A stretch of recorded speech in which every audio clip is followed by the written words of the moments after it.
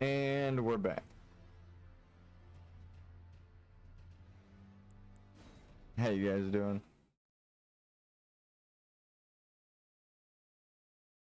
So I have a list here. Again, whoa. That's fair.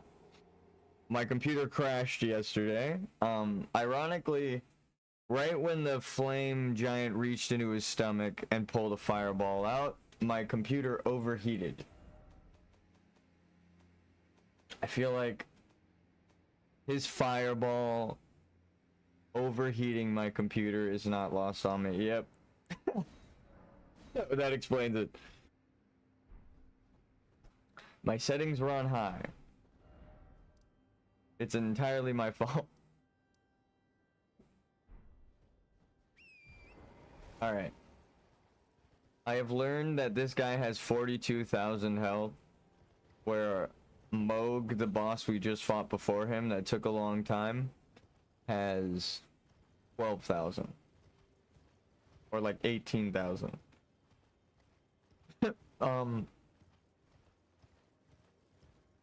Vortisax has 12,000, and also, I've mentioned this before, but with Gold Mask, before we go in the boss room.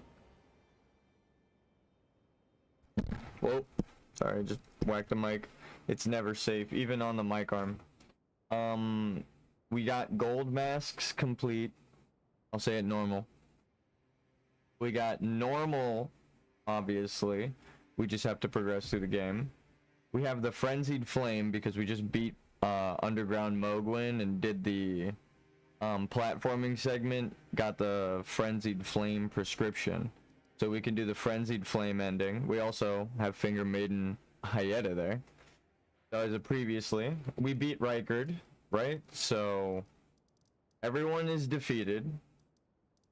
We completed Fia's quest up to Vortisax. So we should go do that as well. But we did Ronnie's quest, so we have Ronnie's ending, the Frenzied Flame ending, the normal ending, and Gold Mask. We have 4 of the 6 endings. Now we just need to get into the Halleck tree, which I found the way in and I'm upset. And we also need to just defeat Vortisax, and we have every ending available as a level 1. We did it.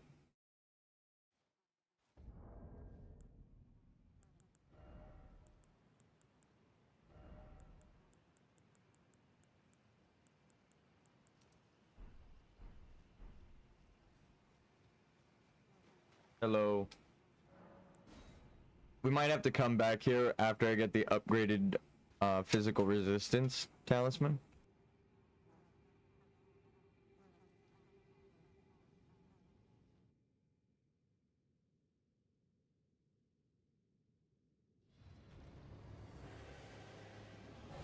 But let's see.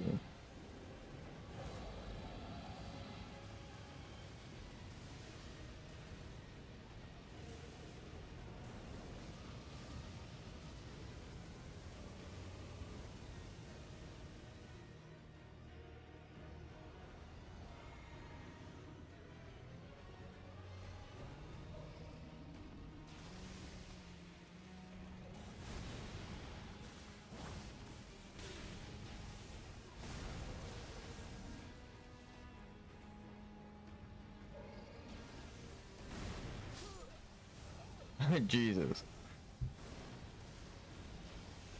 Okay, we actually do a good amount of damage. So if he's only got 12,000 health, we only need to hit him 12 times, right? Right? And we do like a little bit over 1,000. So maybe this boss before the fire giant. We'll start off with a boss.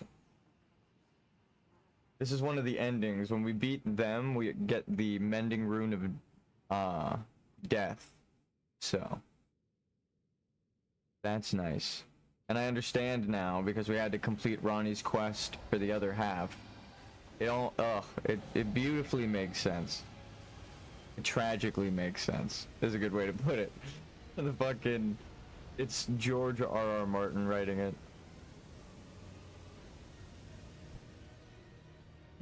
Howdy. How you doing, Orange Buster? Hola. How are you doing?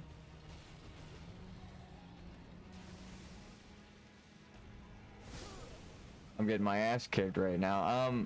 Well, we found out this guy only has 12,000 health and we do 1,000 damage. So he's only 12 hits away from unlocking an ending. Now that we've upgraded our weapon like 3 times since we last fought him. So it might look, again, it looks hopeless until I register all of the moves in my brain.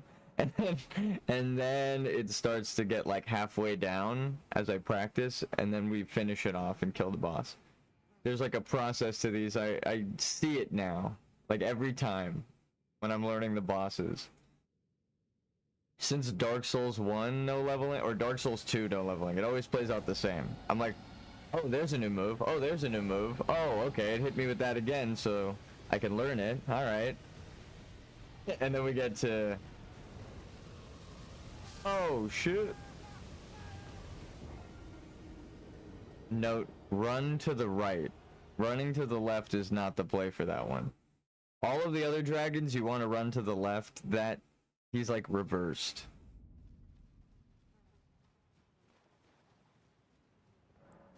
See? And then I die to that move 100 times while I'm learning other moves as well. Alright. I hope all is well, Orange Buster.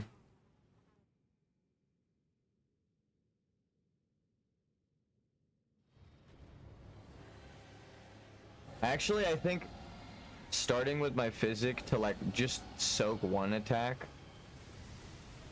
learn a timing and trade.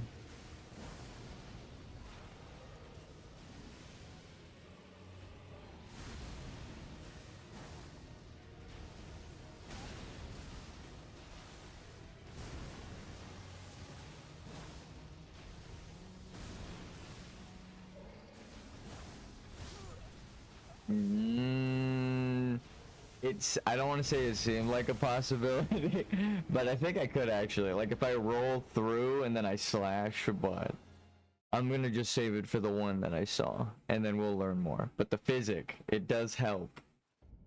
I learned an opening because I'm brave. Did you see the game ID I DM'd you? No, but I need to check it out. I've been practicing just coding and fucking around for fun. I just laid out the map of like a medical center in Unity because I'm crazy, and then I had a really cool idea for a mechanic in a game. We could just talk about it. All right, yeah. Here where it's documented that you came up with it. That's really cool. Damn, I do 2,000 per hit in the face. Oh, I'm gonna die. Damn, that was close. I just rolled through the fog. But a Fadi in Dark Souls? Oh god. What is Fadian? My brain, I'm not even gonna pretend to be an intellectual. I don't even know what the I've heard, I think, that word before, but like a different word version of it. There we go. Oh my god, he's 6 hits from KO. Oh my god. Bennett Foddy. Oh, okay, so I do know Bennett Foddy's name, but I don't know which games. Getting over it. Only up. Oh, okay. Get to work. Dark Souls. So what, like it's a platformer and all the bosses have like knockback? You're into Dark Souls with like, instead of just killing you, like you don't have health. You just have physics and knockback. So the higher you get up, the tighter the windows, and the more crazy knockback. But you can also like have a shop that gives you like multi-jump and stuff. No, you don't have a weapon. Dodge! You only have dodge, and that's fucking sick. And then I'll make torrent-esque unlockable. Alright, that sounds funny. I said I can't contribute to the Dark Souls. like I couldn't contribute to the genre because I didn't have an idea, but that's funny as fuck, dude. That's funny as fuck.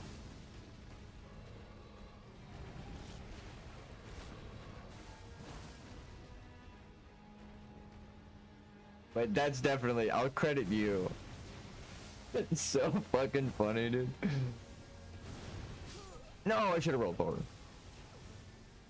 Maybe in health and it's just dropping is what loses you health progress. I mean, you can parry though. So there's that mechanic. That would be cool. You just have a shield so you can like parry and block. And then like if you parry them, they get like a Sonic the Hedgehog bumper, right? So you could just bounce off of them and you just go skyrocketing, and it's easier to just progress upwards. But you can also go through a platforming segment while the boss is attacking you, so it's not just like a Bennett Foddy game, but it's like a Dark Souls game where you have to fucking time it and dodge this crazy ass boss. The thing is, I suck. It would be good practice. I suck at coding those kinds of hitboxes and animations and stuff, and like timing based, but it would be practice. The thing is that people are gonna be like, dude, this game sucks, all these things are bad, and I'll be like, yes, I don't know how to make them. You are correct, and I'm sorry. I'll learn, maybe though. I'll have some critiques from a community of people playing, you guys. That sounds funny as fuck though. It doesn't have to be amazing. Thank you. And it wasn't gonna be amazing. I hate to break it to you. Well, you played my other game. You did, like, hopefully, the game that I did make. Oh, I tried to roll back, but it would have killed me anyway. This video, how speedrunners broke our game.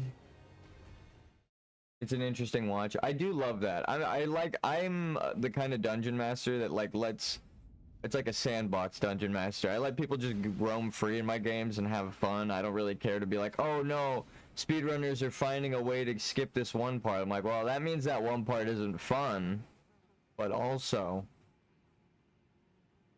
you know, it is fun for them to skip it. So to remove the fun, I've been on the receiving end of like they patched out the fun, and you're like, no, this shit was actually fun. Why'd they get rid of that? Like, I remember asking my friends that many times throughout high school. But, you know.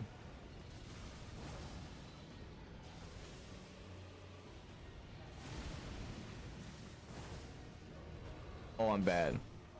Honestly, I sacrificed like it's better if I die there. Get some health back. It talks about the mechanics they set and how it was exploited. Oh, and they made a competition for speedrunners when the game was released. See, that's the shit I'm talking about. Support the community. At the furthest end would be like Nintendo and how they don't really support the Smash community. Or just competitive, right? Not too much. When you look at Tekken and how much Harada loves competitive. But yeah, no, I think you're right. That is a good idea. That's funny. I'm kind of just fucking around with the game right now, but ooh.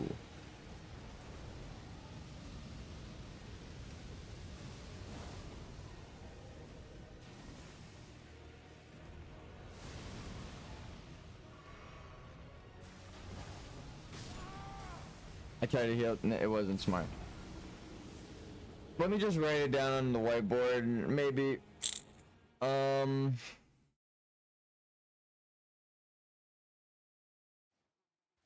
Should I make a joke about how it's a cheap knockoff of Dark Souls and the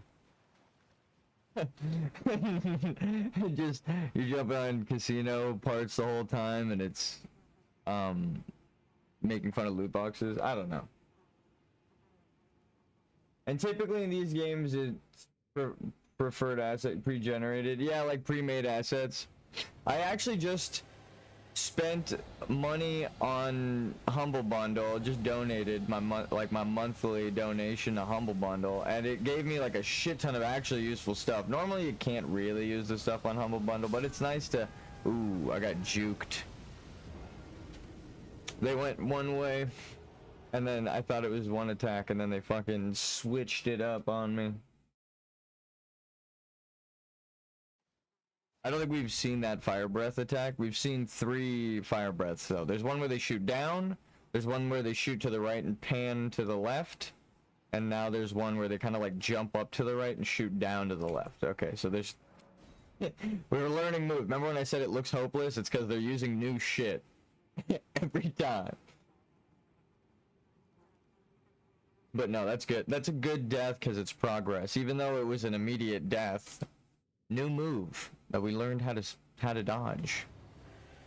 Go towards the flame on the left there when they pick up. Whoop. This one I recommend just running to the right. Don't go against the wall though. If you need to pan back and check yourself, check your distance. This is a normal one, right?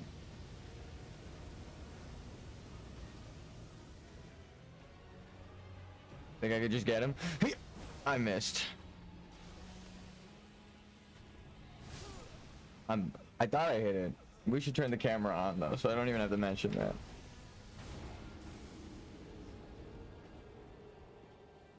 Lich Dragon Fortisax. We got him like a quarter down, which is good. That was like a couple of hits. If you hit him right in the face, it's like a Legend of Zelda weak point, which is great. You know I'm all about that shit.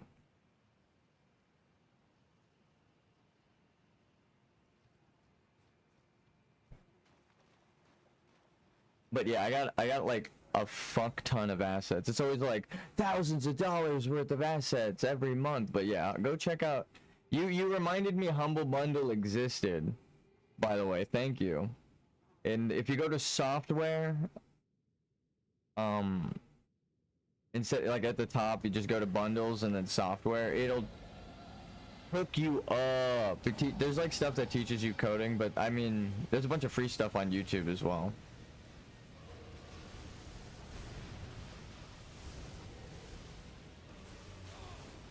Listen. That was dangerous.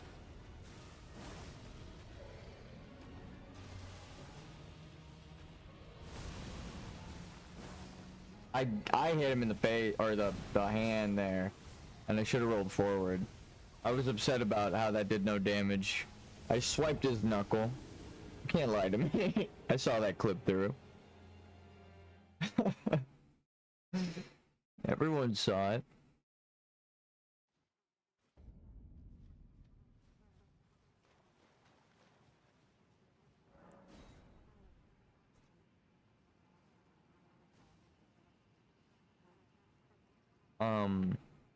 But yeah, I could probably use those kind of assets. That would be fun. I'm thinking of a genre shift though. Instead of it being a fantasy, which is my favorite. I love this kind of medieval dark fantasy. Swipe at you. Damn, I'm bad. Go for like maybe a sci-fi. Okay, you can hit his hand.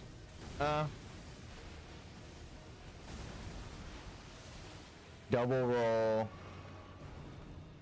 I hate spam rolling, but sometimes it's the answer. And so is your shield. And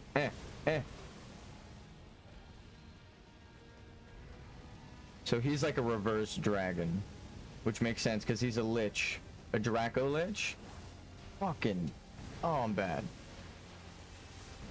Oh. Oh. I knew it was coming, but I hit it too late.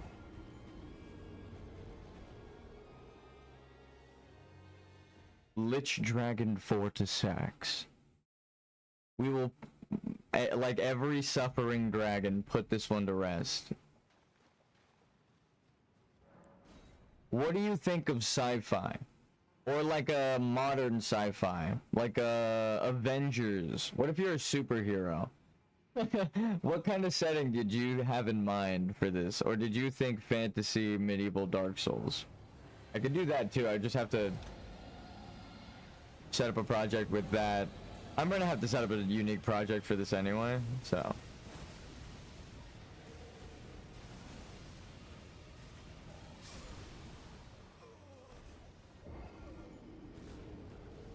Is the one I'm working on is first person? Thinking anime characters. I guess the setting doesn't matter. The theme could be more of like a never give up. And instead of like the usual Bennett Foddy theme, not I don't know his kind of games, but I know I've watched Markiplier play those kind of games. Though I'm playing a no leveling playthrough. I don't have the patience for those kinds of games. Cut to me spending 8 hours on a single boss. No, but I like it. Feels cool when I'm fighting a dragon. It's different. It's different when I'm fighting a dragon. Okay. Like, wasn't that dope? I just dodged a fucking lightning bolt. And then I dodged into a lightning bolt. More the feeling of Souls games in terms of movement. Yeah, I'm third person. I wrote it. I have a project name. Dodge like. So you don't, and how about the whole thing is you're trying to get to your weapon at the top? And then New Game Plus is that you get to go down the tower, killing everything like a normal Souls-like, as the credits roll. Devil May Cry style. One of the coolest things me and my brothers, it was like one of the best bonding moments me and my older brothers ever got to experience, was at the end of Devil May Cry, you guys can both fight an endless wave of demons. And I remember him teaching me how to play, because it's like the perfect training ground for little brother mode, right? You're just like, it's infinite demons, but you're in endless god mode. There's no defeat. It's so fucking cool. Yeah, and it turns out you didn't need it the whole time. Yeah, exactly. It's one of those things. Because now you know all of the patterns. We teach you all of the boss patterns before you fight the bosses. And it actually does fit kind of thematically. I do like that. You know what? You're cooking. I'm just gonna credit you though, because that is a good idea. I understand asking the one dude who just makes video games for fun. What in the fuck? Sweet move there. Mind if I steal your remembrance and take it? I actually don't know if it's one of his attacks. Though we're about halfway down fucking around.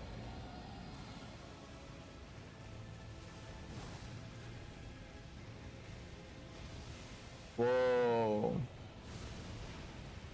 No, I thought I would be far enough away. Damn, how far did that go? And I'm death blighted? No! Oh, please tell me it doesn't actually death blight my corpse just because I'm right there. I'd be so sad. Take this.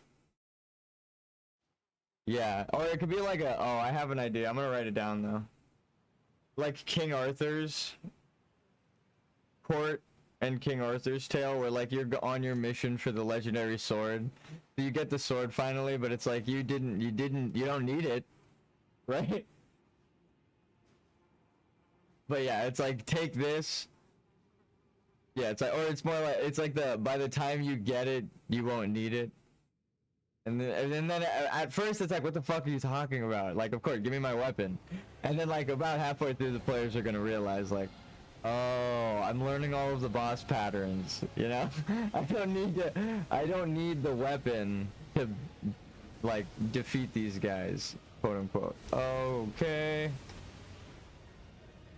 And then maybe we can include like, not environmental hazards, but like there's obviously ways to get up and ways to get down, so. Oh, the branch! Oh, the branch! Oh, the branch! So it's kind of open world. Fuck, I kind of know what to do though.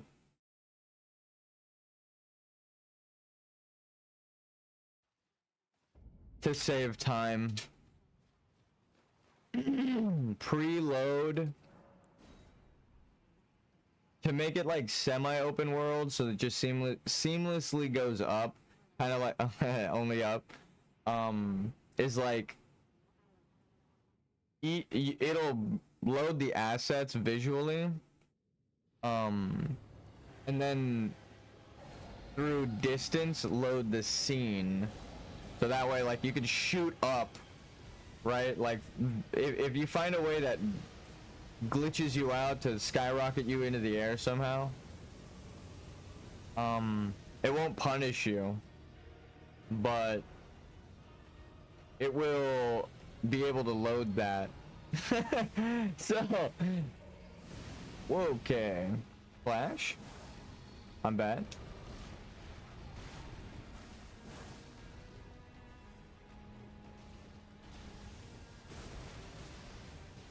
I'm like trying to design a fucking game while I'm fighting Portisax. My brain. No. Bad doggy. Can you just run that? Yeah.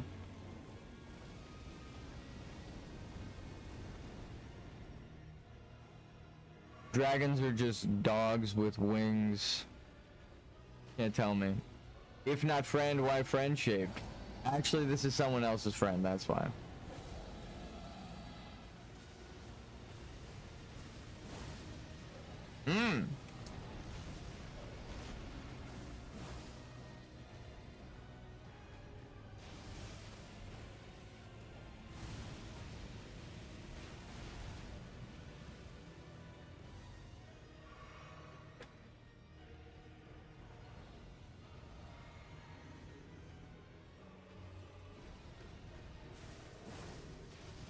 Not the smartest.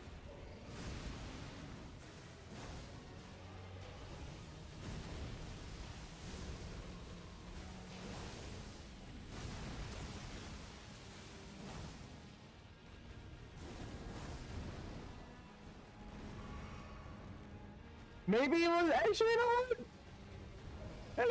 Whoa, dragon. Whoa, dragon.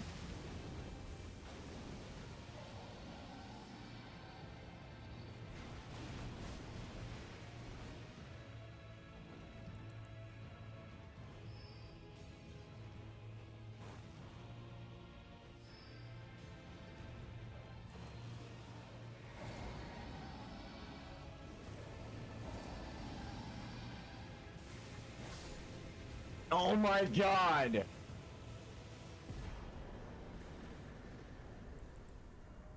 We did it. We fucking one of the endings unlocked. We have Ronnie's ending, we have the Fell Flame ending, we have the normal ending, we have Gold Mask's ending, and now we have the death ending. There are only 2 more to collect. Holy shit. Dude, there it is. I'll send you that video of the speedrunners game break. Thank you. Send it in general. I love when it's in, because I might have missed it, but I don't really check Discord. I should more often. I want to be more of a game developer than a YouTuber, but you know, I send you and my friends memes on Instagram, my family. Oh my god. They show a lot of what the game looks like outside of the map. Dope. I love hiding little messages outside of the map that says like you shouldn't be here and stuff. Not like ominous, but like how old developers used to. It's funny. Oh my god. Dude. Time for Lex. Get out of here. Oh my god. Oh, that wasn't even an hour. As soon as we found out that it was double damage on the face. Did the double dragon. Dude.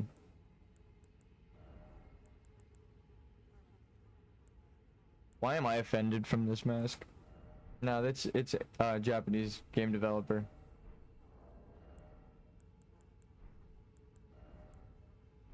No, I'm trying to read the lore, god damn it. Stop it. There we go. God damn, I'm bad. When Moog, the Lord of Flesh, first felt Okina's sword and madness upon his flesh, he had a proposal to offer Okina the life of a demon whose thirst would never go unsated. I need to get water. Not the face! Honestly though, I'll be right back. Dude, this is such a good picture that we have the mending rune, the remembrance, and it shows our levels on the side. The perfect screen to go AFK. Just for a second to get water. Just to flex. Feels good. But you can hunt for the video right now. I'll be right back.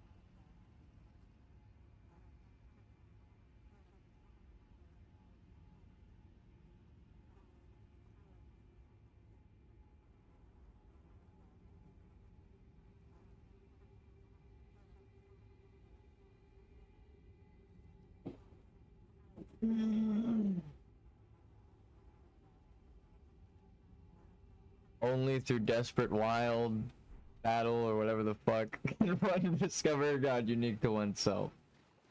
Not the face. I see. You meant hit the dragon in the face. It takes me 20 minutes to get a joke from chat because I don't hear the tone. You know? I'm sure if we were in voice chat, that joke would have landed immediately.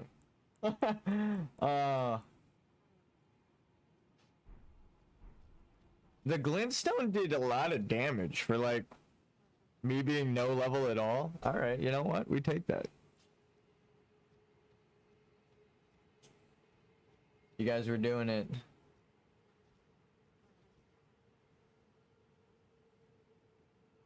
I'm trying to check the timing on the left. It's actually pretty snappy.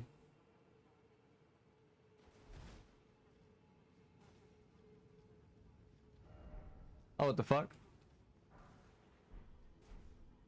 So she's dead.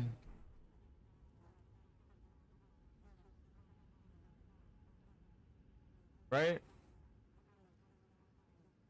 She's not breathing, right? Check her pulse. Nope. They're very attentive with that. So this right here is the thing that makes me want to replay the game and upsets me. Everyone says you can't get into Lindell without Melina. Correct.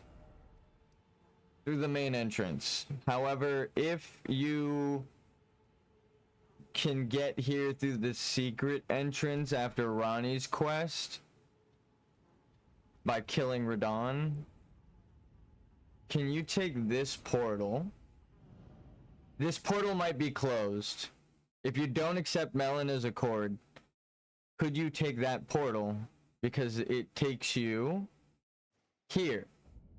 Just beyond the seal that Melina prevents you from entering. So, that's my question. Is there a way to beat this game without Melina? I think you can legitimately get into Lindell if you do Ronnie's quest first. Beat Radon.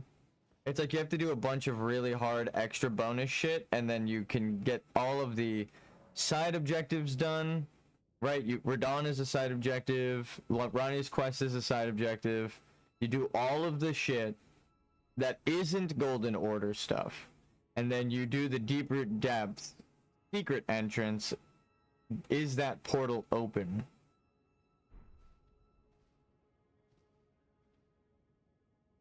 That's my question. That's my question.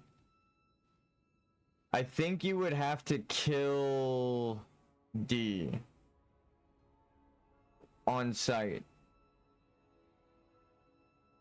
to ensure that Fia doesn't need to track down who had the mark. Because D's dead. So maybe it skips it somehow. Now, the game is very lock-oriented. But that playthrough would technically be you going against the Golden Order the whole way, right? You never accept Melina's accord. You do everything else with the people who are going against the Golden Order, and then you can maybe warp into the city here. That's the upsetting thing, is it's a maybe. That portal can just be like, actually no, you have to talk to Melina, and then you're fucked.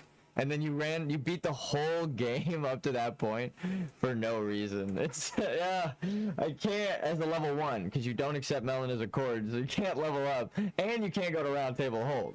So it's like, fuck, oh no, like the more I think about it, I'm like, it's so much to do to get to a portal that's just gonna tell you go fuck yourself. It's a lot, but I kind of want to try it, because I mean, I've already done it. Look, I'm here, look, I did the thing for level 1. So imagine I do a level 1 playthrough. I just don't accept Melina's accord, but I take every possible advantage I can just to beat the game like I did so far. Except I'm not avoiding buffs. I'm using rune arcs. I already know everyone's moveset. We got this, dude. I think it might, but it's like, oh my god. Do I really have to beat the entire fucking game again without leveling? Just to test one thing? And then get told, what if I get told no? Like, what if it doesn't work? Death ahead. What happens then? I don't need Fortisax's souls.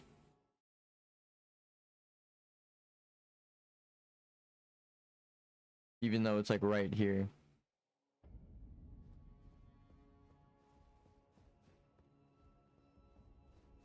Hello, Bach.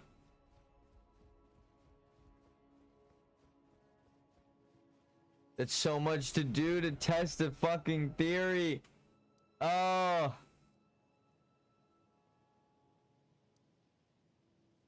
But I need to do. I'm like who? I don't even know anyone that does fucking challenge runs. I can't even ask anyone like, hey, have you beat the game without melon, without accepting melon as a cord? People would look at me like, what are you, fucking insane? I'm the only person I've already done it on the other Souls games, so I'm like, alright, let's do Elden Ring. It's actually way easier than the other Souls games. If you're looking for the easiest one to start with, do Elden Ring, because you have so much shit that you can use at level 1. Items, craftables, like there's just like character interactions and quests you can do that open, like Mogwin shit. I've done the entire Mogwin thing, so I teleported past him and got an upgrade early, so now I got like 25 weapon before I went to the consecrated snowfield. It's awesome. So, but it's way fucking easier. It's way easier. I say easier, but you still have to beat the bosses. If we did beat certain bosses out of order, I will put a disclaimer. Like Estelle, we beat it way early. How much health does Estelle have? Alan Wake? No, because we beat it with like a 17, a plus 17 or plus 18 weapon.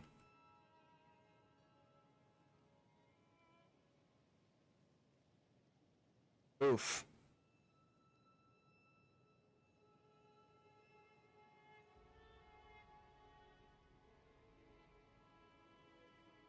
Oof. No wonder it was so hard. Okay. So yeah, we beat Estelle way early. Because we've had Ronnie's quest complete now for a while. And Estelle is the threshold guardian for the ring. After you beat Estelle, you can go back and claim the ring from the Renala's quest room if you've beaten her.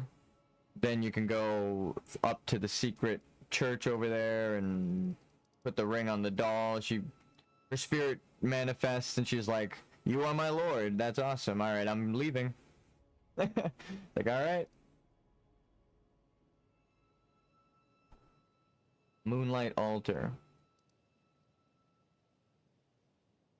I think it was this one. Yeah, you go into the moonlight altar. There's like a hole.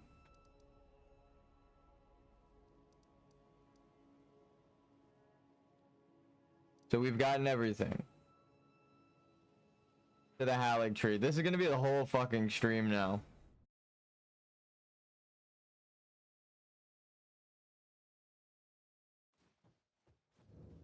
Dude, I hate this town already. I'm gonna say it. Aww. Alright, maybe it's not so bad.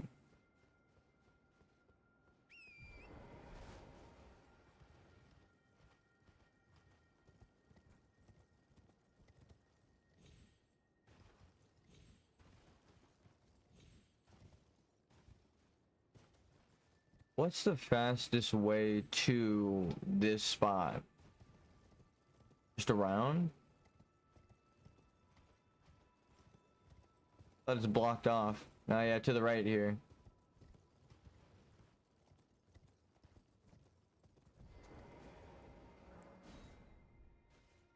I mean, you can do the jump puzzle, but it's just a pain in the ass. Another player just entered this as well. I'm gonna try this every time.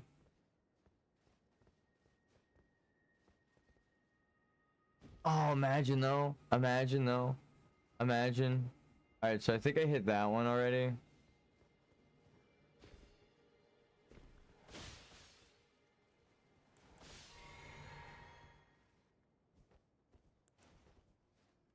That's not. I'm panicking. I'm panicking, Skywalker.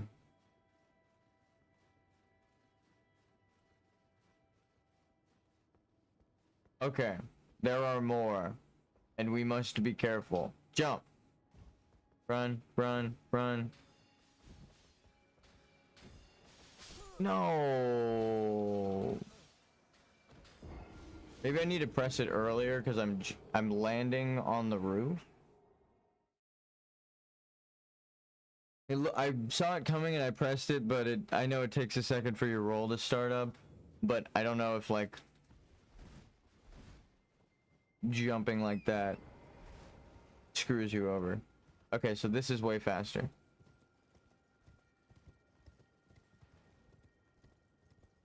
Maybe not. The jump is a little faster because of that rundown right there.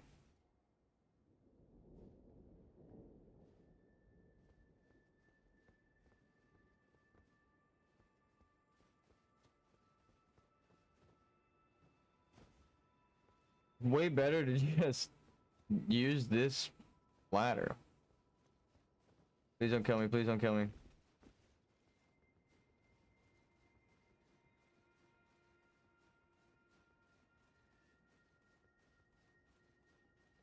I don't know why that gave me Mario level vibes.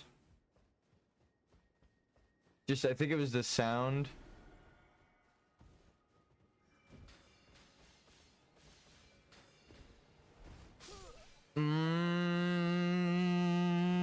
Two people. I actually think if I rolled towards their arrows, well, actually, I don't know. I think I would have hit that right there, stopped in place, and the arrows still would have got me from the side. I think all of them would have got me.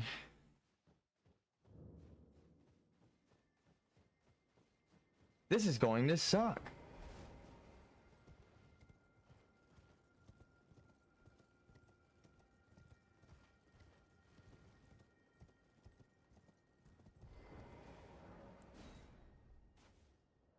Wish I could turn invisible. It doesn't work on them though. Alright, we already got that one. Uh-oh.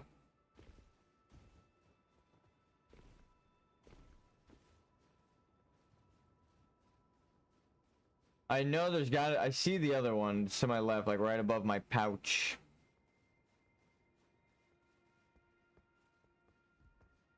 Up there. Right where the fucking archer is. Conveniently.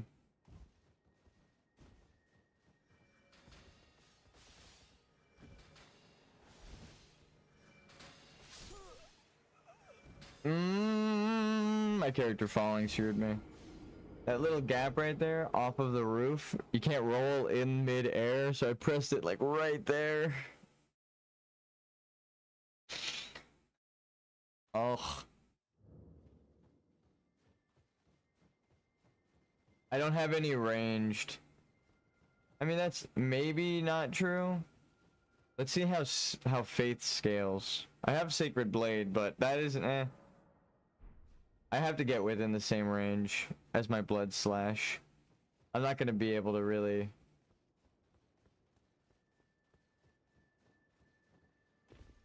Is there one right here? If so, cool, but also dangerous because I think there's like two assassins right there. Or like there's like a sniper on the roof and one of the invisible assassins. Black Knife assassins.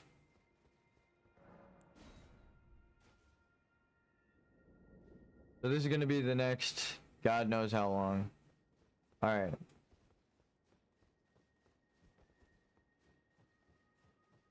I think I just heard him. Oh fuck, I see the footprints. I was running right towards it. Oh man, that was so goddamn close. Invisible enemies are dangerous. Obviously. I like that you can see their footprints in the snow. I saw it like the last second. It was the footprints of them kicking off. I thought it was them walking. They fucking immediately on sight grabbed me. They didn't even move. They just saw my character and started their grab. God damn. Which is funny because that means my shield wouldn't have done shit. No, I saw them, but you know, how are you gonna dodge an invisible guy's animation, you know? We just have to learn the timing. Or maybe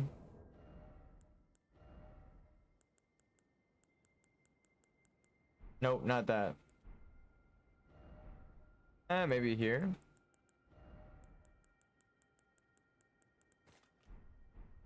Fireball.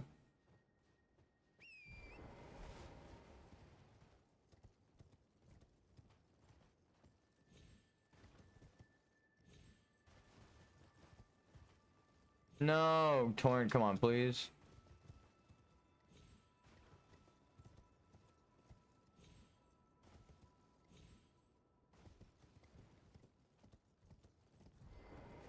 Can't jump over there.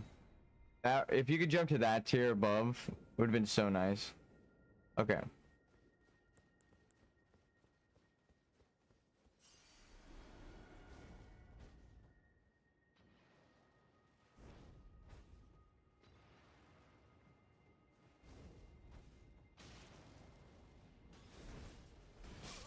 No, come the fuck on. We just need to get right here.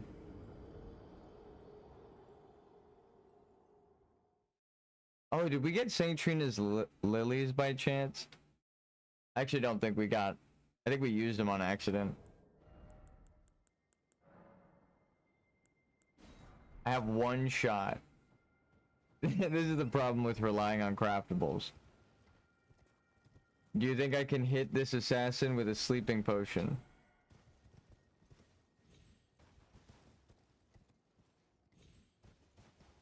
This is definitely not faster.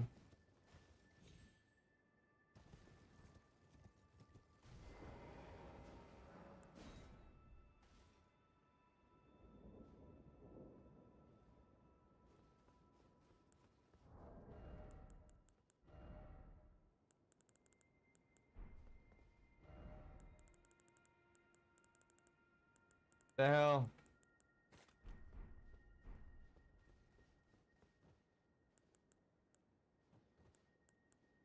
Test shot?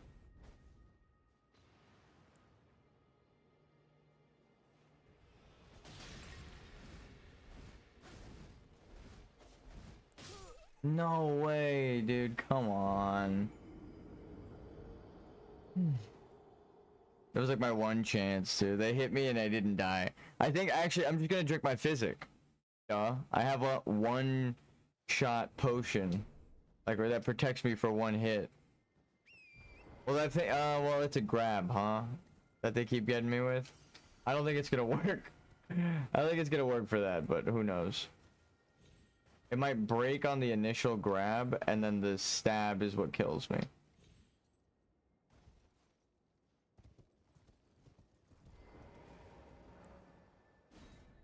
Oh, I see. That's the entrance. Good,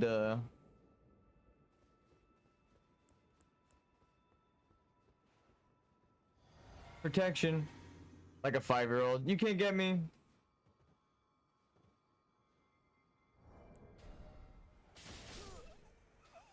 Do you mind? I'm trying to get the assassin over here. To be fair, what did I expect jumping on the roofs? Also, that's scary. I knew there was gonna be another. I knew there was a shooter over here. It just, I was wondering why they weren't a problem this whole time. They don't have line of sight until you're backed up. It's so fucked. Oh.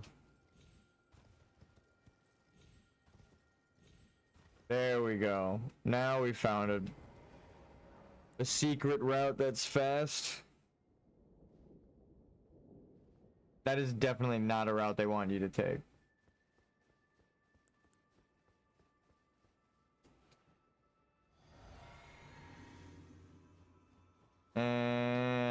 Nope. There we go. No fucking way. Are you serious right now? Are you fucking kidding me? Immediately grabbed again. That can't be real, dude. I didn't even have a chance. I didn't even have a chance. Holy fuck. I guess I have to sneak around.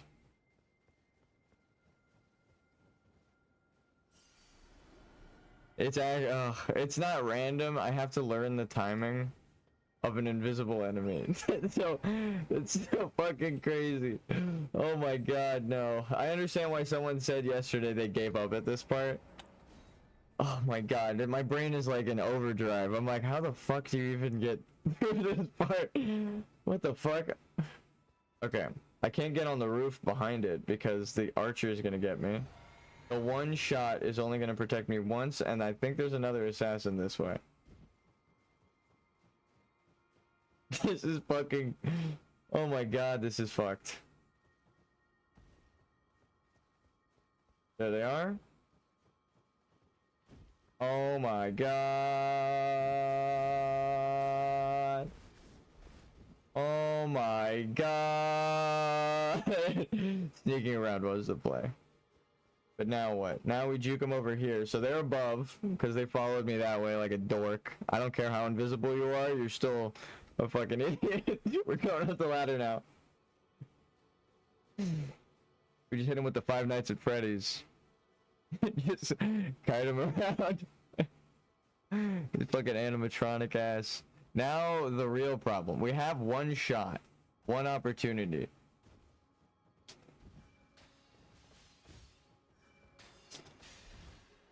No.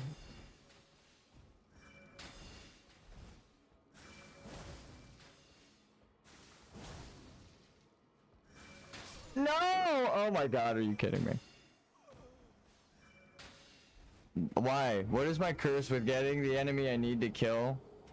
Well, the good news is we don't have to go light that torch anymore, so the invisible guy can fuck himself. So I have my invincibility potion for these guys now. The realization. The true answer to this puzzle is you have to be invincible because it's bullshit. Okay, so we did the thing that we need to. We beat the invisible. Oh my god, falling like 5 feet. That was kind of clean.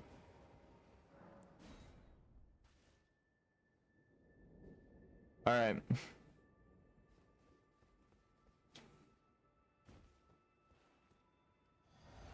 I think we actually have it now. I might have to dodge. There are 3 arrows that they shoot, but if I get hit by one, you know, and then I dodge the other 2, it's not the end of the, which is what keeps kind of happening. The first one has some lead on it, so I kind of like wait for the second one, and then I get hit by the first one. Like, I'm just gonna say it out loud so that I know not to fucking do that again. Or just to know that that's how I'm gonna die the next couple of times.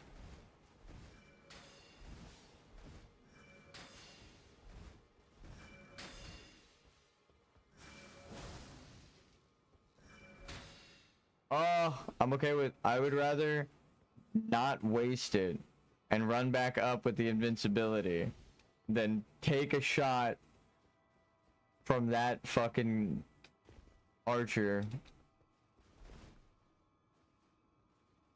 It did seem like their timing got me. I maybe hesitated, but...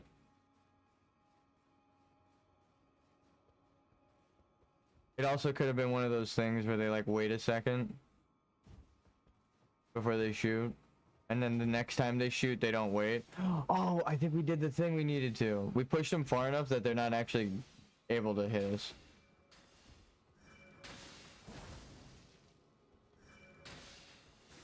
We created cover. Oh, I'm so happy about that. Something else is gonna shoot us, but we have a bubble. Hold shield. You can't touch me. I hated those kids on the playground. That's why I became a rules lawyer. We solved the puzzle. Oh my god. that people gave up at that part, I completely understand. No criticism from me. Oh, you have to get past so many archers. Why does that ever jail have 10 people in it? The fuck is the problem?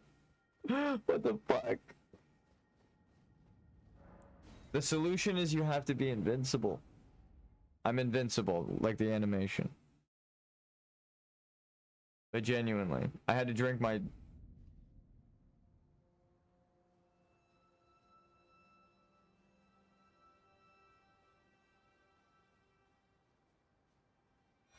invincibility potion. Why did it spawn me on the smallest branch?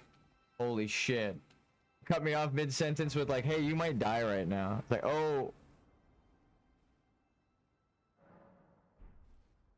At least we got it.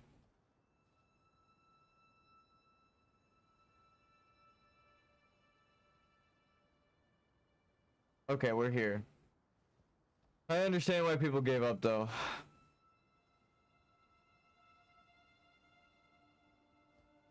But I don't give up. I was like, there's gotta be a fucking way. This is crazy. You know the way to the Halleck tree? Oh. At least he said no. He spun.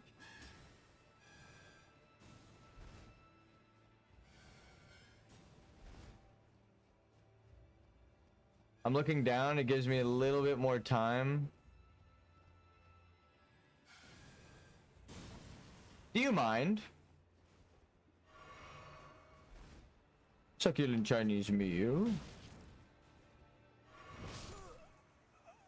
Oof. Maybe if I stepped over there, I would have been safer, but... I'm trying to sip on my goddamn flask, sir. Alright, we made it to Mikola's Halleck tree. Let's run it. We don't need the soul, so... Best advice for here is look down. I know that's crazy. They say don't look down, but just look at the floor below your character, not down, way down. And if anything is coming towards you, just roll it. Like that. Do I need the items here? I might. They're actually kind of the best. But these ants, though. This is how you get ants. You create a blood tree. Do you mind? That, yeah, I got hit by a car-sized ant. Rude fucking ant, dude. I couldn't roll through that. It still pushed my character. Oh no. I don't know. I guess maybe jump down. It's not a mandatory spot. Yeah. Please. No. I didn't sprint. Out of fear of being too fast and overshooting. Good thing we don't need the souls. Runes, souls. Rune souls?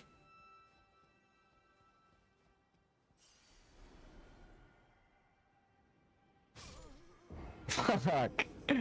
Here, I bet we can survive this. Even though I just died. I know, I feel it in my bones. Hold on. This is the thing. This is the thing. You need the cat. You need to be like a cat. You need to look like a cat. No, not that swift. There we go. From the top rope. Okay. Maybe we land on the mushroom. Hear me out. Hear me out. Even though I died in the second. Hear me out. I thought they were even. I thought they were equally height distanced away. Hold on. Hear me out. Let me cook. Look at how many fucking bloodstains there are.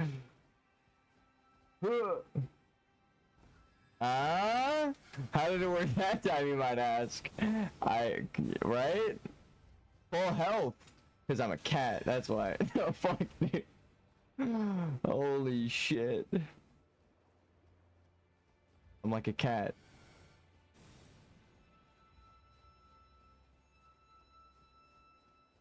Dude, I'm scared out of my mind. Though I respect the ants, maybe they'll respect me. Flowers. Flaming bolt. Oh!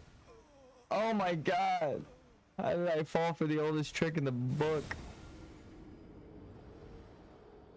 I deserve that. You got Dark Souls. That's the only way to describe what just happened. I was looking down at the flowers and the loot, and then I should have been looking up. You get a clear sight of that guy even from here. That's how you die.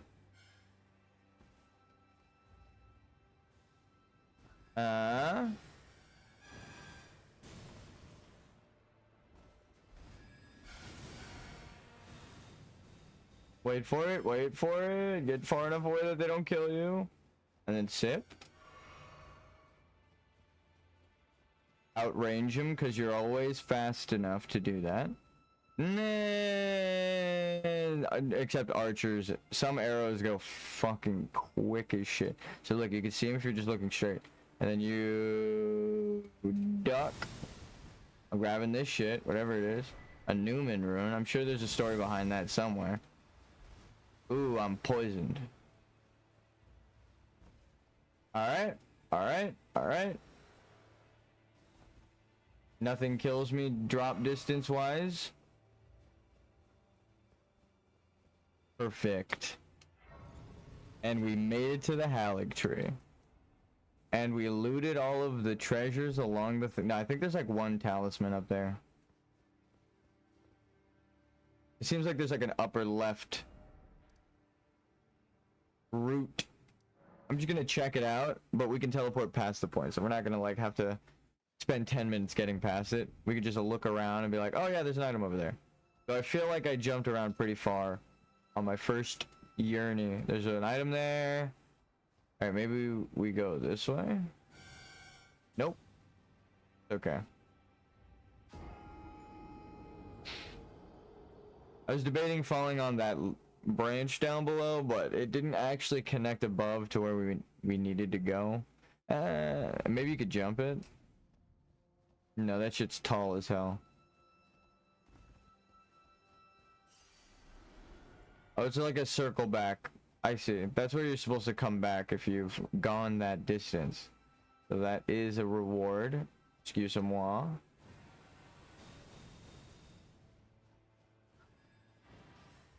We get items. Whoa, I almost fell. You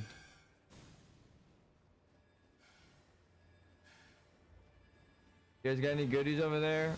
No, okay, you could have just said no. It doesn't look like they have anything.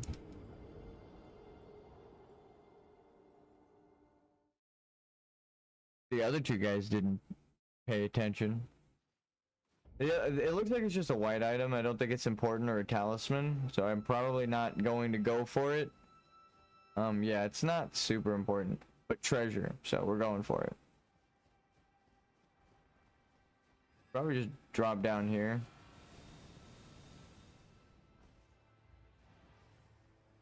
Non-lethal. Please, ants. I'm just here for dappled cured meat. Ooh. Ooh, don't need that anymore. Pretty useful though, I'm sure.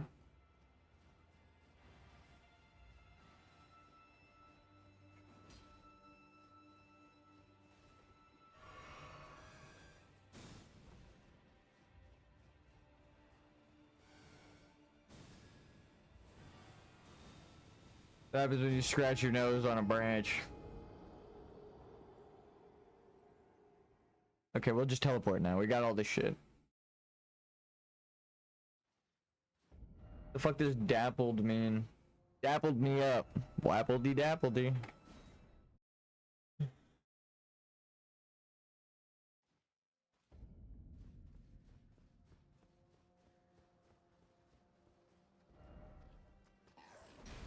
Okay.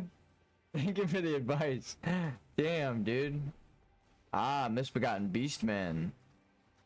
Not so misbegotten at the Hallig tree, the one who loves all. Do you mind? Do you mind? Okay.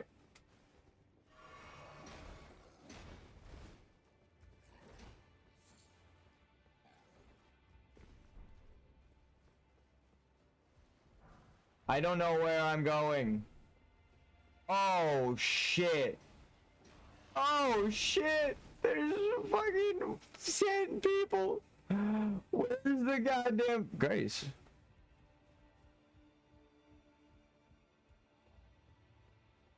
Cool. This is what I was looking for.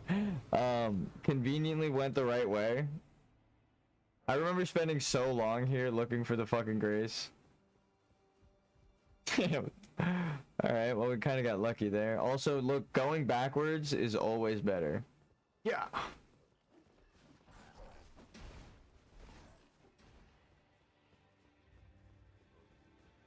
What you got there? Mind if I take it? Yoink. He didn't like it. Ooh. It's blue. And huh. Okay, we aggroed the ants, but it's okay because our spawn is right above them. This is a blue item that it shouldn't be too valuable because it's right below the spawn. Look how close the camera is. Jesus.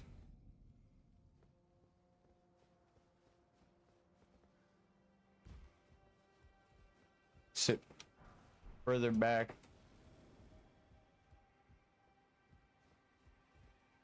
Dude, I remember coming through here with Super Kami Oaken. Now it's appropriate because I'm gonna have to do this entire area with no one. Hey! Hey! Wait! You guys. I see shiny. Not cool though. I don't appreciate it. Yo, you mind if I grab this? How you guys doing? Ah. That's my fault.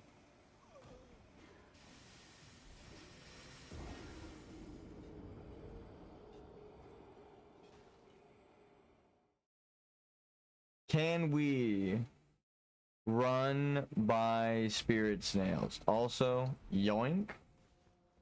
It's never a good thing when the game gives you a bunch of upgrades in one spot by a grace. It's like you should probably be at this point in the game, is what they're telling you. Oh, can I just sit here?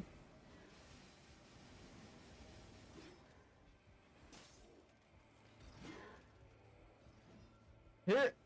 Oh.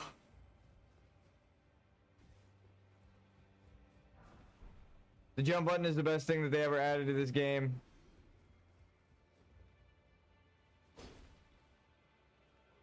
How you doing? What the fuck happened to you?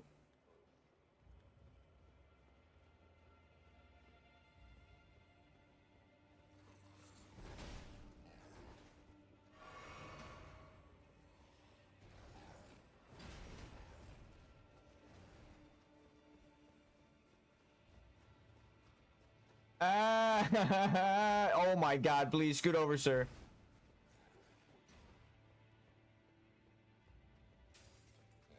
I just saw text and a window. Oh! Oh!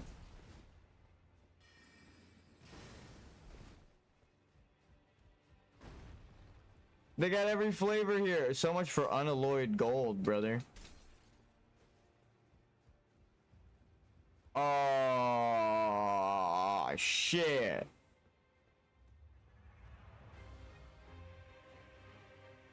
Loretta, Knight of the Hallig Tree.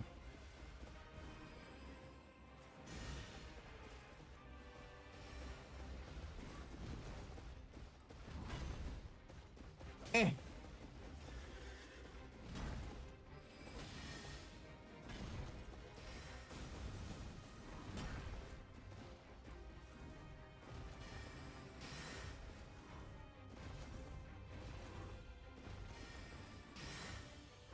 That was not what I meant to press.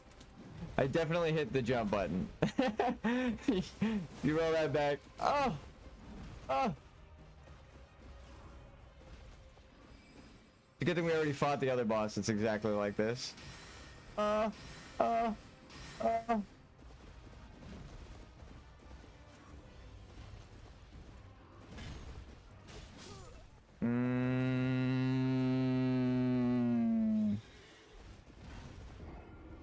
I'm bad.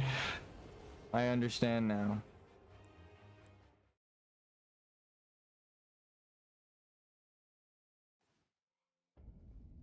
Wait, what? There was a fucking Stake of America right there. You're gonna make me run all the way back?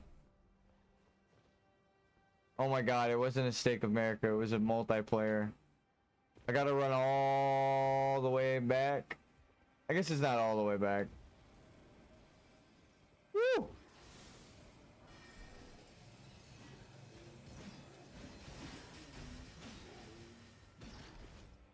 Oh. God, I love that cat thing.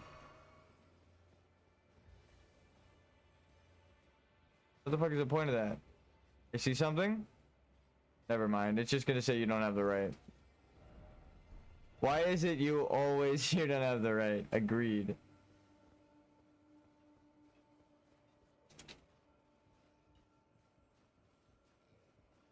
It's a nice little safety net.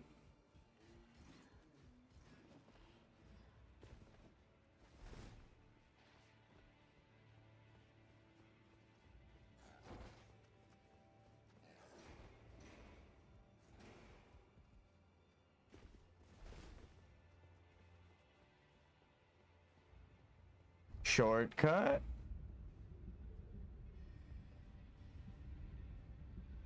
Oh, please be a shortcut. Oh my god, it is a shortcut. Oh my god. We get to fight Loretta. God damn, that's so good. Game design, baby. I was looking for another Grace, but I fucking will accept shortcut any day of the week in its place. Especially one where there are no fucking enemies that are really, except if I do this. Maybe if I jump in front of the enemy and I grab the item, I'm at risk of dying. But I can now call the elevator back up.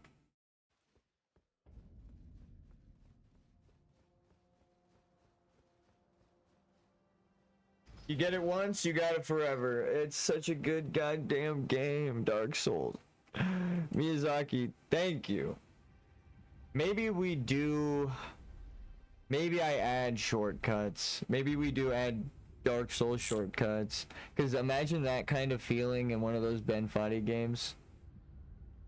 Where you fucking finally get to the top of this like really long segment and then you get a teleporter like in this game and you're like, yes! Thank you! But they're really scarce, so people are gonna constantly complain like, there need to be more teleporters in this. I'd be like, no, that's the point. They're supposed to be secret and scarce.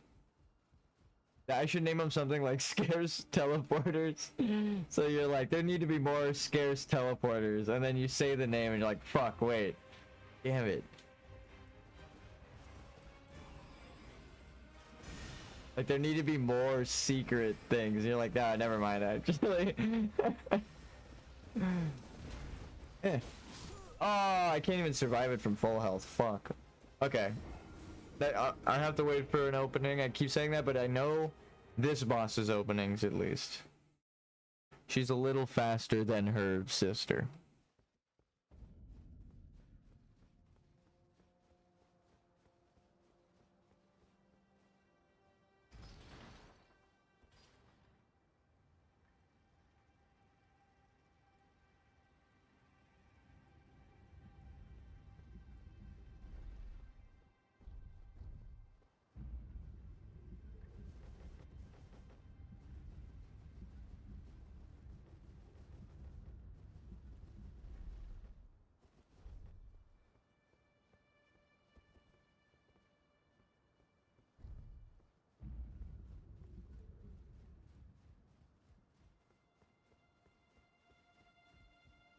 Loretta. I can't play this song, but look up Ginger Root by Loretta. And mute my stream and play that one if it doesn't bother.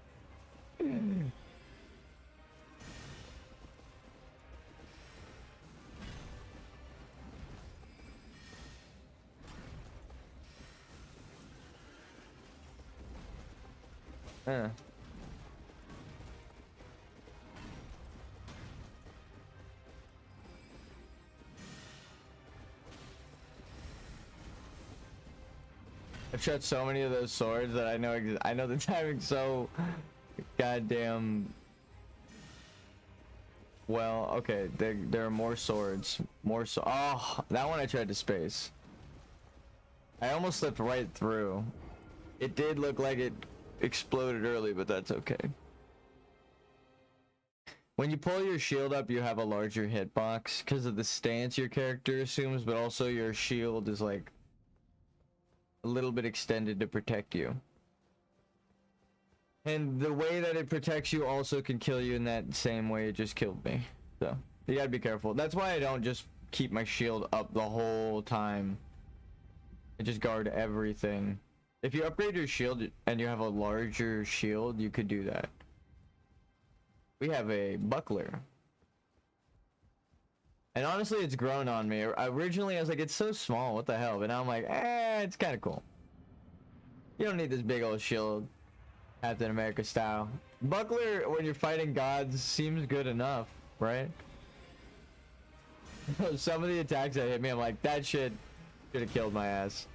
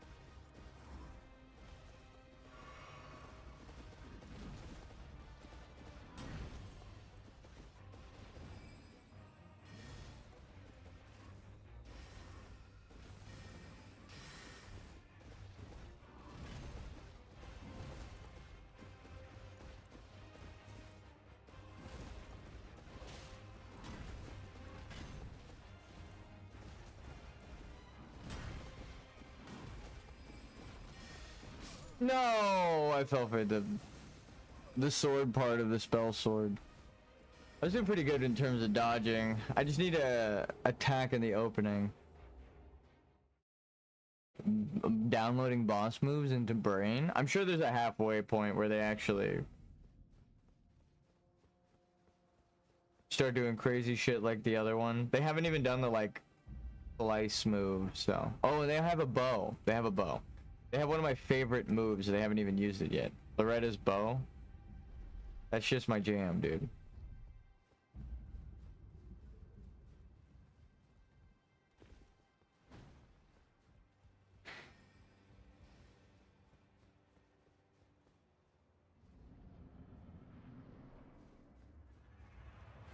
Lock on. Okay, cool.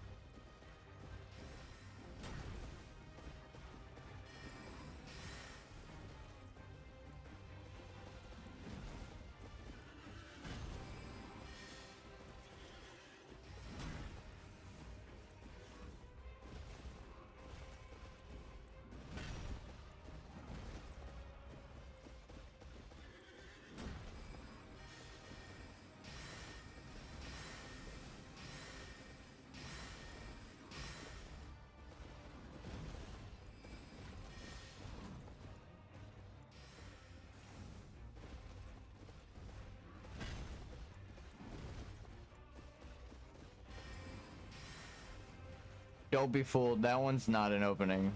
I know it's not. I know it's not.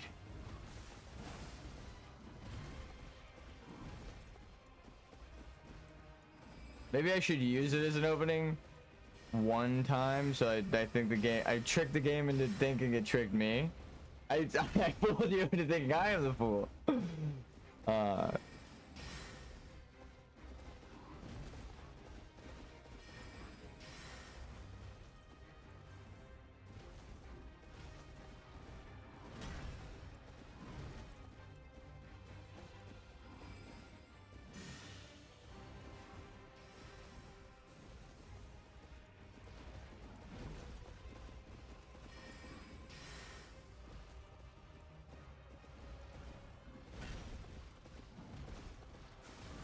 I told you. See, I told you it wasn't an opening.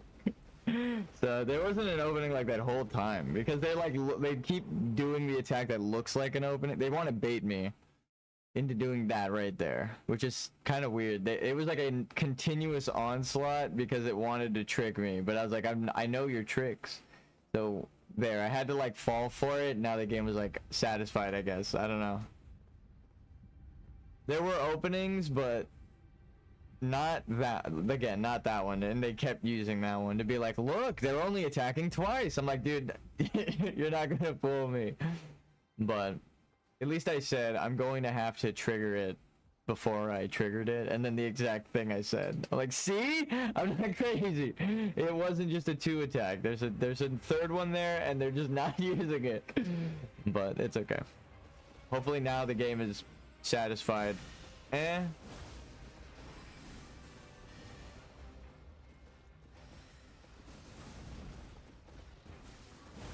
No. I'm just going for every attack timing possible. Hoping that maybe spacing. You could also swipe over me. Jesus Christ, that horse's ass. Just took up the whole fucking screen. What the hell? Who modeled the armor for that horse? They made it, I think, twice the size it needs to be.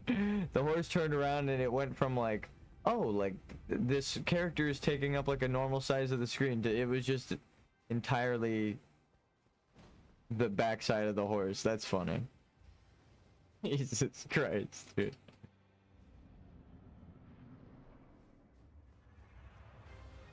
I guess you can't help it. It's like breastplates on girls. When I'm 3D modeling and I'm like, I just want to put a girl in like a normal looking breastplate that's not like a bra and armor. It looks ridiculous, dude. You're like, all right, holy shit. It makes it look like you're trying to make their breasts look big. So you're like, all right, okay, this is rough. Especially when you're modeling it off of like real people and stuff.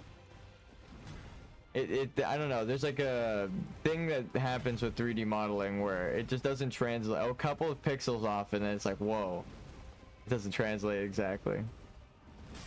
Okay, I dodged. This chick has the same thing that I'm talking about on her breastplate, where like her breastplate is gigantic and her thighs are fucking huge, dude. Holy shit, not the horse, but her thighs. It's like clipping into the horse. It's funny though. It's just when you're 3D modeling armor, you can't help but like they probably modeled the character and then the horse, and then they sat the character on the horse. And they're like, well, it looks cool as fuck. I don't care that it's clipping.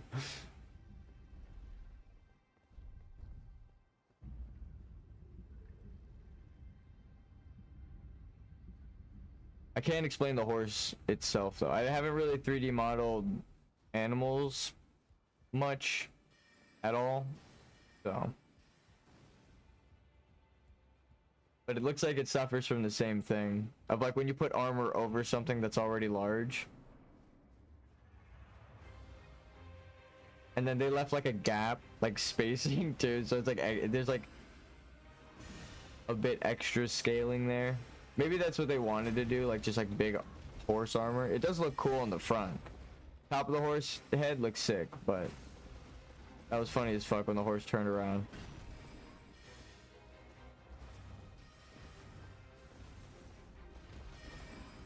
Whoa, she dragged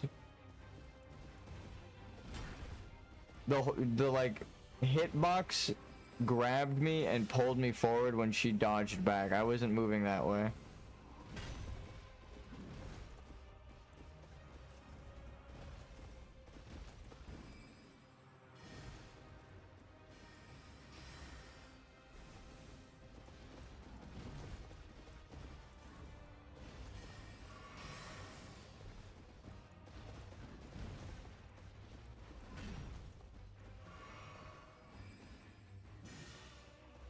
That was an opening I missed.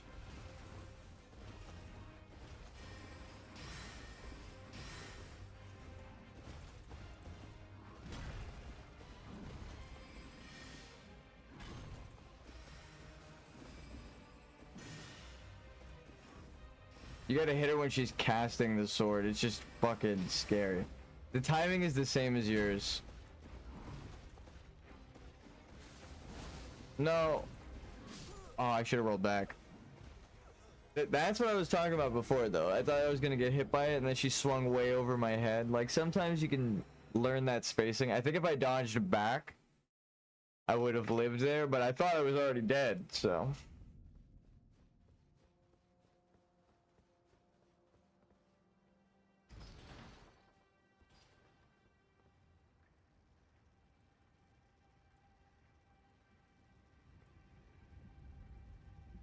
It's definitely worth waiting the like couple seconds to flip the switch back.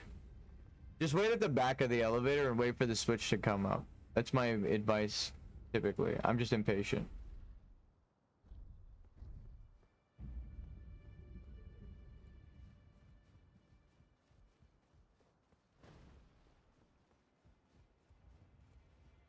Please, Loretta.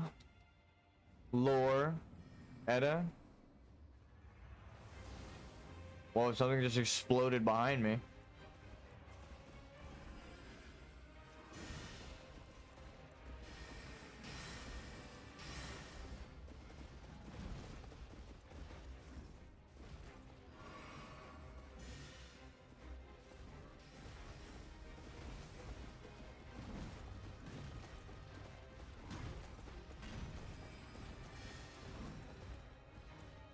Yeah, you could swipe there, it's just risky as shit.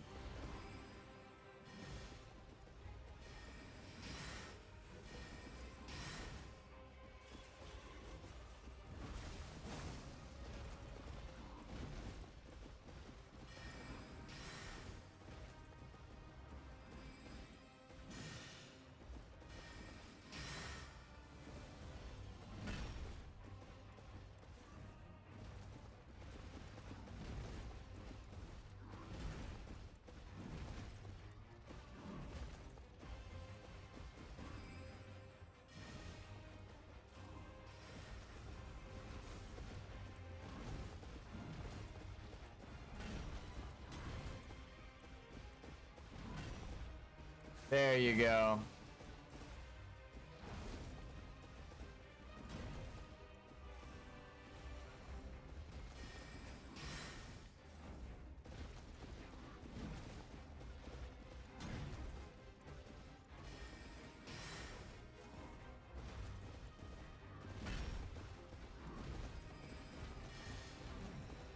Hit her.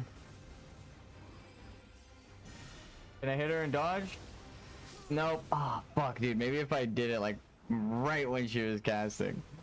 But I'm not gonna risk that anymore. You definitely. Oh, I do have Loretta's great bow already. Now I have questions. How do I have Loretta's great bow if I've never fought Loretta? I fought the image. I think to get to Ronnie's Rise. All of this is starting to make sense, but then it confirms my theory that I think Mikola helped Ronnie and Rykard, right? Because you find a mix of Ronnie's people here too, with the sorcerers and shit. So like, if Mikola was trying to make a complete order with the Halig tree, even if he was trying to deceive them, then it explains why he would be able to compel the Black Knife assassins to work for, like, work against America, even though it's America's most trusted, loyal advisors, handmaidens, or whatever the fuck.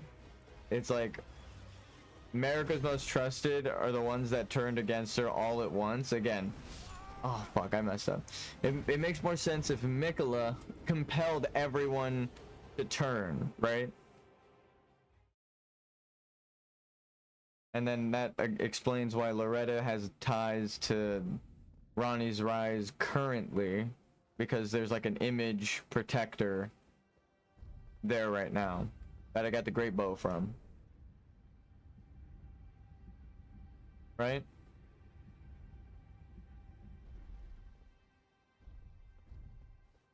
If that's where I got it. But either way, it's this person here.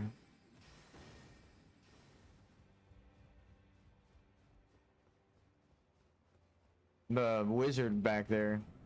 Part of Celia, the ones invaded Kaled.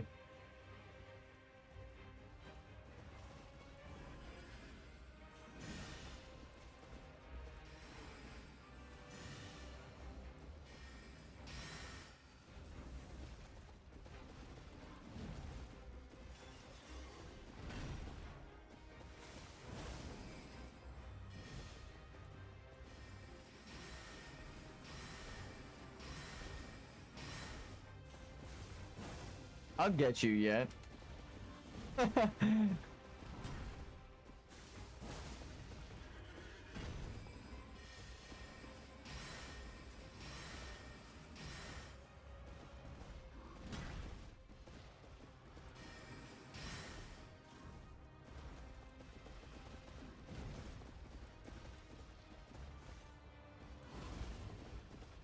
Eh. Woo!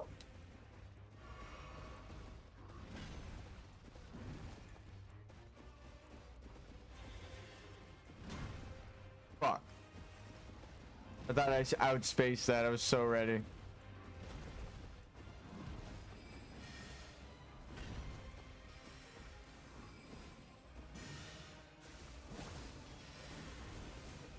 No, I'm bad. I should have rolled back. Not right. Oh, that was actually pretty clean.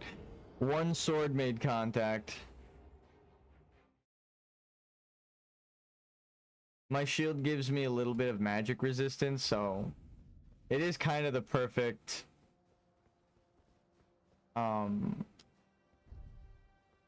setup right now.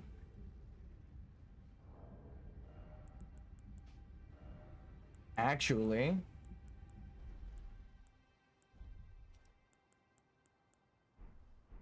oh, I should use the physic as well if it enhances my charge attacks. What does it do?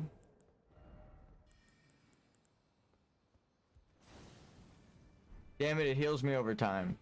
That's pretty good, but I have healing dealt with. Alright.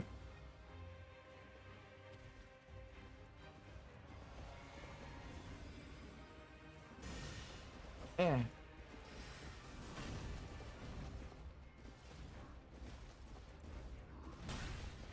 Okay, wait, what the hell? That one I do want you guys to go back. I pressed 2 evasions and nothing went through. That was weird. It's okay. Hopefully that's not a running theme, but that was sad. I was so ready to I was like prepped, leaned in, locked in. I wanted to practice rolling back there. I need to continue practicing.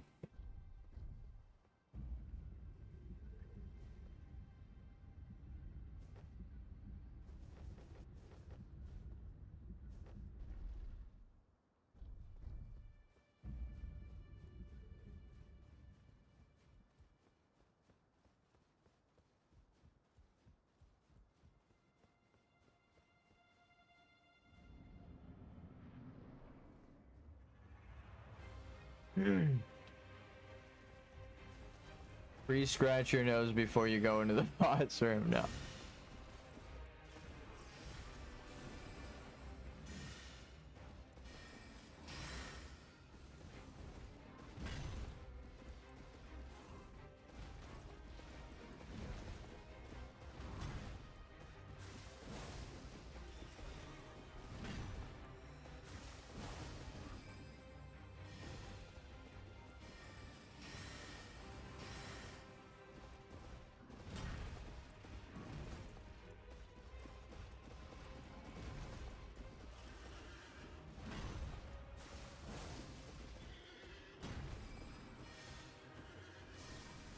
There it is.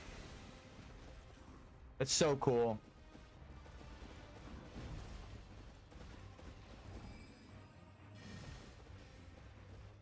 Yay, she jumped backwards.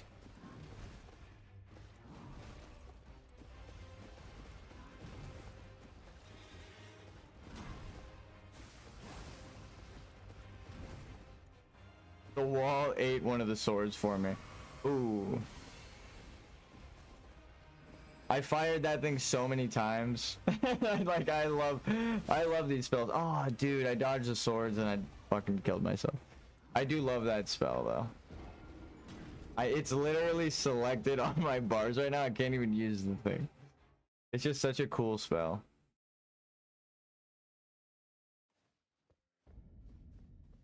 Being able to shoot a giant explosive arrow and you conjure up the bow, like, come on. It's like a lightsaber bow and arrow that explodes. And you can touch the lightsaber part. Like, come on.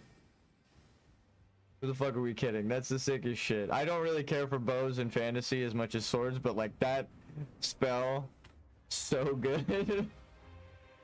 I will not lie to myself. That shit's sick.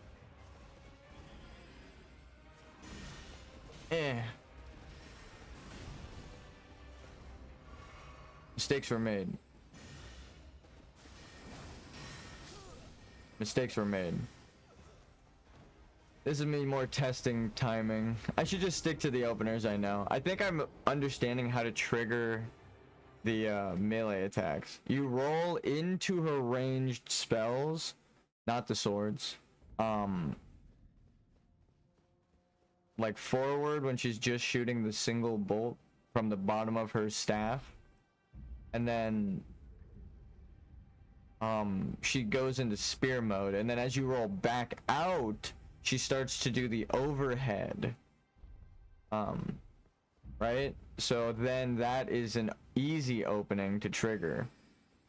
The thing is, she then also does the bow and arrow, so you're gonna have to dodge one of her strongest moves. But it's got such a large buildup. I mean, I've dodged it every time so far, but if you have trouble dodging Loretta's bow, I'd say hug close to her, but she likes to dodge away when you do that, so I don't know.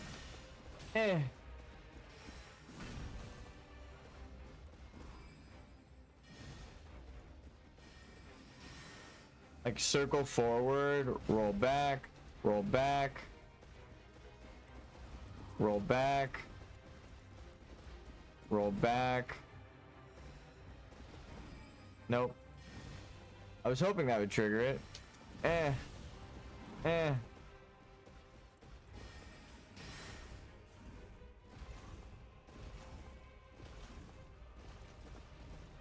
So I'm gonna keep her doing that. I was like, if I walk in a circle, does she just keep doing this?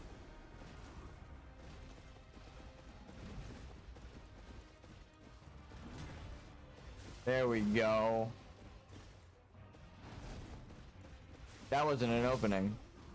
That should have been an opening, but it's not an opening. No, we've only seen that attack like 3 times. So that's okay. We're learning. So I don't know how the fuck to trigger that overhead. I thought I did, but then I'd send her into prancing pony mode. Fucking jumps in a circle. This one's gonna be hard. Yeah, she's on a horse. She's a horse girl. Cow girl. Well, I guess there's no cow involved, right? You're a horse girl. A horse with the ass of a cow. Dodge. Oh shit.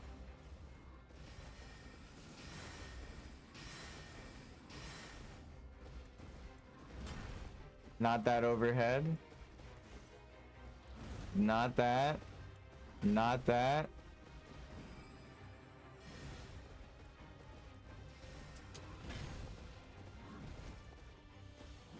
Huh?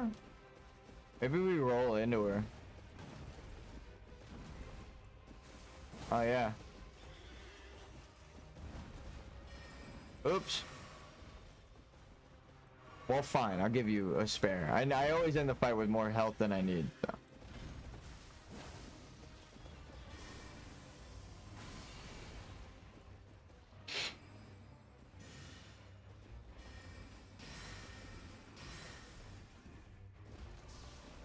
Whoa. Oh, I love that attack. Yeah. That was the opening we've been waiting for, but she wouldn't use it.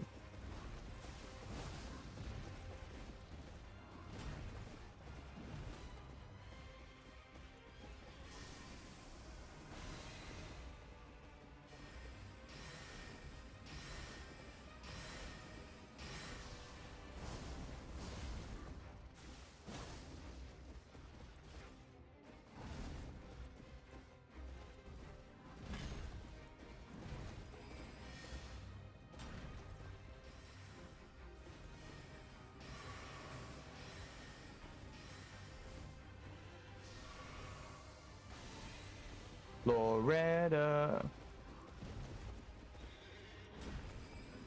Ginger Root Elden Ring crossover when?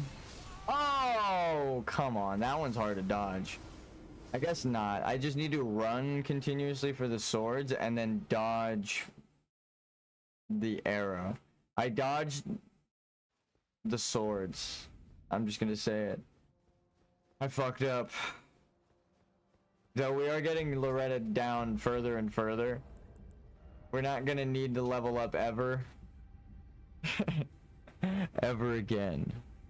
No, the fire giant is a pain in the ass that has 40,000 health, so I wonder what that's gonna be like. I'm just emotionally dreading it, and I'm not even thinking about it. I might cheese that boss. Does sleep work on the fire giant?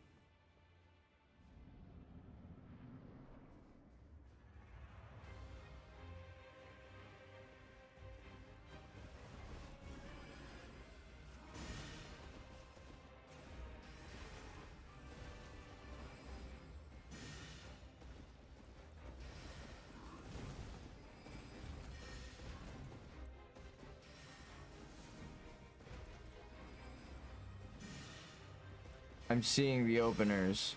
I'm understanding now. Oh, I'm bad. Not that.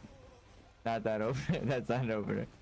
Actually, if you step into the front of the horse hoof, oof, you are protected, I think. Unless that one aims for you, she can overshoot you. My ass is getting kicked by this horse girl right now. Show some respect for the horse girls.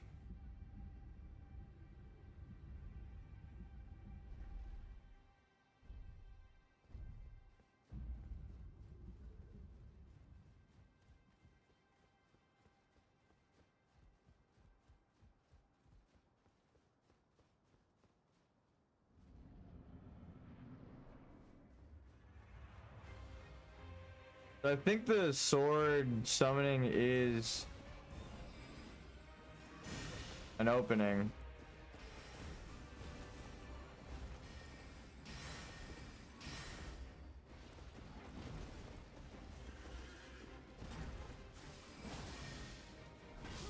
I'm bad. It looked like they animate. I don't want to believe what I just saw. It looked like the animation canceled the one opening we have so that they could shoot. It's kind of why it threw me off. My eyes did not believe what I just saw. Animation cancels are like the scariest and saddest thing.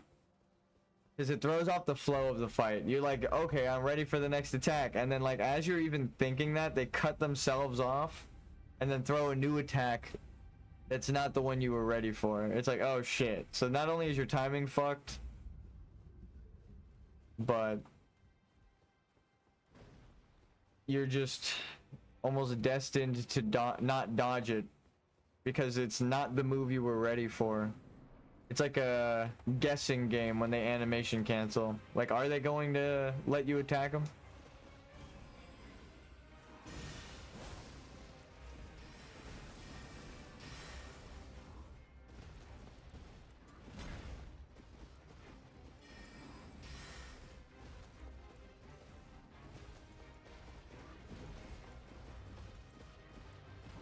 Yes. I think I have to trick him with the inputs, pulling back on the stick.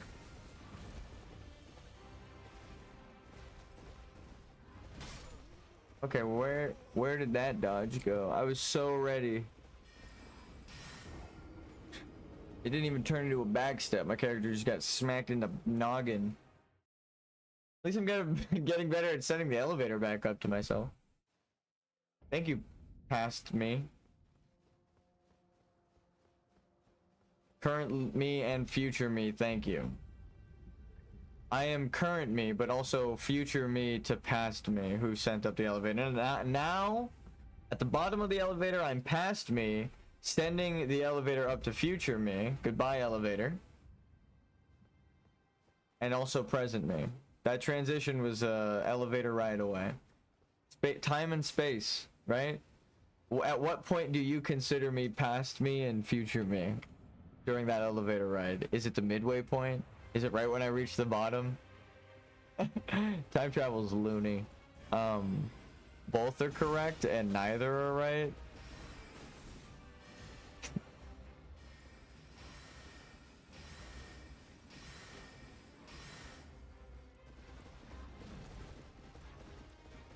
Thank you, past me.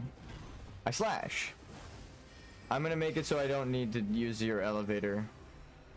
I'm speaking as future me now. The past me, who was short-lived there. Goodbye, past me.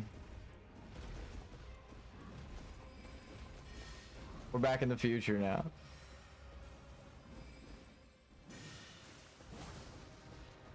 No, I actually could have waited. That is a huge opening. Dying there is actually a good thing. That means I have a lot of time to dodge. Also, it's a challenge, though. That means I attack, and then I'm just sitting there waiting and watching, and then I'm holding my roll for the swords, and also her attack. Sitting, waiting, wishing, as Jack Johnson would say. Learning through my failure. God, actually, you know what? I really do like the shield. I need to get a little buckler shield with those symbols.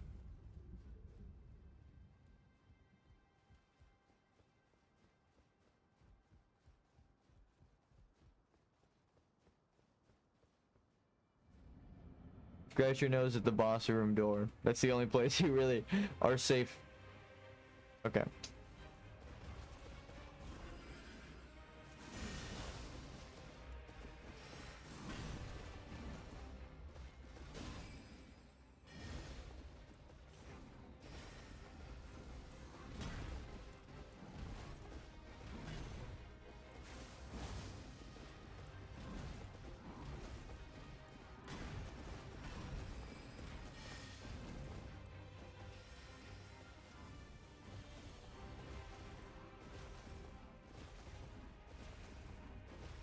I was hoping to keep her going.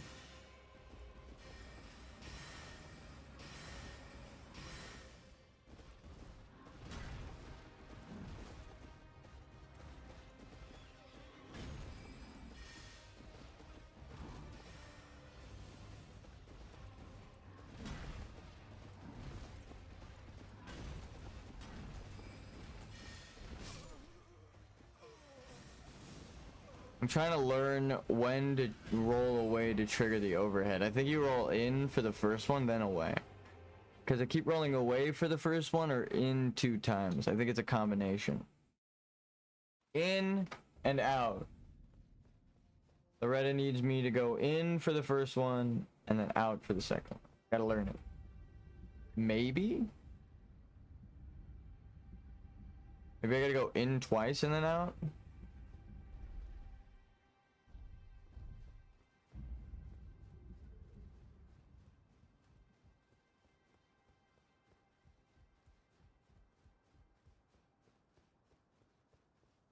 Please.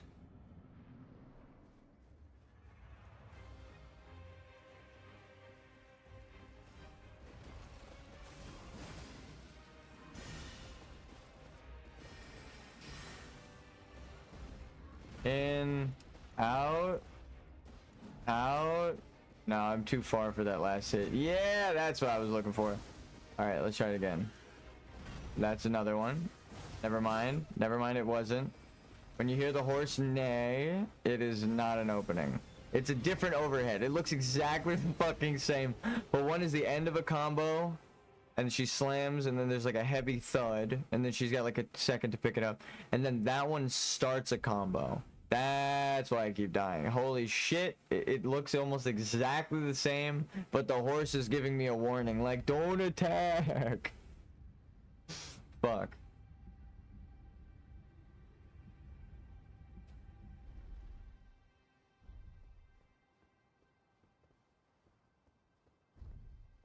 Her horse betrays her. That was weird. I walked right over the button and it didn't work.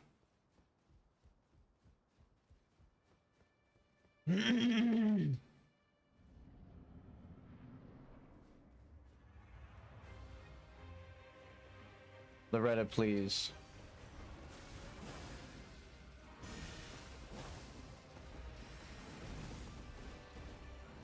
Out, in, out, out, overhead. Damn. In, out, in, slash. Try it again. Not an opening. She jumped away too fast. That means she can use an attack move there, but she used a roll, her version of a roll. In, back, typically cancels it. Normally I don't like that, but when you need to heal, cutting their combo off is a safe bet. That was an opening, but I missed it. In. There we go.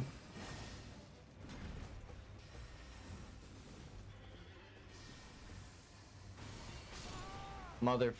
I held it down for like a half second too late. So he ran and then he turned his shield away from the boss, so I didn't even block it, and I just took an arrow to the fucking kidney. My liver couldn't process the magic fast enough and I died. He shot me right directly in my organs. No, fuck, dude. This chick is kicking my ass. How many hours are we in? Oh wow, it actually hasn't been that long. I'm expecting like hour 6. Like we're deep in it by the time we beat this boss. I'm wondering when we find a guard like this that I'm like, ah, it's not random. I just have to learn your moves. You have a new addition to your moveset, Loretta, if that is your real name.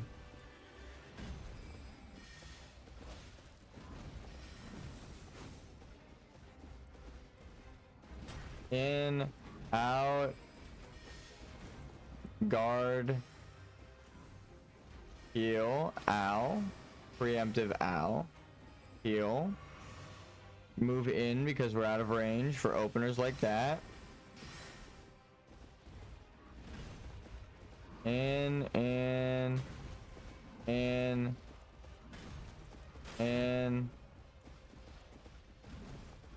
god damn. You fucking stop attacking for like half a second.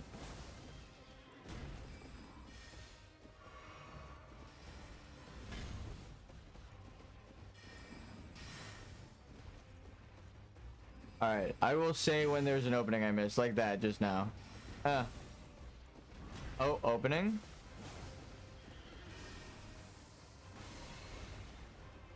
That time I did sprint, but it was early enough. That was I missed that entirely.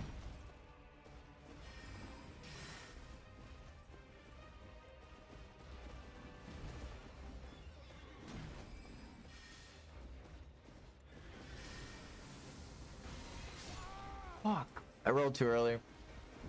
I was scared of the swords, but they weren't even near me. Also, I should note that she hasn't really charged the move many times. She just kind of shoots it. But that time she really charged that shit. It's not random though. There's 2 timings. And it's very obvious when she's charging it because then it glows like twice. It gives you the timing to roll. It is a pretty good move. I'm just bad. I'll say that. I'll just admit that right now. The move is cool. Its timing is possible. I just suck. And I missed the arrow timing. I was doing pretty good with the running, and then I psyched myself out. I just needed to keep running for like a half second longer and then roll through the explosion.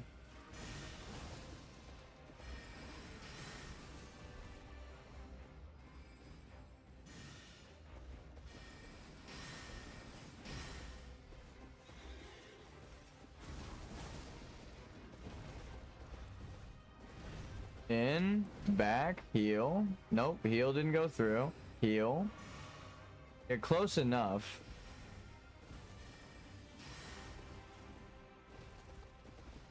In.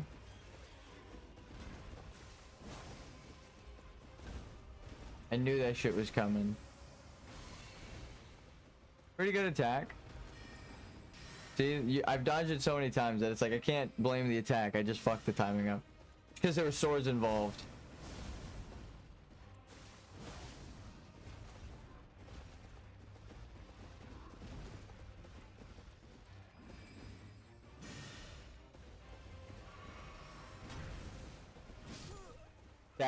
That did not stab me. No, it barely curved into me and then away.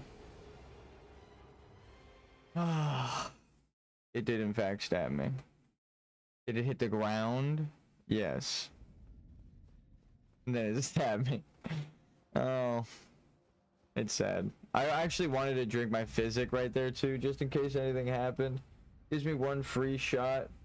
I feel like now is the time to start using it because I'm getting halfway through the boss. So if I get one free hit and then I lock in after that, like a slap to the face, lock the fuck in, then maybe we beat the boss. Get one physic freebie.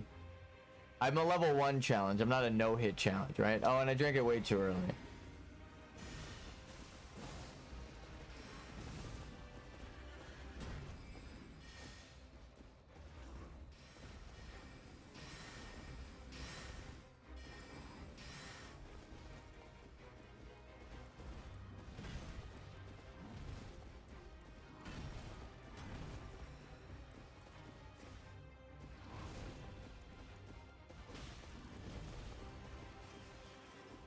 There we go.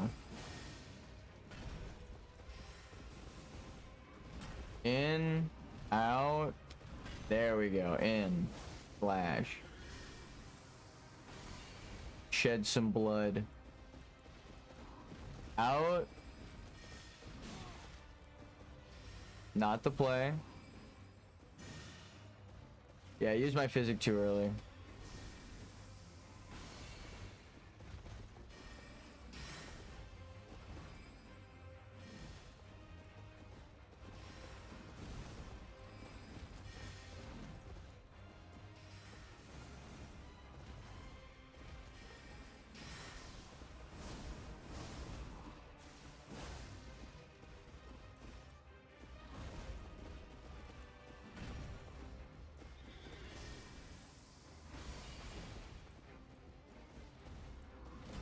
In, out, in, out, out. Maybe you get a fucking overhead in there one time. Damn, no openings. Oh, it actually didn't do that much damage.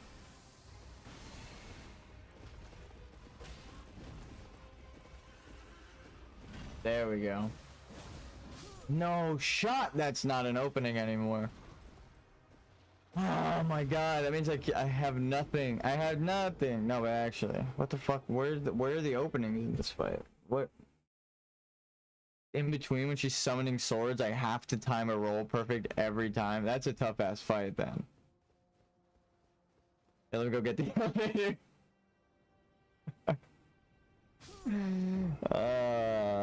Imagine if the elevator button was like it didn't have a top to it, so I could just land on it and send it back up.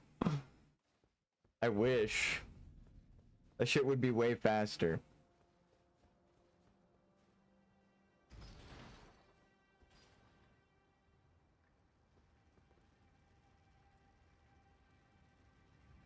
So I have to hit her during the sword attack. Which one is the opening? Fuck, there's like 4 sword attack. 4 swords. But there actually is. There's the one where she jumps back. There's the like opening one where she jumps into the air. And then there's the normal one that has like 2 variants. Fuck, there's actually 4 attacks.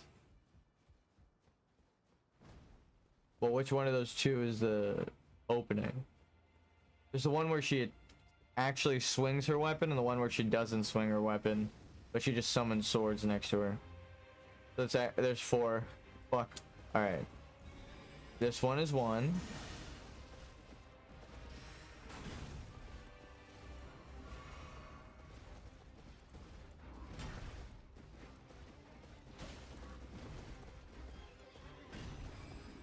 There's that one. It's not really an opening though because she's attacking.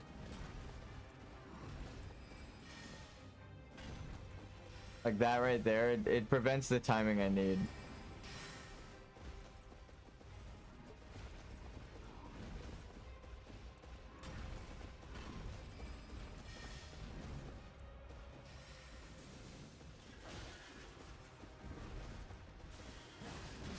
No, damn, not even the horse.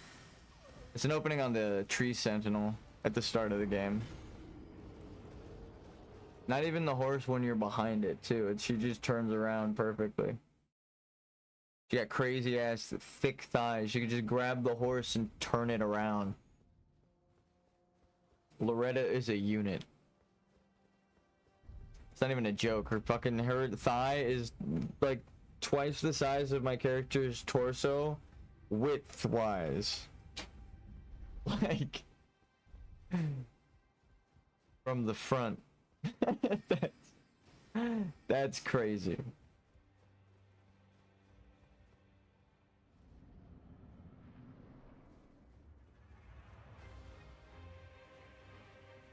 I'm not even joking. Like, look at how big this character's legs are. It's actually the it's the leg plate, but like, look at the breastplate above my character right now. Are you? God damn it! The fact that that isn't an opening anymore. I heard the horse neigh, so it's the same one.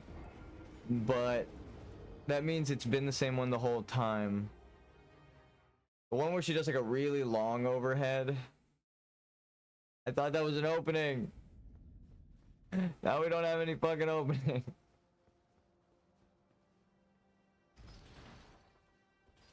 Except the sword one at the start.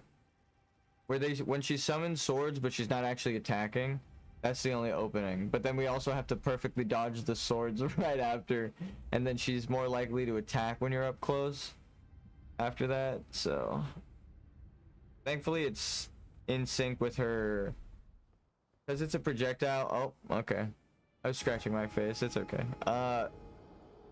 Because it's a projectile tied to her, she can set up the timing perfectly every time. But no, each time she casts a spell, it's not like offset, you know?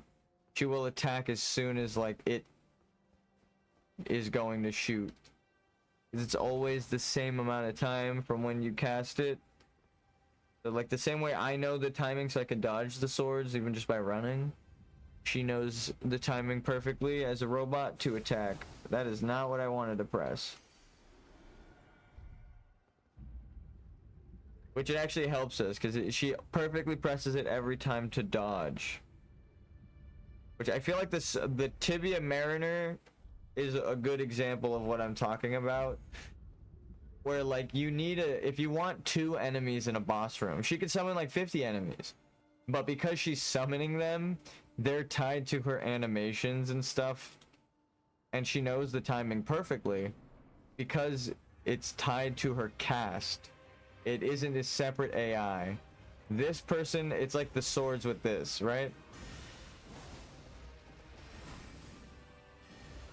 I don't know if I can get her with when she jumps away.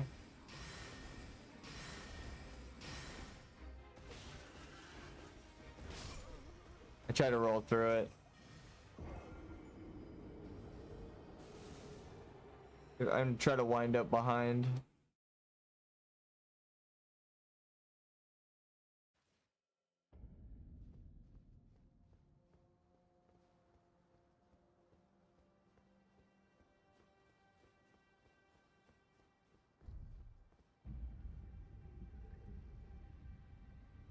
I might get some coffee and stuff after this attempt.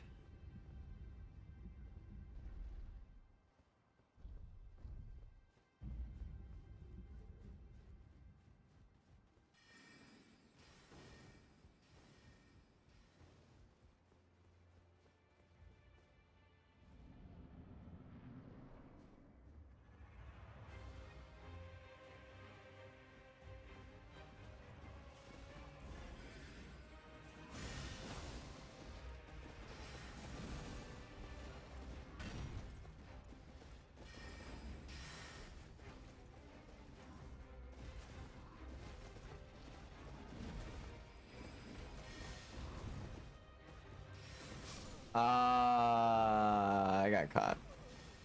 Alright, I'll be right back. Oh no. I tried to chop the camera. Oh my god, dude. This thing is so knotted up that it keeps like pulling itself off. It's like a 6-foot wire.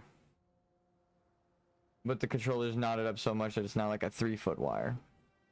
And I don't know what, I think it might have been the heat or something, because like I don't really ball it up that much.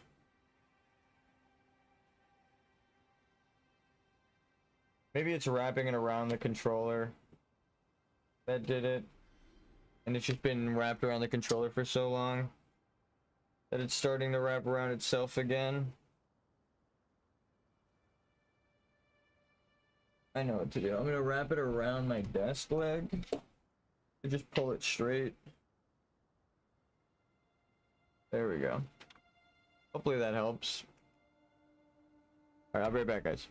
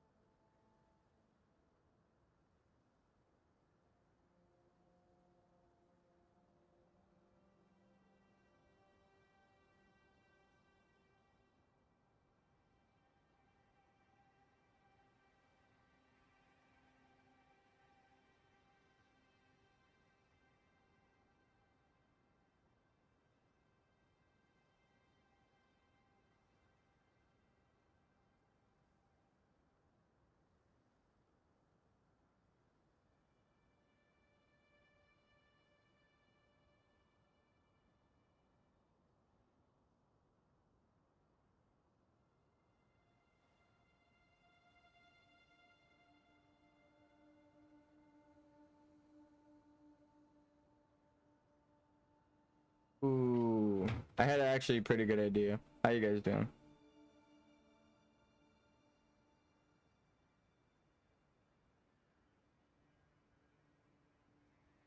We're back. In terms of game design, I had a pretty decent idea of like theming.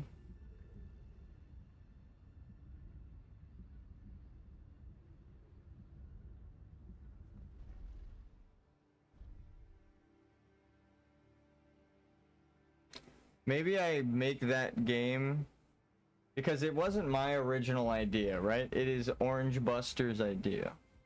Maybe I dev stream that game. Like I make character models on stream, I program it off stream too, but then I like show a bit of programming and stuff on stream. How I design levels. Maybe I make like a level editor. I'm gonna need my headphone in, what the fuck? I'm thinking about a completely different game though right now in this Loretta boss fight, so forgive me for doing poorly, but we're gonna be talking about game design. And I think it would be cool if we, I mean, the thing is, I just had this problem, I just realized this is kind of the issue. I have to make Dark Souls bosses, right? Like, I'm not that good at game design or animation. I guess it's practice.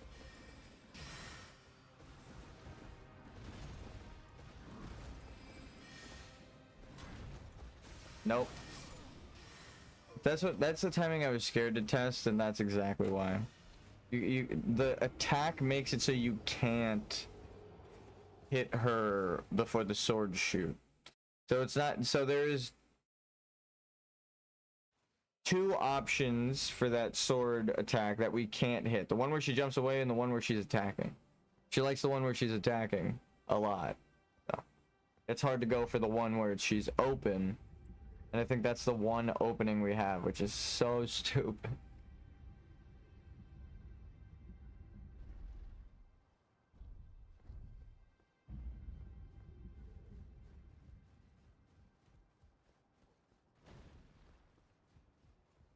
Again, we're just feeling for an opening. It felt like the end of the combo was the overhead, but she animation canceled just to fucking kill me. And then that ruined the flavor of that move. You know, it's like, well, now we can't use it, even though it was an opening for 7 hits in a row.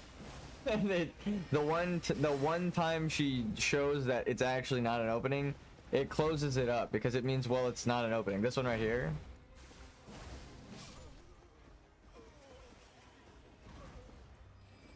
That one, right? See, she did one right afterwards, and the horse didn't make a noise. So it's like, originally I thought, when the horse doesn't make a noise, that's the time I hit her, so that must be the one where it's an opening. But there are no openings there, unfortunately.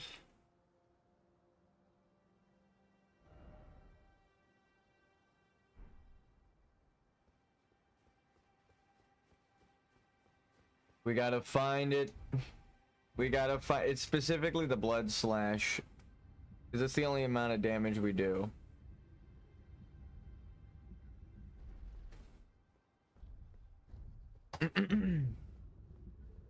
Anything else does like, it might as well be doing 1 damage. It builds up bleed. That's pretty good, but there's a bleed timer. So it's only good for like the first bleed, and then it's, I have to wait. Ooh.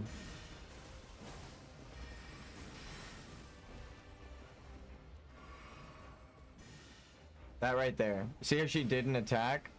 That's the one that we have to hit her. Okay, so the horse made a noise. Boom. Nope, it would have got me.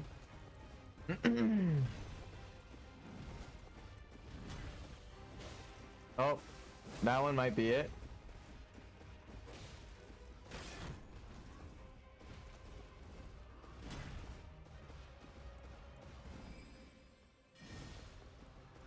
It was risky to go for the slash after the initial attack.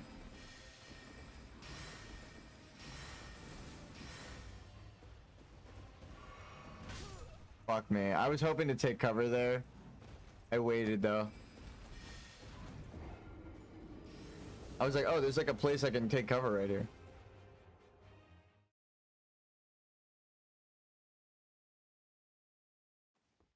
That moment of realization killed me.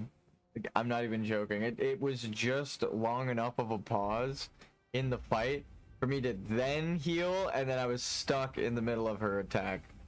If I healed like right when I took cover, I think I was safe. Wait.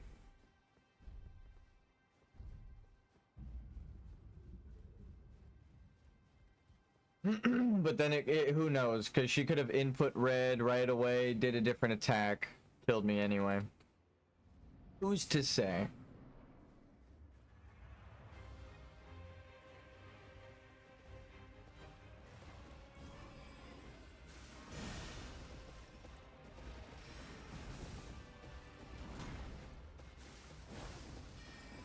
No horse sound. Opening looks fine.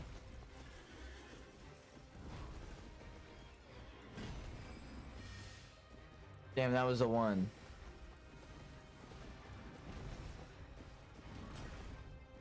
No horse sound. Opening's fine. Heal up. I'm just gonna take it to half health because she's tough. She's a baddie, but not. She's literally like a bad guy. She's bad. She's bad. She's bad to fight. Maybe.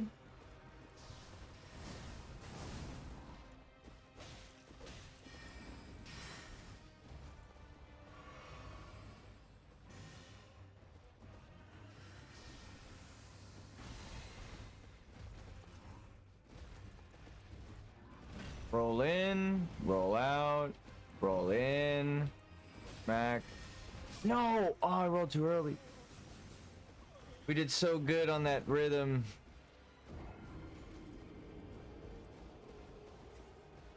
It feels like there are 2 different sword attacks where she swings her weapon. But that's like 6 attacks, 5 attacks with that then, and that's hard to keep track of, if so. It does look like it, but it might just be the angle. It might be the same attack that she rarely uses, and it's just a different angle, so I'm not used to it. I don't want to have to pull up the wiki and see how many attacks she has. Because it would make sense to put this as a later version. And then the one that's guarding Ronnie earlier in the game.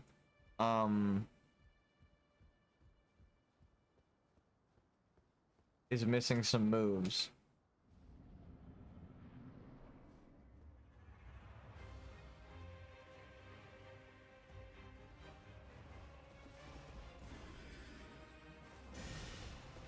Fuck. Not gonna lie, I have something in my eye right now. Kinda needed to die there. Give me a sec.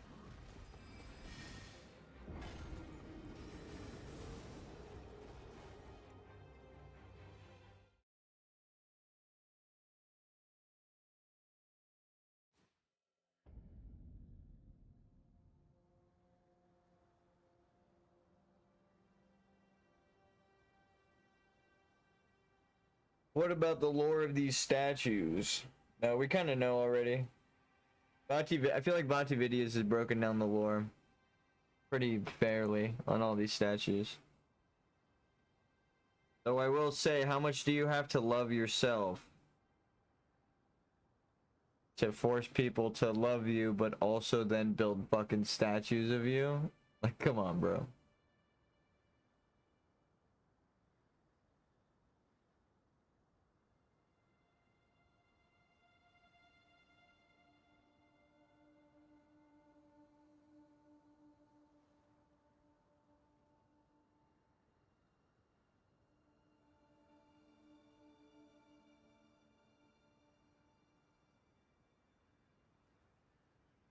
Actually, yeah, because again, I thought Radon would have made sense as Nicola's choice, because he's supposed to be like the shit, right? The chosen one. Back when I first went through the game and got to Redmane Castle, I was like, isn't this guy like the best?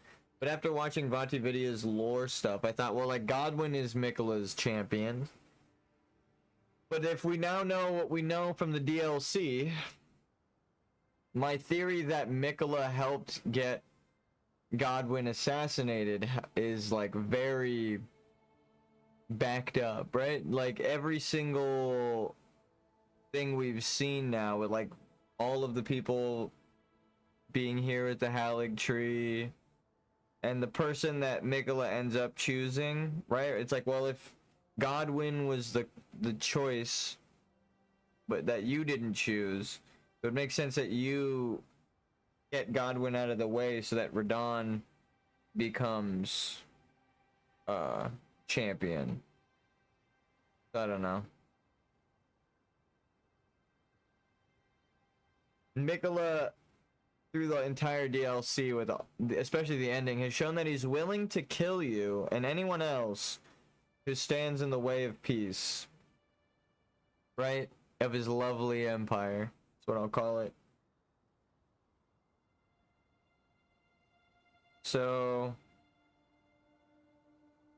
again, Miquella's the bad guy.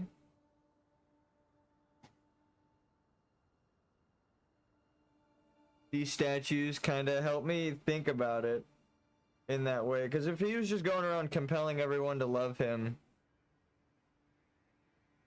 and love in general, well, no, we see his followers in the DLC. It's pretty much like, conduct yourself like normal, but you love and listen to me, and also all you want is peace. So like Ansbach and Redmane and like all of these people are arch enemies, but they are working together because of Miquella. But again, do the ends justify the means kind of thing? Miquella abandons the love and doesn't give a shit that they all kill each other in the end.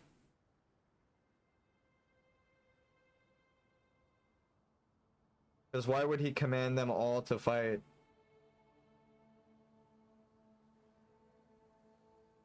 And then the people that help you are only people who want free will against, or vengeance against, Miquella for taking their free will. Further backing the fact that they didn't consent to it, and they're bad, and he's therefore a bad guy. Because he's just like making people love him so that he can use them to become a god. And then he doesn't even care if they kill each other.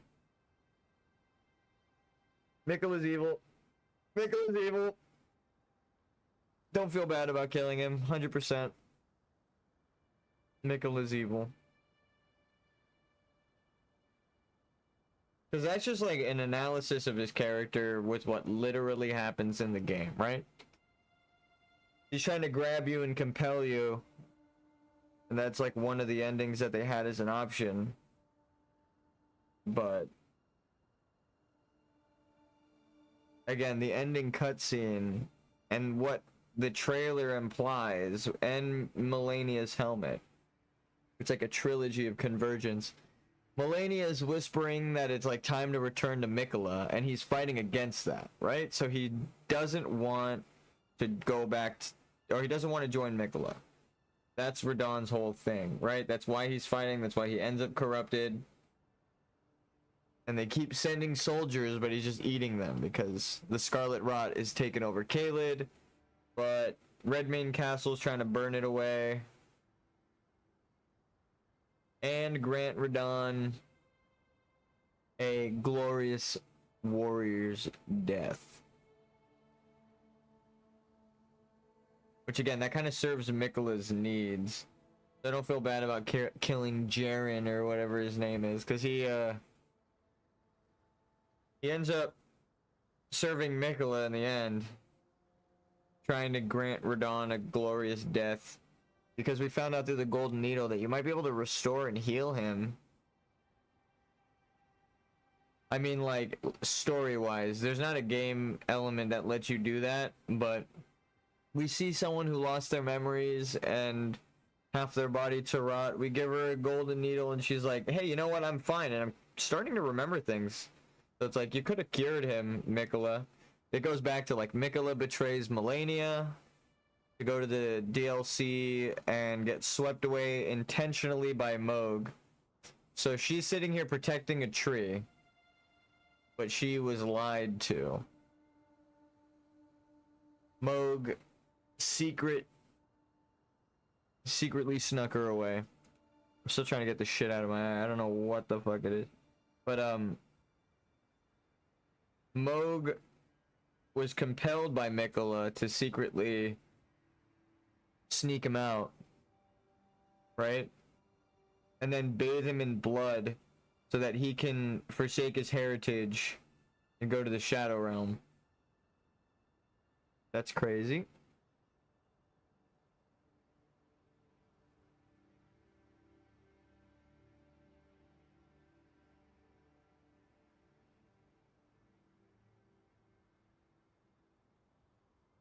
God.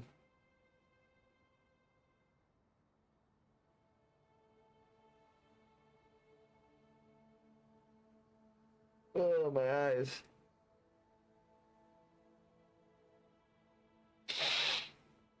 Okay.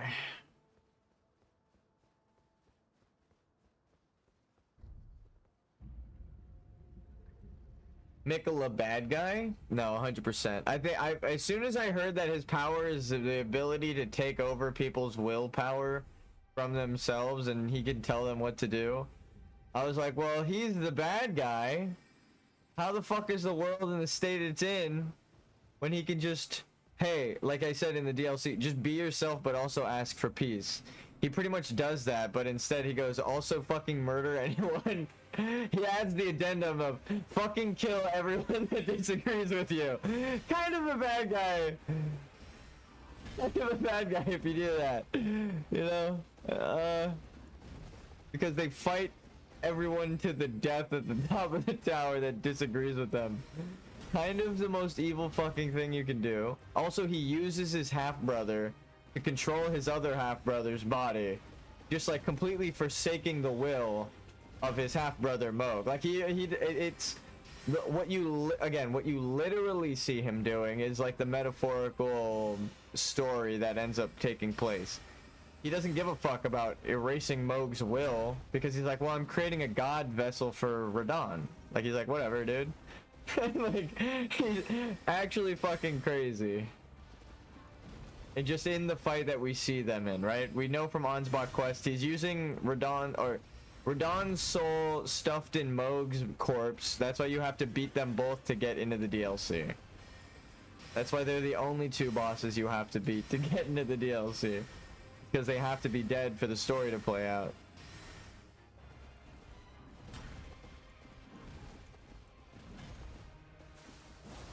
Finally.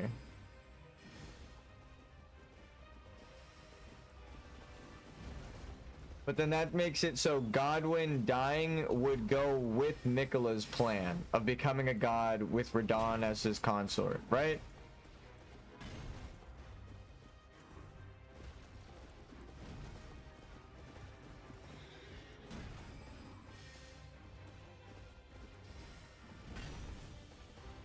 So, again, this person here kind of makes a double reason why they would be with Caria Manor.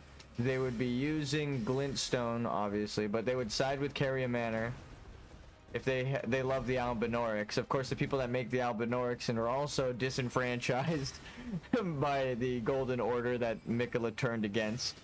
It's like, okay, well, it goes with the theory that Ronnie and Rykard would seek Mikola's help in the assassinating of Godwyn. And then, yeah, he would do it because he's like, well, I want to become a god too with Radahn. That would be perfect. So. Eh.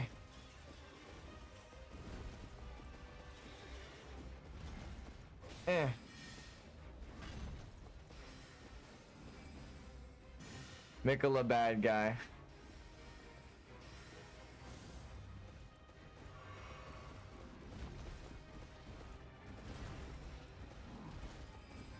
Especially because in the DLC, they abandon their love, right? That is specific. Like, it's again, with what's literally happening and metaphorically, you have to break down the story.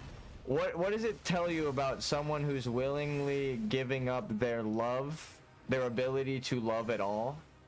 But keeping the ability to impose their will over people, which is what we see in their fight. It's like, well, that's the most evil thing you could do, right? You're like, well, now I just want to control people. I don't care about love. That's what he's, again, literally doing. And then you have to break down the story. That's what he's doing with Moog, and that's what he's doing with Radon.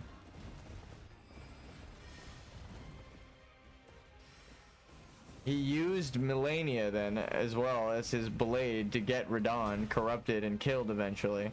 So he used Melania. It's insane.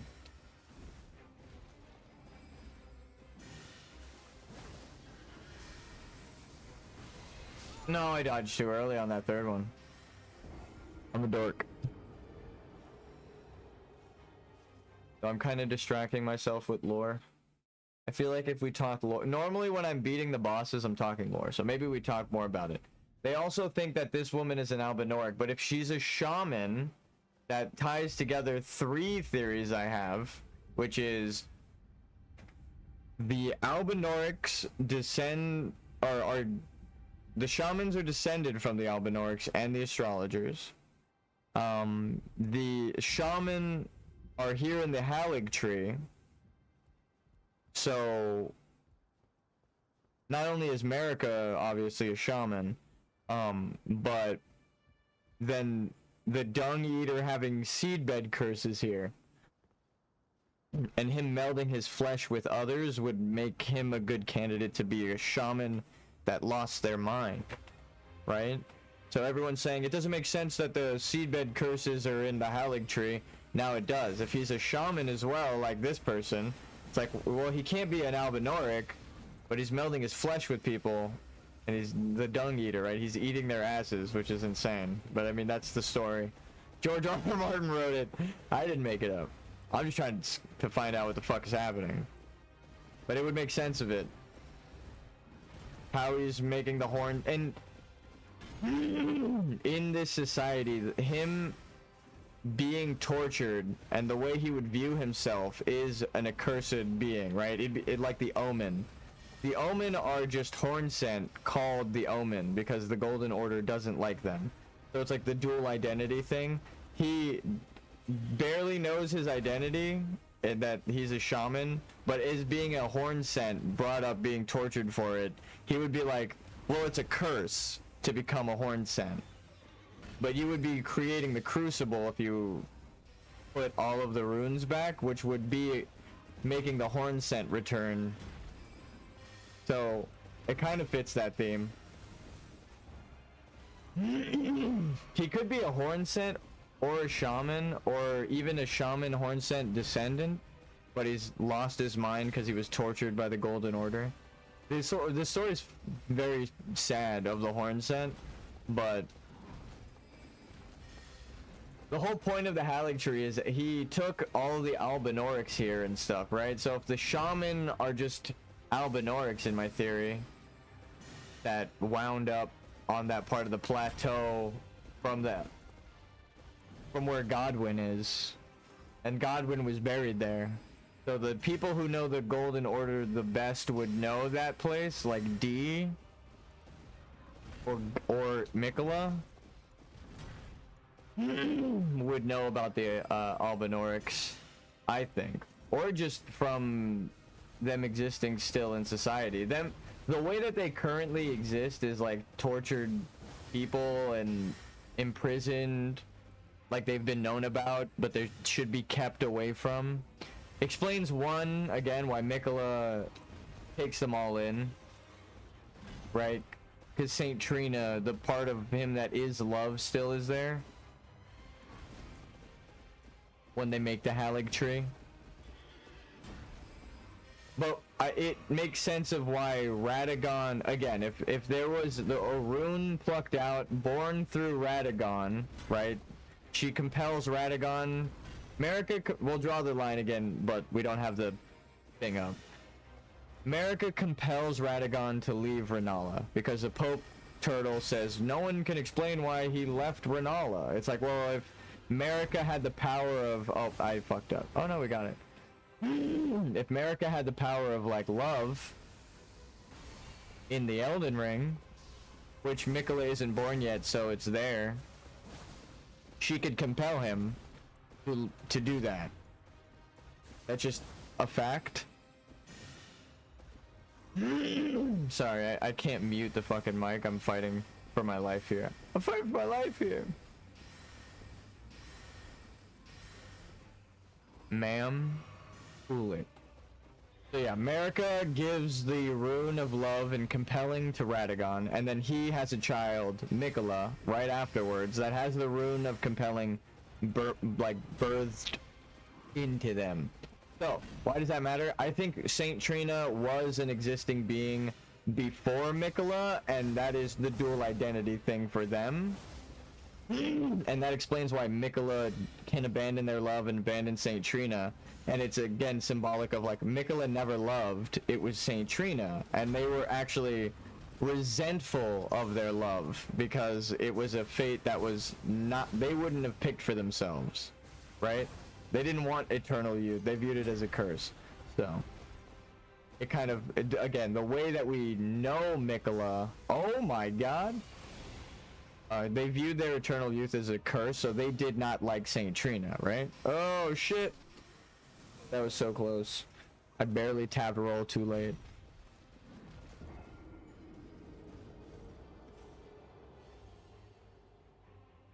Again, it all makes sense. And it's expressly based on what we're told. Mikola doesn't like Saint Trina, and Saint Trina is abandoned as a different entity in the DLC. So it is a separate thing, and it is based on the abandoned rune that we take and find and repair. So it's like, and then when we find it, it says that he abandoned his fate given to him. So it's like America gave him that fate, but he didn't want it. So he does not like to love everybody. And that is what that symbolically, but also literally means. He does not like the god of love that is forced inside of him. So if he could choose, which he does in the DLC, to remove the option to love things, he does. He chooses not to love and to compel, which is crazy. And he's like, it's going to be led by a... You know, it's going to be led by compassion, but it's like what he knows is compassion, right? It's like, what do the ends justify the means? He's just another America doing the exact same thing his mother did. That's like the whole point of his story. Again, he literally says that. He's just trying to be a god like his mom became a god. So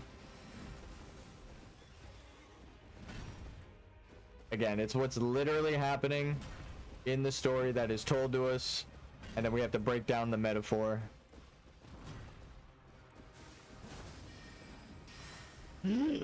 Damn. Fuck, I tried to dodge it. I thought I dodged when I stepped forward, but no. Dude, come on. It keeps tying together thematically and literally that Mikola is a bad person. The only good that they ever did was related to Saint Trina, and the Mikola part of them tried to deny that the whole time. But the unalloyed gold, finding a way to stop the outer god's like influence altogether. The goddess, I think it would be, with Saint Trina, because it's a girl.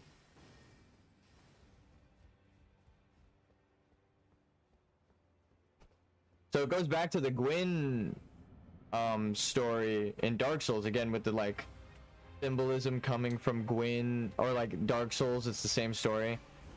When Gwendolyn is like able to choose for themselves in number 2 in Dark Souls 2, they abandon that fate as well. They choose to be a king and no longer the daughter of Gwyn. So it's like they choose to be a son when they're not compelled by their like parent to assume that identity, which is insane storytelling, but like that's what ends up happening with Gwendolyn. Gwendolyn, the son that was raised as a daughter and then identifies as a daughter in Dark Souls 1, changes their identity in Dark Souls 2. And then that's the kingdom we invade. That's their kingdom.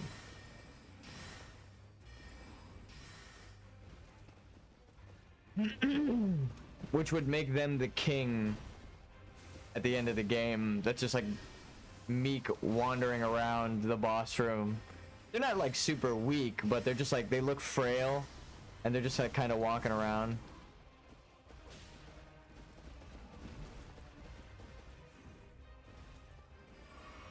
Because that's supposed to be the king.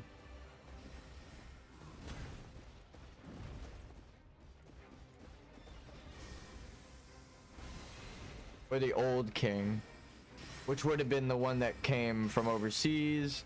Again, it just ties it together thematically. They use their power, but they abandon the identity given to them.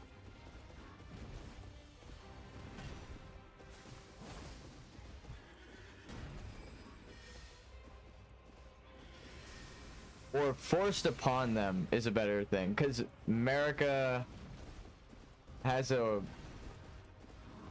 constant need to, like Gwen, pretend like they really give a shit about their kids, and then somehow magically suppress them so that they can never usurp them. Because if they want to keep everything the same forever, they can't have a kid that will eventually one day replace them, right? Because they don't want any eventually one day or any prophecy. Because the prophecy of the Erd Tree burning is the maybe one day, right? So they're like, no maybe one days ever again. No future. Hold the stars back with Radon. That's what she's, again, literally doing. They say they're holding back the fates of Caria Manor and everybody with the holding back the stars. So it's like they tell you what's the metaphor, which is nice.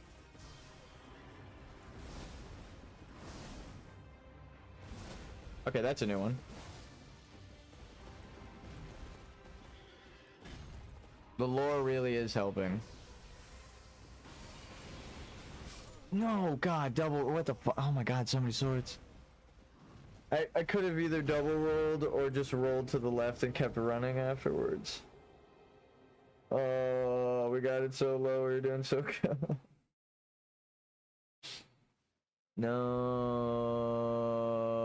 we need more lore analysis.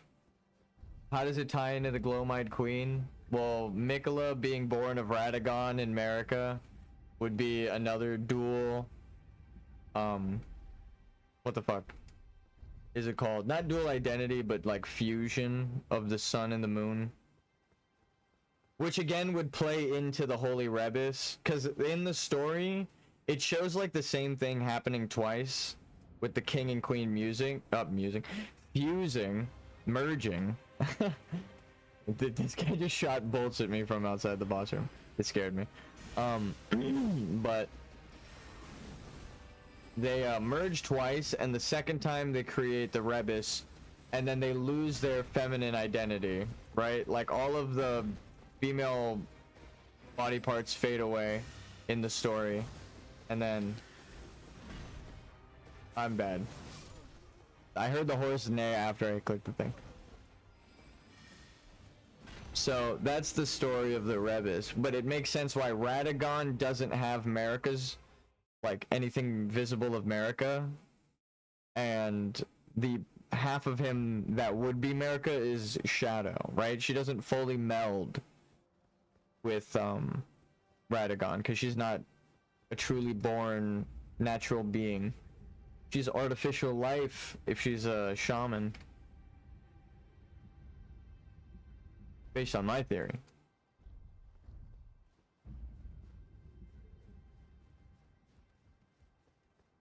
Or just a merge of artificial life.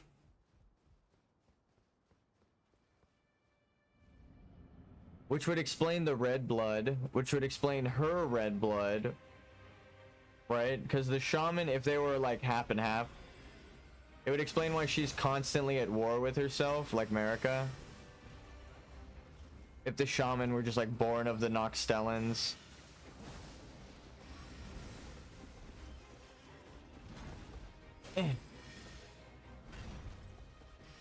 And some sort of artificial life, like the sword ladies. These freaks can't stop fucking artificial life. No, I think that might have been it. I need to see, did the sword women bleed silver? Because if so, that's gonna be my theory. I'm gonna just say that they're all freaks. It was George R.R. Martin that wrote it. I was like, there's gotta be some freak somewhere. Just gotta find out where it is. I thought the one arrow was hard.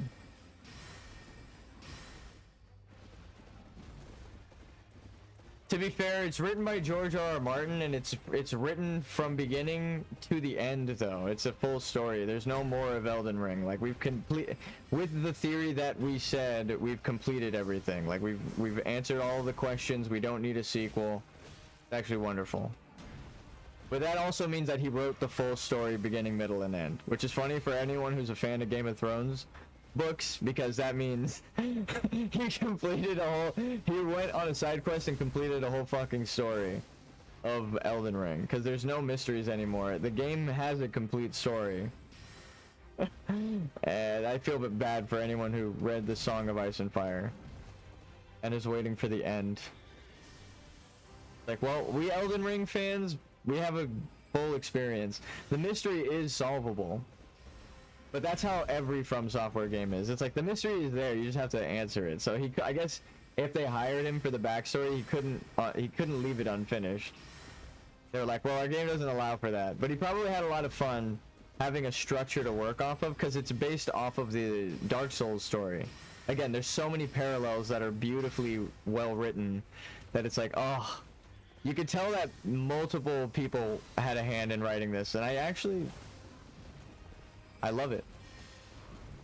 Even though I never finished Game of Thrones, the show, and I never read the books, I can recognize as real. George R.R. Martin is a fan of Tolkien. Same. Motherfucker. I'm bad. I'm not a fan of that move, though. Right there. But yeah, I'm a fan of Lord of the Rings, so if he has Tolkien-esque writing, which is another reason I can piece things together, I'm like, I see you, George R.R. Martin. I might not have read your books, but I am a fan of the same writing style. Which is why I don't need to have read any of your books. I read what they're based off of.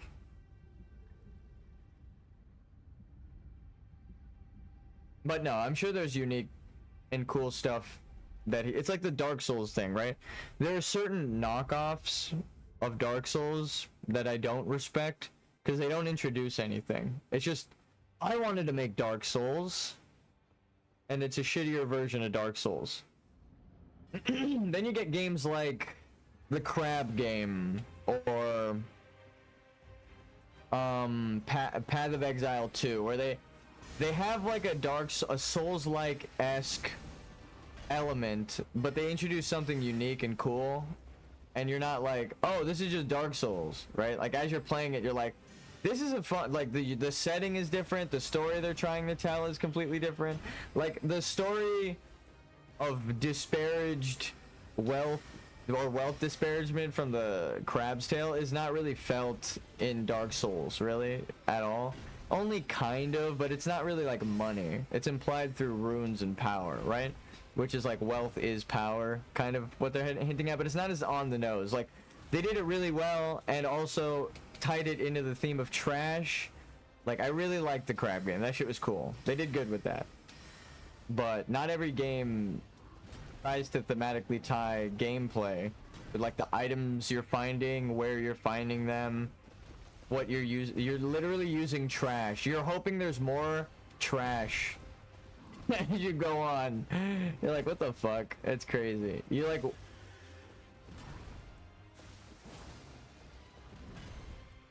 end up not polluting the ocean, but you're trying to solve the pollution of the ocean. It's such an interesting game, but mad respect. But again, like, they introduced something new and unique with the way you fight in that game. You could, like, roll around with your shell. It's fun.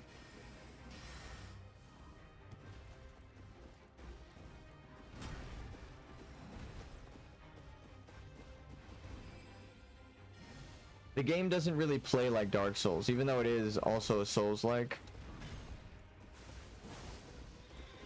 It like does and doesn't, but it's that doesn't part that is important and makes it unique. And that's why I feel like I never just tried to make a Dark Souls, because I respect Miyazaki too much and I don't feel I could contribute anything. And I'm like, oh yeah, of course, I'm making a Dark Souls game because I just thought, like the crab game. I'm like, oh, that's obviously a great idea.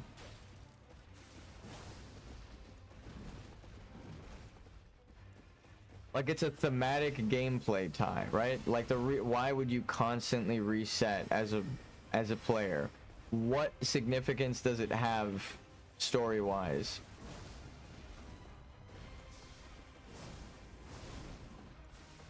And then again, it goes back to like what is literally happening in Dark Souls with your character and your play style is what you are teaming up with story-wise. If you're an invader, you're with the invaders of Volcano Manor, right? If you do the invasion stories, oh my god.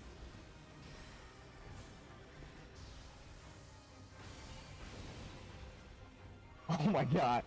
I got a little too close to those projectiles. They skimmed 90% of my health in the middle of that sentence. That scared the fuck out of me. Let's see if we can get a slash. But yeah, like, if you're looking for lore, you're going to have to decipher through items, and the items are from the perspective of the Golden Order, so you will experience the same thing Corrin did, the Golden Order quest, where you discover it's a lie, and then everything that you've discovered through the items, you have to re-decipher, right? It's like you've wasted your time, which is why I'm crying over Vonti Vidias and everyone deciphering the lore from the text. I'm like, you don't understand. It's a lie. That's the whole point of the Dark Souls games, right? Is Gwyn is lying to everybody to perpetuate his age of fire and a fear of the darkness of humanity, because he thinks there is nothing beyond, but there is. He just isn't the one in control. And he might not know that, or he does know that, but either way, he's lying about he's lying about himself being a god, so everyone rekindles the flame, rings the bells, rekindles, rings the bells, rekindles, which is what the basic players do. That's why you, from your perspective as a player character, it's just Golden Order stuff. Everything is from the Order perspective. All of these descriptions. That's why it's like when it says it's a blasphemy, right? We're like, well, it's blasphemy to the Golden Order. You know? So. Again, though, it's how does your gameplay thematically tie so well to not just the story, because again, that's Volcano Manor's story, so it's the story, not the narrative, which is like the overarching themes and that you're trying to tell in like a linear fashion, but the story, right? Like I sit down and tell you the story of Mikola and Marika and the Golden Order and all that shit about like your character and how it all plays out. That's the story of the game. And then how does that fit into the theme of like immortality and the value of death, and they are fearing death, right? Which gives it value, right? It's like inherently giving it value because gods feared death. So, you know, even though it's stored away at the end of time. And then again, with immortality being a curse, what if you were rotting forever? What if you were stuck in an eternal nightmare? What if you were eternally youthful? What if everyone loved you, but you knew like everyone's deepest desires and dreams and shit, which I think Saint Trina's whole thing is dreams. So again, it gets, oh fuck, I messed up.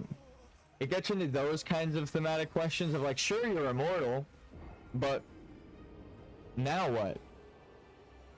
You didn't solve all these other problems, and that's why America's pulling out the Elden Ring, or the runes of the Elden Ring, because it is said that she ripped out the center rune and gave it to Godfrey, right? So even back then, the items tell you she's been taking runes out. So it's like, if you're a goddess, why do you need to take runes out for power, right?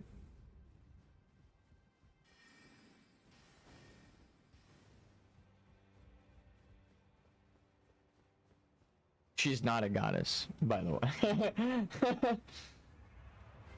She's Gwyn. And this is her age of fire. It's the age of gold. The golden age. Right? How more on the nose can you be? She wants to perpetuate her golden age.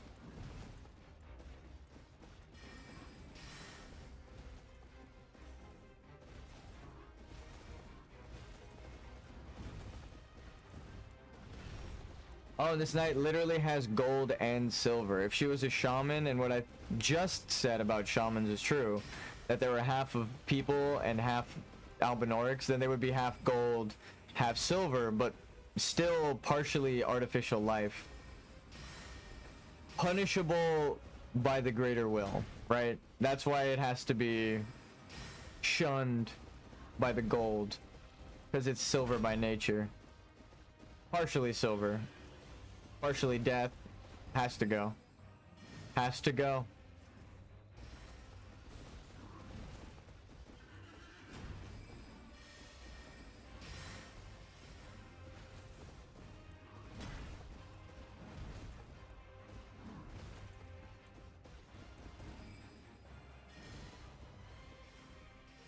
It's got to go. No, but actually.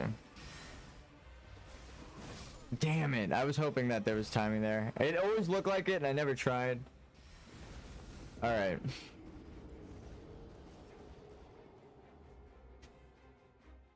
I now know where there's an opening. It's just the last half we still have to get down.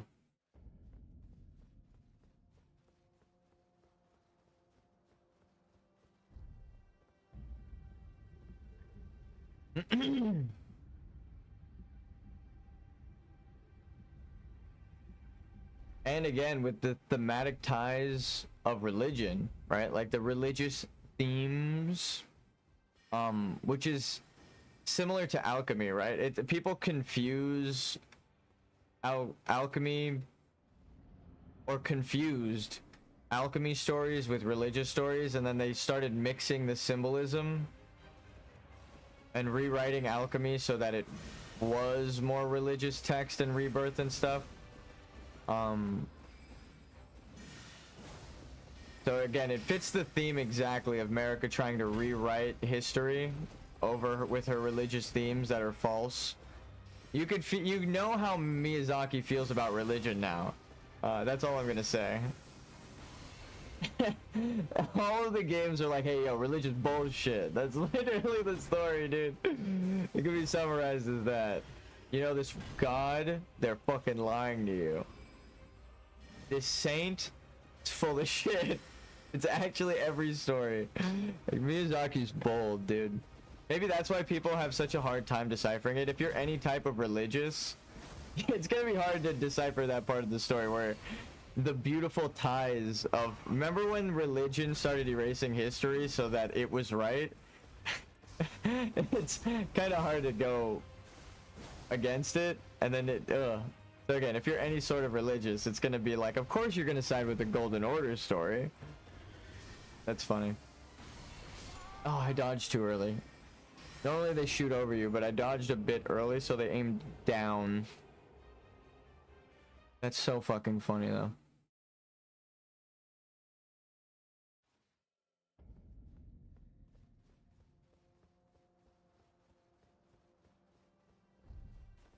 Though I should say, it is based off of, like, the ancient Mesopotamian stories, like these runes and the circle things. Here, I'll draw it. Before Celtics, before anything. What is it called? It's like pentography or some shit.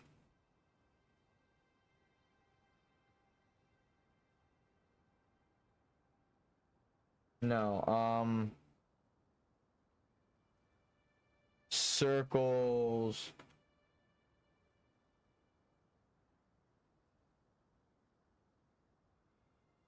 What is it called?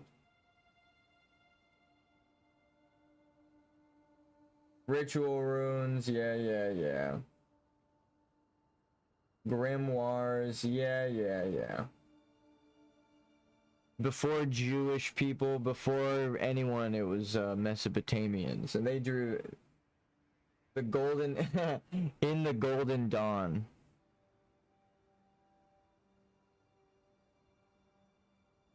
But yeah, same thing. Essentially, all religions started rewriting alchemy and Mesopotamian rune rituals to be like, one, runes and Mesopotamian religion are blasphemy, and two, it was ours originally, right? So that's actually what's happening. I can't find the original name. It had like a...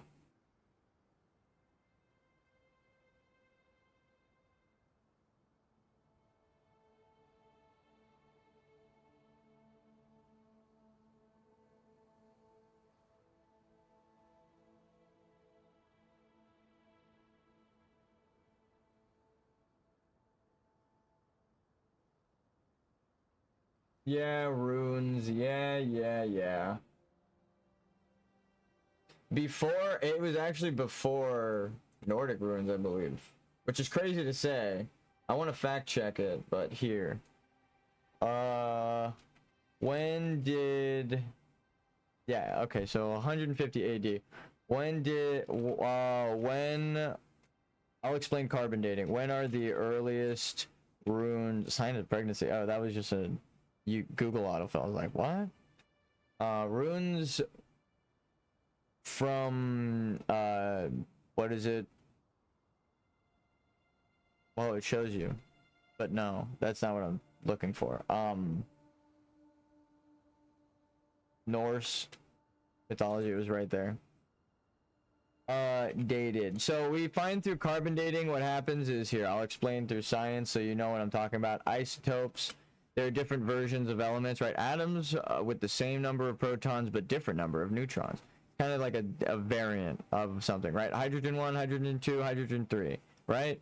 So, we can carbon date something based on as it's lost electrons, right? It's pretty accurate. That's why some of the most accurate wristwatches are like nuclear based. I'm not gonna pretend to know how the fuck they even do that with wristwatches, but it's like the degradation of that is why it's so accurate. So anyway, after death, let's see, earliest runes. This is just so that you know my lore is accurate, which is wild. Mesopotamian runes.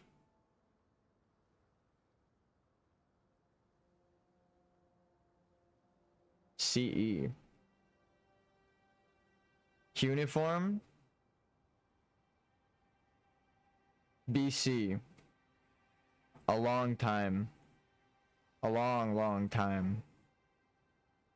A long time. 3,000 years before them. That's a long ass time. So yeah, this is why I know it's based off them. Yeah. Also, not only that, the stories are kind of similar. Flows. So as much as everyone likes Nordic runes, it's actually Mesopotamian circle runes that these are based off of, which are, again, same sort of rules of like, you draw a circle, you draw lines inside of it, specifically stars, right? I know that's like, what? But you draw stars inside of it. The 9-pointed star was like for Shara or whatever the fuck, the moon goddess. Again, it all kind of works with the Mesopotamian lore. How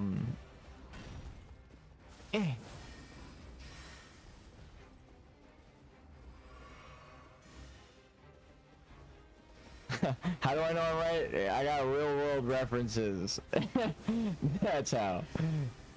Also, because I'm a writer too, and I know what it's based off of. There are only so many things if you're basing it off real world shit that it can go back to. But they did really well in that they did religious themes, like of Christianity and stuff like that. They pretty much invented their own fucking religion in the Golden Order. But said, like, what if all the magic was true, right? Like, if you could merge a man and a woman together to form a god.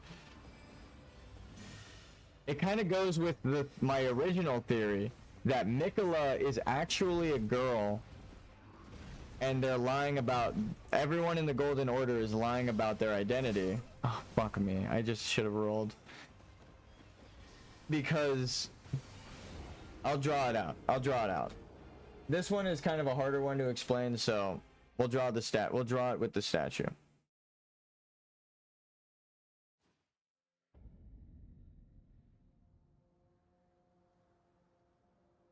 Saint Saint Trina. That's what it'll go down to, right? And Melania. And then also here, even more so, going back, Moog and Margit, right? Why do they matter? These are two twin boys, right? So the twins are same sex. But hold on, even more so important,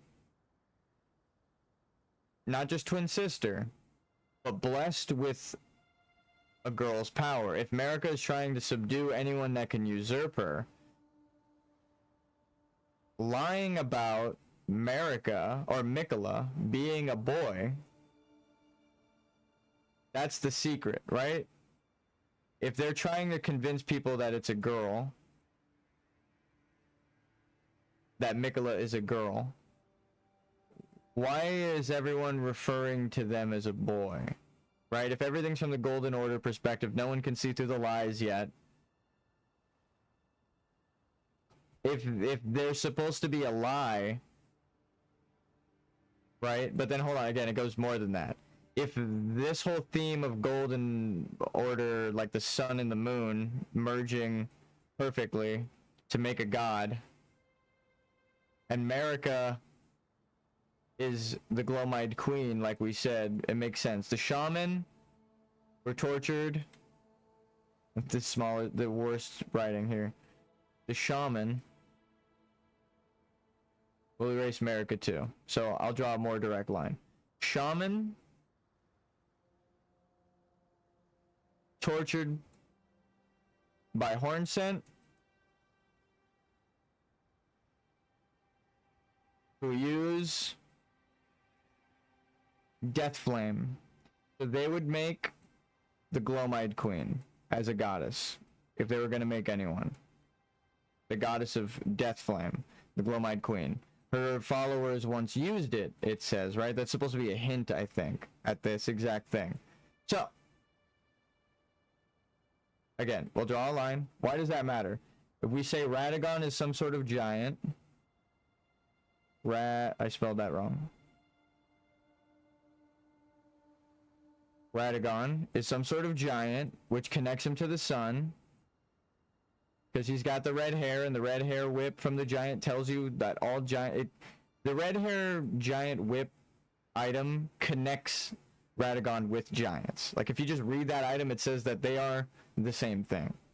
So, again, it thematically ties everything together with the red king, white queen theory. So, he's sun and fire, right? So, that would be the lion god, Suresh, and the Lionel Misbegotten. And that explains why they're misbegotten and why the Lionel Misbegotten have the golden swords. So, Lion God, Gold, Misbegotten. And also, the dark theory of their first child also explains why these are misbegotten children. Misbegotten. They're created in an ill manner. Oof. So, and they're kind of disregarded. Their name is a double entendre again, double identity. So, again, this whole theory is just to say that Radagon confirmed as a different person than Marika, the shaman, because it just confirmed that Marika is a shaman in the DLC. Spoilers. They're not the same person. So if it takes in alchemy, a man and a woman fused together, you see where I'm going with this? If Mikola needed Radon as another half to become a god, then Mikola is not a boy.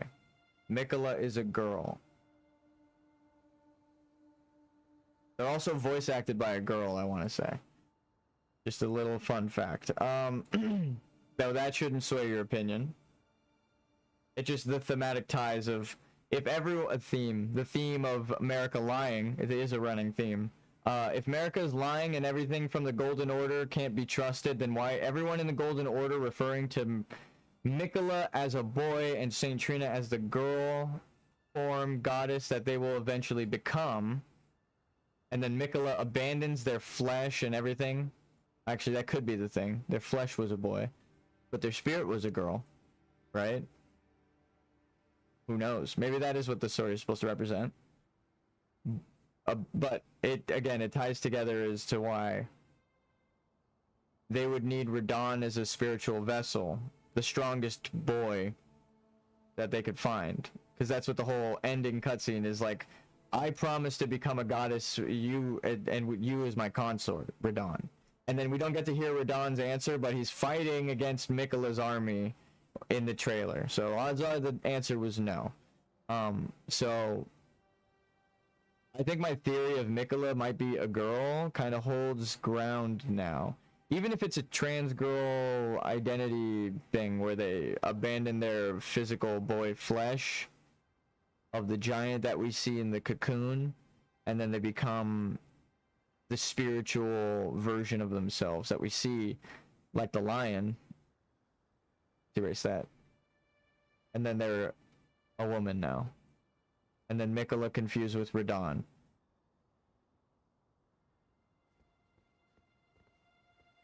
Trans rights, right? There you go. That's Mikola's story. But I think Mikola is a girl. Genuinely. Twin Melania, the other twins being born boys. You see one person that can usurp you, right? Which is because Melania isn't born with a rune, like she's born with corruption, so it's like, okay, whatever, you know. But then you see Mikola is born with a really good rune of being able to compel people. Well then, yeah, you're gonna want to probably, if you're America trying to suppress everyone, you're gonna want to do something about that, right?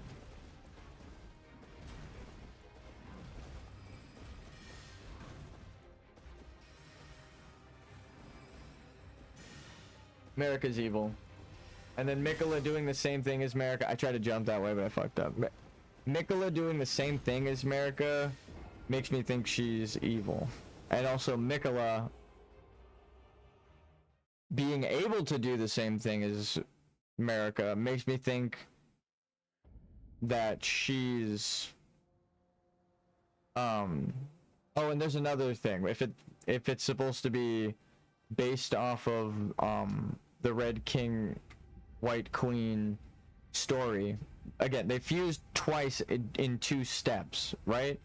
With the feminine spirit leaving the physical, or the female traits, the traits of the women all disappear from the king. So except the head, which makes sense as to why America does say you haven't fully transformed into me to Radagon, so it does again fit the theme. So like when we see them, they're like half fused together and able to change back and shit.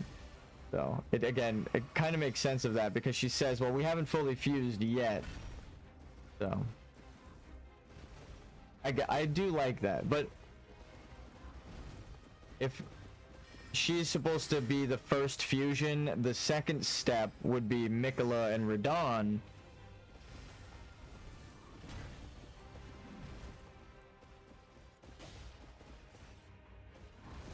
So Mikola and Radon, if they're the second step in that Red Queen or Red King White Queen story, it's the same, like the parts that are the girl go away and become a spirit, and the guy remains back, but this time in a perfect form. Like, right, they are perfectly split, which is again what we see with Miquella and Radahn in their boss fight. Miquella's in spirit form, Radahn is in like a perfect body vessel, with Moog losing all of his horns but looks like unscathed compared to Margit when we see him without his horns. So they've fused into like a perfect being, which means Miquella had to be a girl spirit in the eyes of the greater will. So if they could ever achieve that, which they did, because we see Miquella coming back out of the portal, which means she did the thing. She did the thing! She became a goddess, like her mother. But now I understand. I think my story only really works if the others, like the lore-wise, only really works if Marika is a shaman, like they confirm in the DLC. But then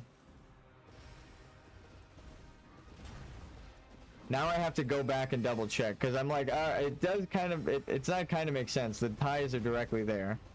The shaman,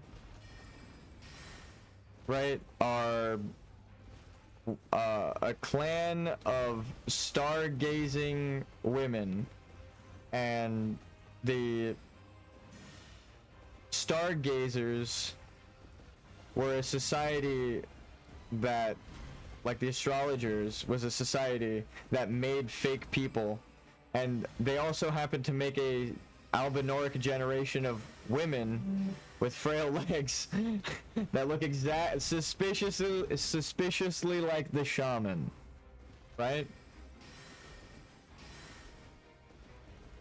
So if there was a per se a meteor that smashed through the fucking city of the Noxtellans and opened a way up to the top for the albinorics to get out, I'm bad. Okay, now I need answers. I'm bad, I'm dying here, but now I need answers. We're gonna go check underground. Do those swords women, because their whole society was like matriarchal, right? The guards were puppet sword women that like beat the shit out of everybody.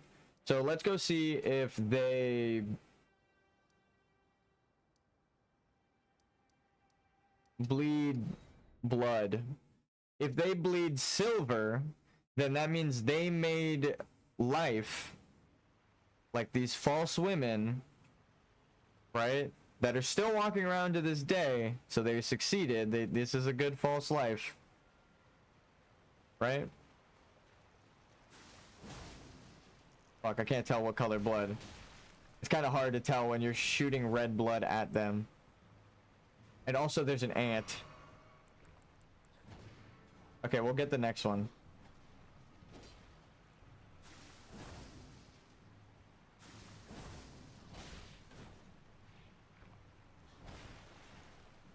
Timeout? No timeouts, I guess. I just needed to see what color blood you had, lady. Can you donate some blood for lore charity? Whoa, fucking ant face. That was creepy. I watched enough Ant Canada. That doesn't scare me even a little bit. Alright, horse time. Oh, never mind. I need a tailor. God damn it. I need a not mounted. There you are. What color is your blood? That's the creepiest shit I could have asked. What color was that? Red. Okay. Or is that just because of my sword? Fuck. I need to change blood type. Let's do hands. Okay, no. You have normal colored blood. Which means I have even more questions. You aren't artificial life? So what the fuck are you? Didn't it say these were puppets?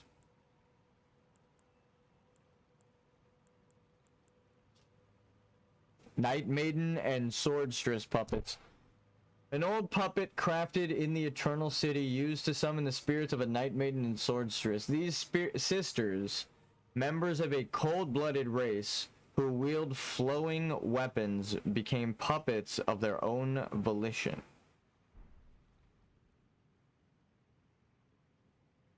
So that was a puppet.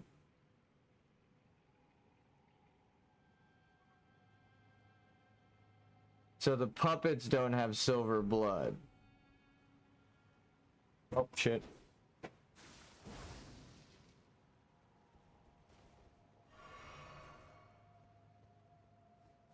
I need to see the color of your blood. Silver. That's what I thought.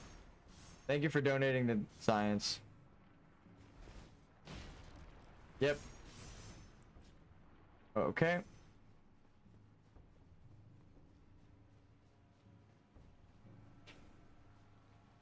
More questions than answers now.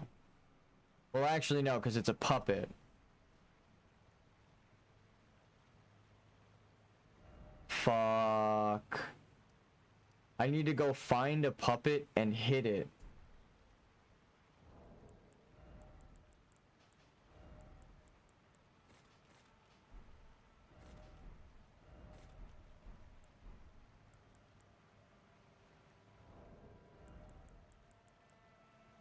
FP cost. I don't have enough.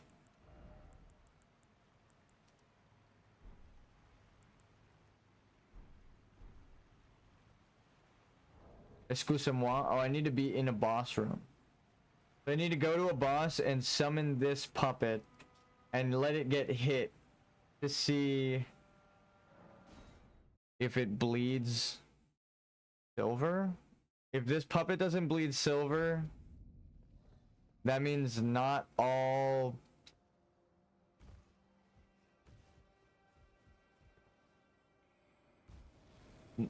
My question is, what the fuck are they making these puppets out of? I went to the wrong stop. Where they bleed red.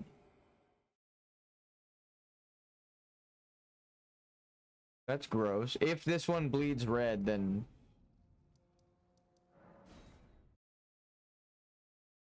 I have so many questions.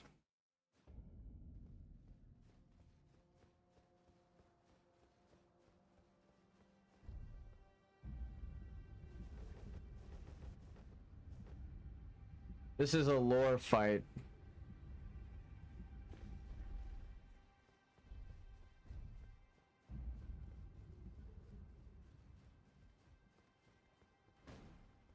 Because if it's the same puppet, if this puppet doesn't bleed silver, then that means the Noxtellans created life. Oh, maybe that is the thing that happened. Oh. Oh. Did they fuck their puppets?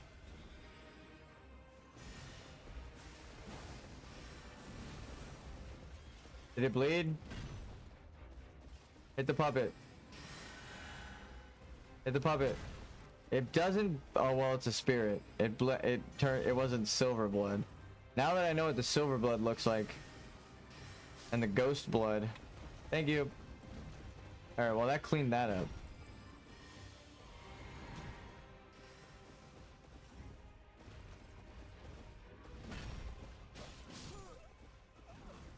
All right.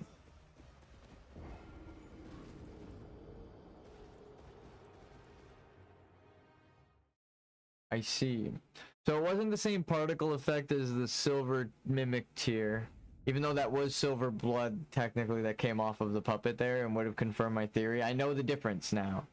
There's ghost blood and puppet blood. Kind of the same thing actually, because they use the ghosts are the same ghosts that are supposed to go to the stars, right? And the lunar light is granting the lands between the fucking silver mimic tiers, or the larval tiers. That's why they're larval. Ah.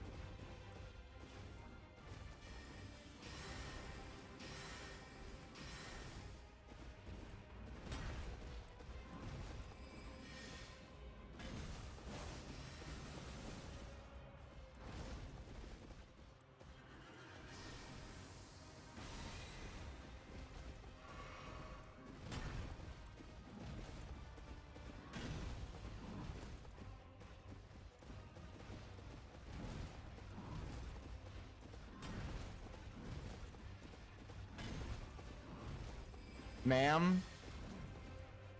She used the same thing like 3 times in a row.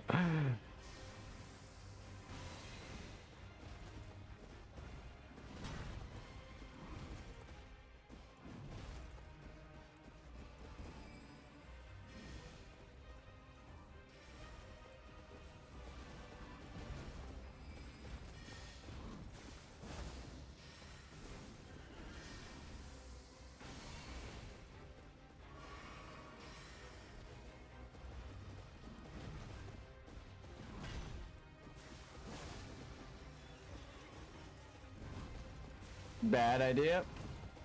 No. Oh. Actually ended up paying off, but then I fucked up the second roll. Again, I didn't think I was actually gonna live through the first attack, so I wasn't prepared for the second attack.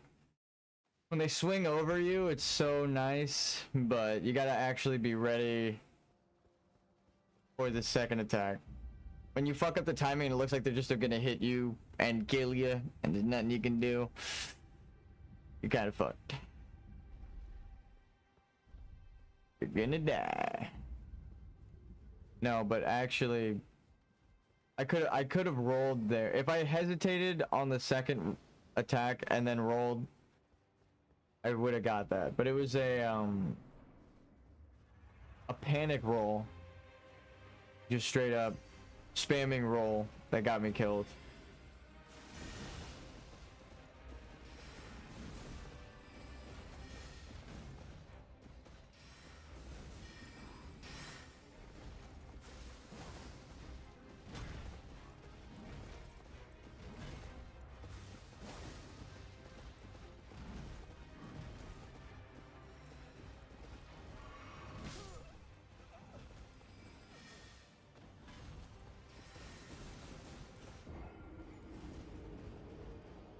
You died.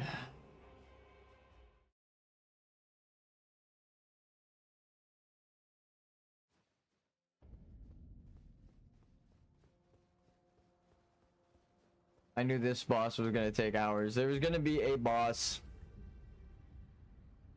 Well, we did go explore for lore, but actually we need to hit the button.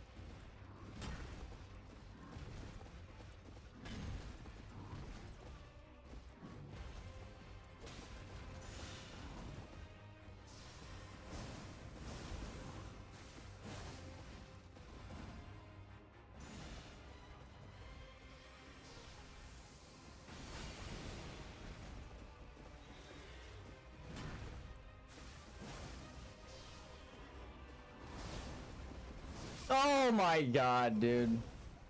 I tried to get a second roll. Look at that. Loretta, Knight of the Haligtree. We got it to the fucking eye. Knight, no. We're so close to killing this fucking boss. Okay, I'll be right back. We got it in the next try, I swear. Oh my god, dude. Fuck me, dude.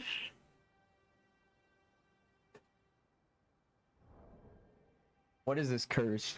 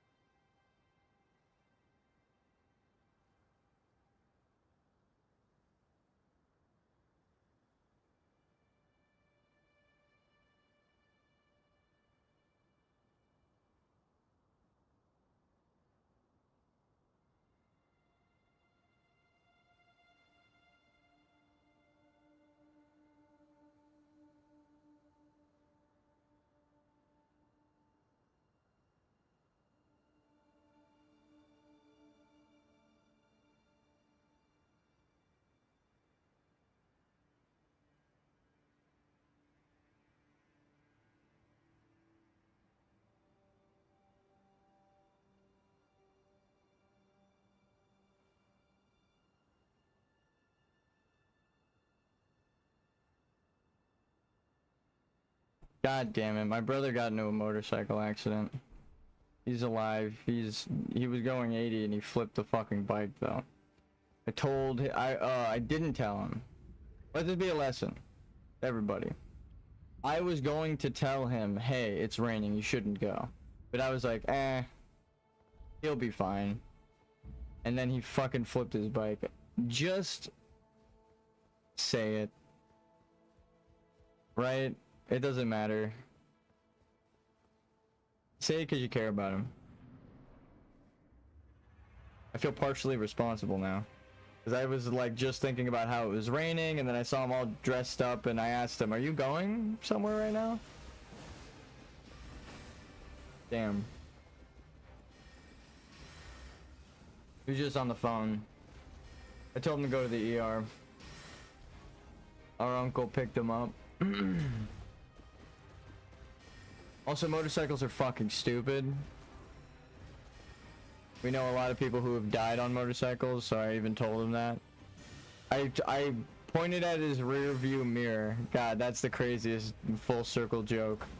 I pointed at his rear view mirror, like the, you know, like side mirror, and the text is upside down. Like it says, objects in mirrors are closer than they appear, but they're upside down. The text was upside down on his mirror. And I asked, do you know why it's upside down? And he was like, why? And I said, it's for when you flip your fucking bike over your head and you're upside down in the air looking down at it. So I can't say, you know, I didn't warn him that it was gonna happen, but I did tell him right after that. We know so many people that have died on these bikes. Like, I can't believe you're buying a bike. And now he's flipped it. You stop fucking shooting me! Jesus Christ! How many shots was that? Oh my god. That was so many shots. I must have been right in the range and just triggering it. I don't know what I was doing to trigger it, but that was like 10 shots in a row.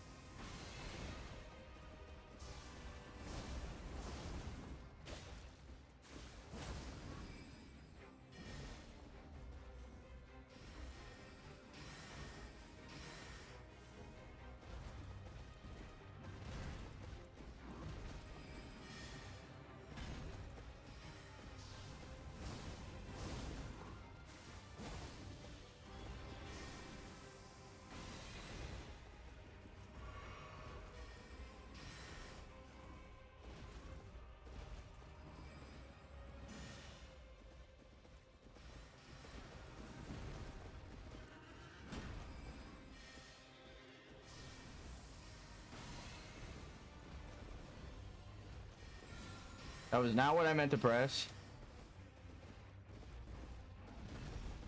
I meant to drink my physic. Not that one. But I did need to heal. Well.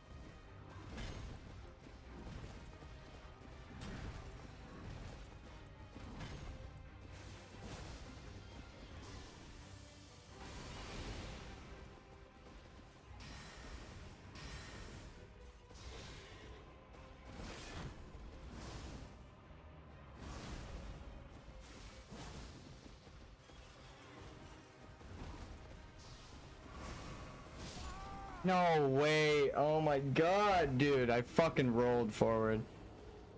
Ah. Run it back. Rewind that and watch me press the roll button there. Oh wait, I'll be in the I'll be by the boss room in the time it takes you to rewind to watch me roll. That's why the camera's up. Oh, the camera's not up. No. Okay, then never mind. Oh, it's fine. It doesn't count then.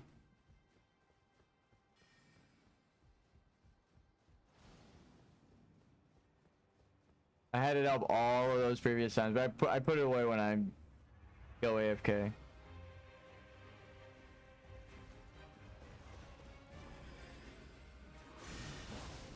That's the second is. Nope, you can't. Can't do a second slash.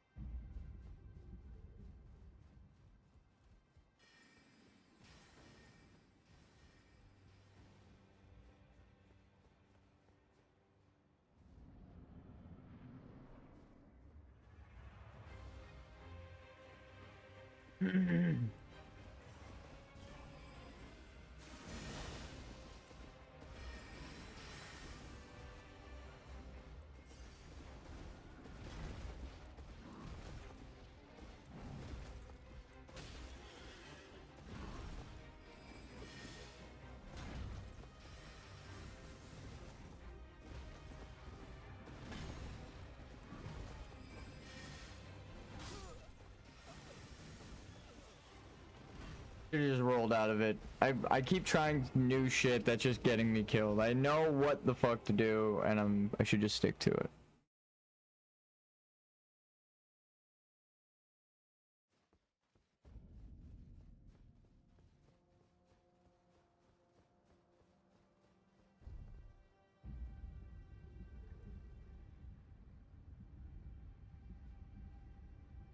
Hmm.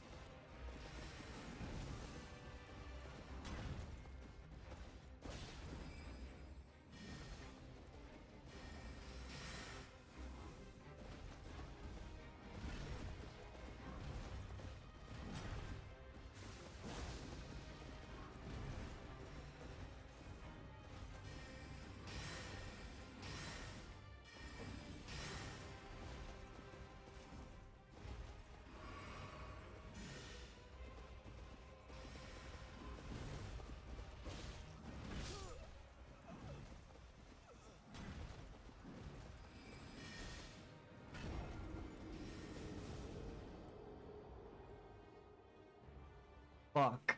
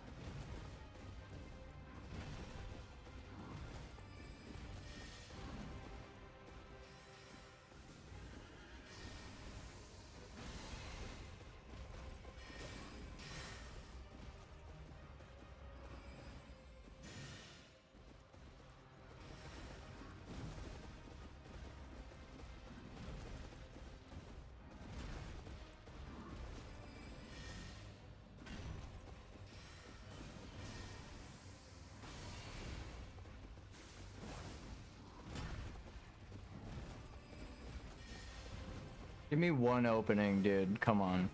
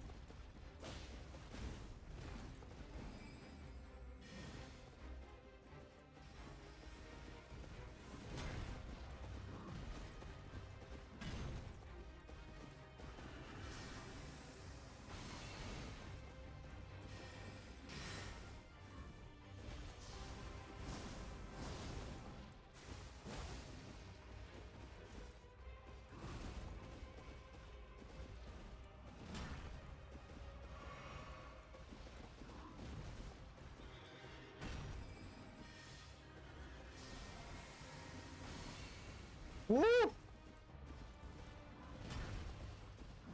Good to know I could dodge that like that.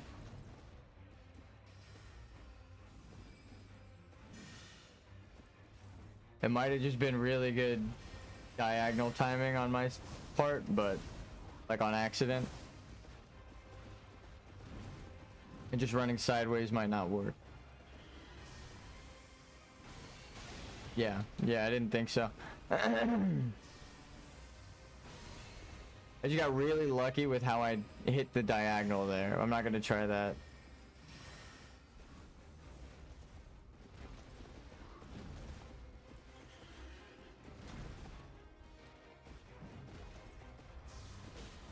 I'm fucking stupid, dude.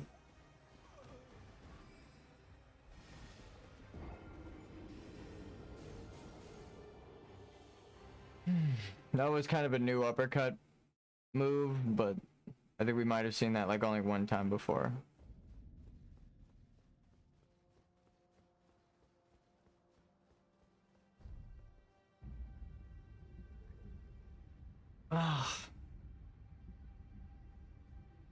Which is crazy to say after how long we've been fighting this boss, that we've only seen that move once.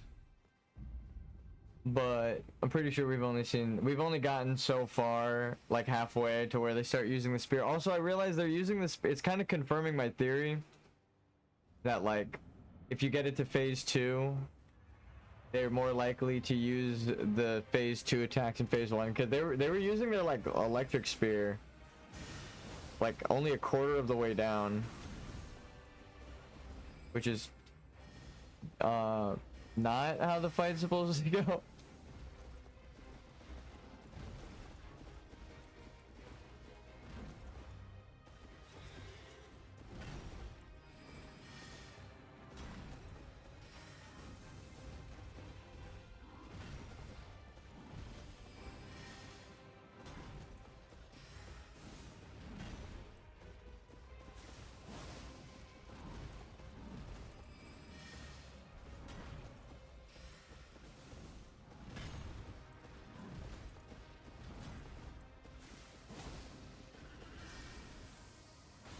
The fact that she has a move that looks exactly like that to juke you to fucking it, that's the crazy. This boss is nuts.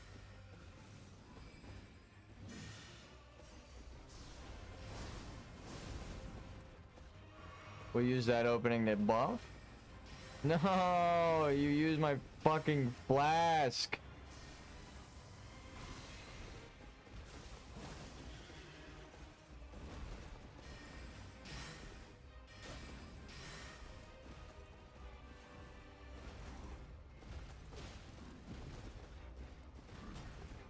That one is the good one.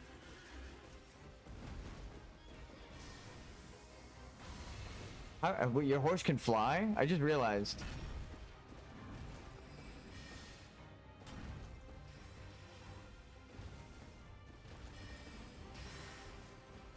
Scratch my chest.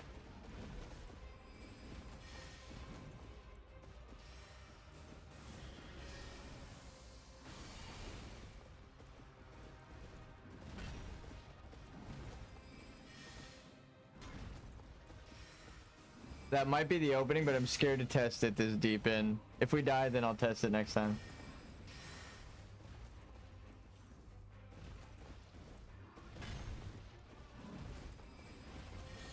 That right there. Alright, well, I guess we get to test it. Fuck, dude. Oh, at least the sun's out. Yeah, kind of. It was raining all day.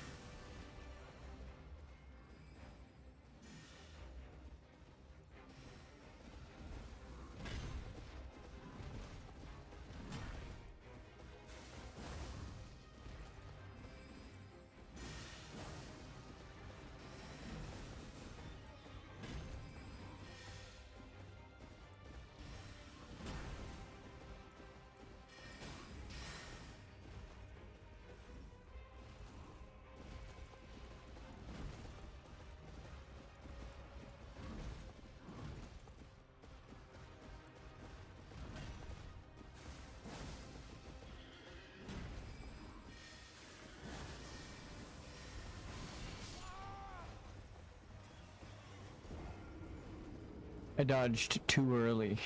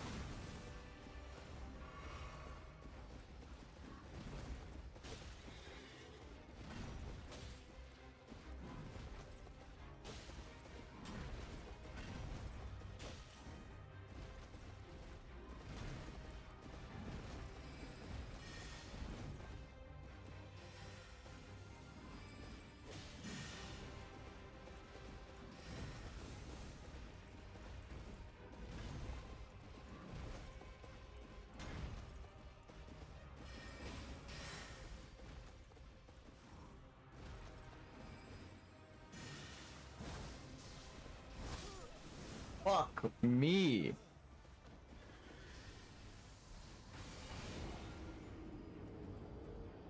Again, that was an opening, but now that he can use, that she can use that move. Also, god damn it, right at the top. I guess 25% is when she starts using the electric glaive or whatever the fuck. The frost slash. Magic slash. Arcane glaive. There you go. Glintstone glaive. It's actually more accurate. Is this the kind of magic they're using?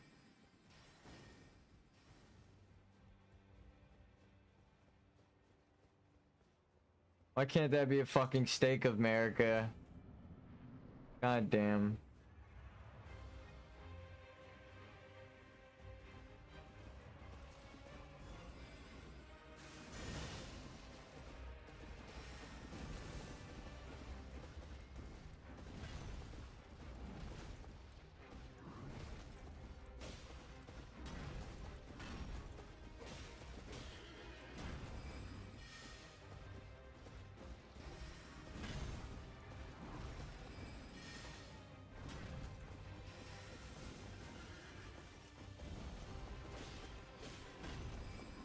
One hit. Noted.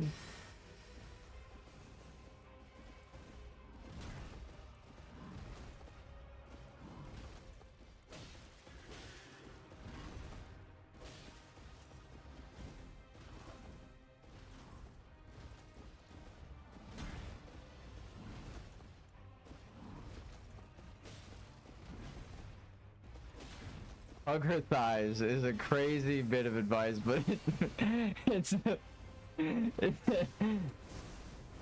it's the actual advice I would give. No way! Oh my god, my blood fucked me there. Oh my god. If I slashed, it would have been so much better. I just am stupid. I didn't know that would happen like that. That's a new discovery as well. We did really good with our basic attacks, and I screwed myself over. Dude, we discovered two things at the same time. One good, one really bad. One, our basic attacks add up to about a stagger, so we should hit them normally. Two, after the stagger, you should blood slash. Because if it bleed procs, the thing we discovered there is that we fucking die if it procs without the heavy slash. Because we could time it. You can't use both, you can use one, so you should use the heavy because it'll proc the other one and you'll get like a double damage, a double dip into the slash. Oh, I'm bad.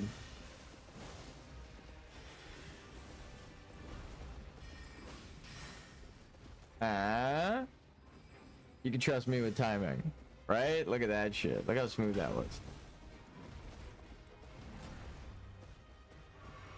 Out of stamina, but not out of options.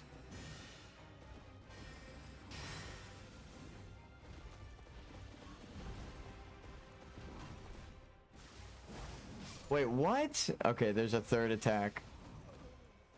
Third attack has came. That's so bad. No, the one opening we had just closed. There's a third attack. We saw it before, but I didn't want to believe that it was this one. I thought it was the horse neighing. That disgusts me. That means it was spacing that whole time. If you space a little bit out of their attack, they cut their combo off, and then you can slash them. But that's so bad. That's so bad. No, why is this boss like this? I guess the only real opening is the glaive attack. So we have to get in there, hit them twice, and then now we're not attacking them. Now we're waiting for the glaive. Okay. Whoa, whoa, whoa. Scratch my face. Give me a sec. And drink some water. That's empty. That's my coffee.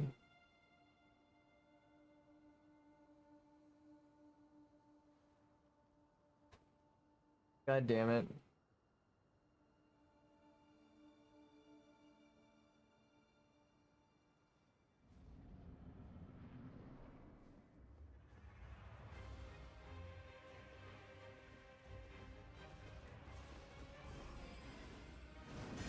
Okay, that I tried to kick the horse lady.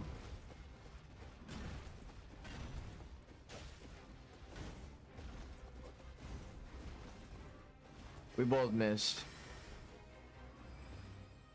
I'm about as good as the horse in terms of combat.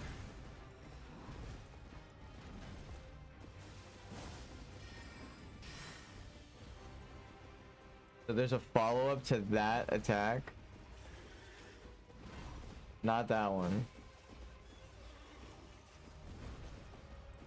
No. Oh, I'm bad. The snap is always upsetting. Whenever someone's on a mount and then the mount just kind of fucking snaps 90 degrees so that they can attack you. Again, it's a visual thing. It's not... When you're basing it off of how it looks and it normally moves a certain way and then it breaks those rules to get you, you just have to now know that you can't move like that. But it does suck discovering it like that. Where you're like, this looks like good positioning, and then it just snaps and it's like, actually it's bad positioning, but you don't have the time to know that. This is just gonna kill you. To teach you that it's bad positioning. It's like, well, fuck.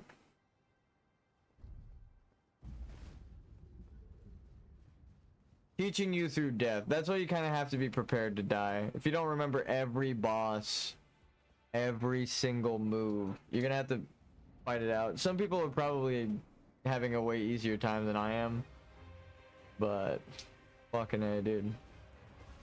We keep getting the boss really low. We got it to the eye and night.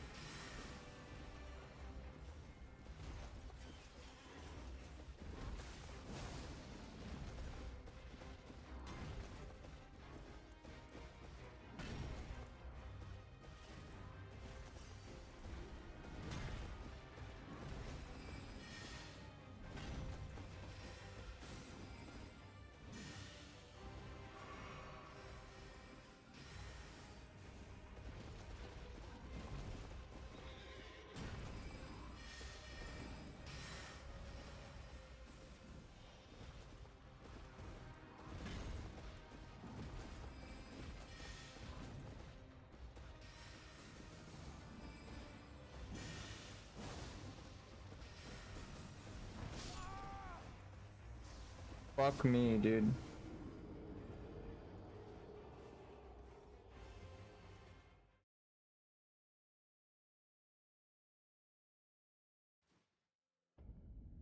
I don't recognize that move. I don't think it was a new move, but I don't recognize it from that angle. It might be a new move. I don't want to accuse every death of being a new move, but goddamn, did that look like a new glaive attack? It looked like the charged glaive attack, but without any charge, which we haven't ever seen anything like that. That's a...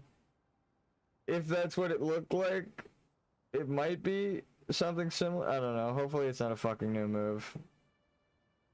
I'll keep it in mind as a potential new move, because I did see the wind up, but god damn. Hopefully it was just a different angle of something we recognize from like the back or the side. We've never been in that positioning before really, so it is kind of a new thing. Like how I'm never really over towards the shield. Watch here, she does like the stab down when you're on this side. What the fuck? Oh, I accidentally hit the attack button.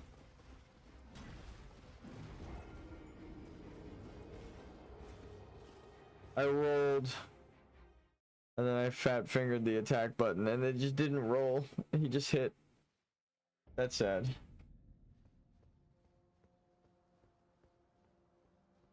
I was just trying to give an example. God damn it.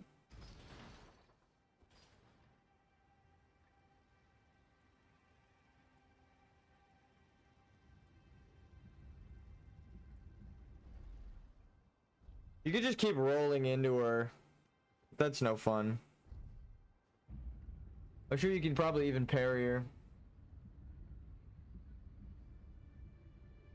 Should I try to parry? How funny would that be if you can parry her? What's the...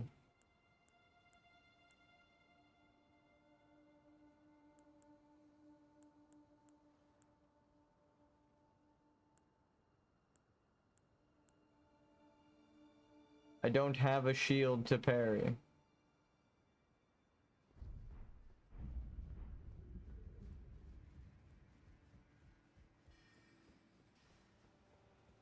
It kind of would be funny, but I feel like when you do a parry playthrough, that's like everything. You're gonna just try to parry everything that's parryable. And again, it just kind of changes the play style.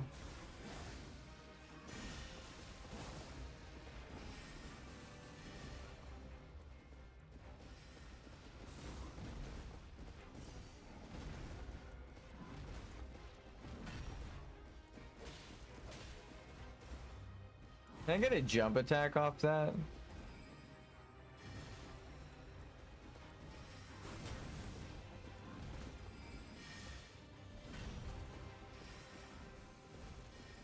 Oop.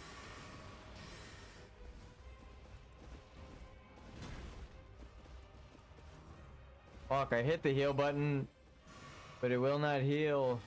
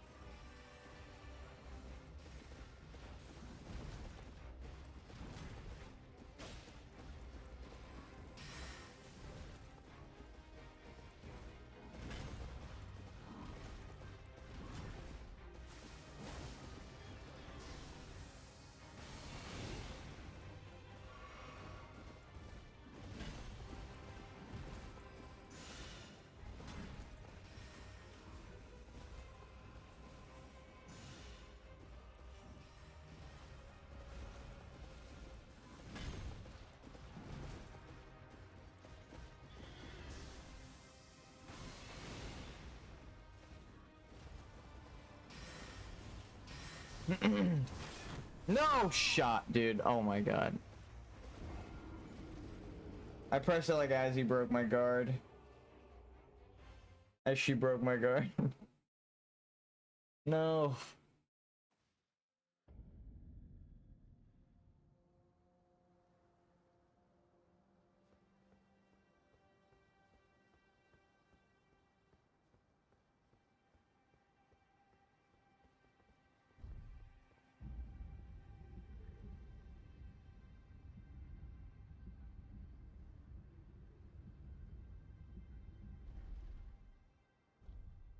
Stretch real quick. My fucking arm hurts, dude.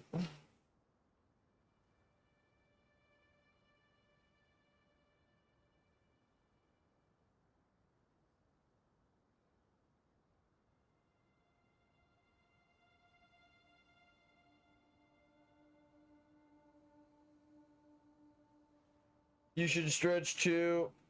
Take care of yourself. Oh my god, I fucking suck at this game, dude. How do I keep getting the boss that low and then just dying?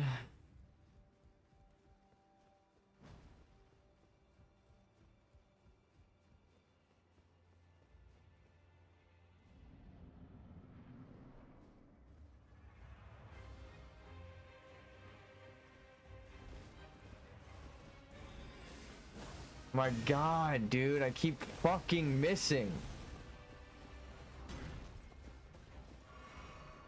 Getting 2 attacks there in the opener would actually be super good, but...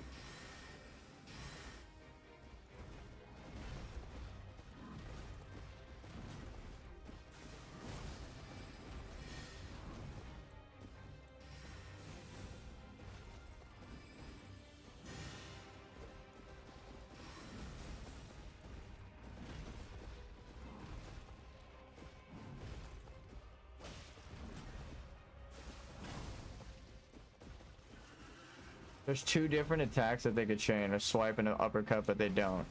Interesting.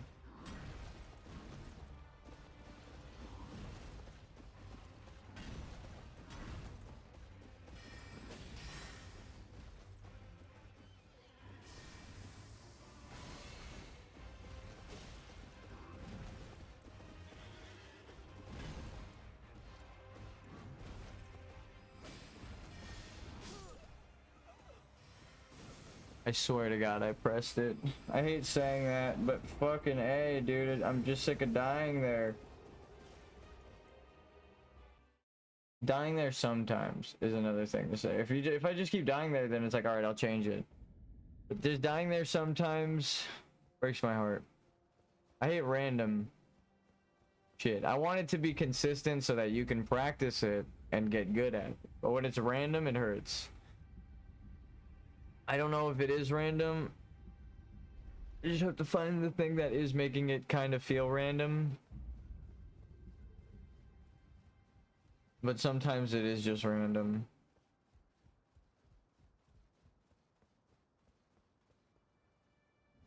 Having to break down the game's code every fucking other boss though does suck.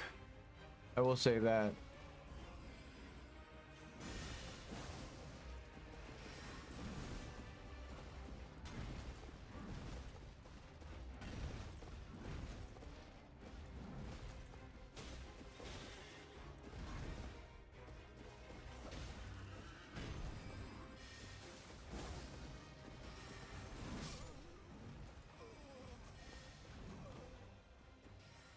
Fuck.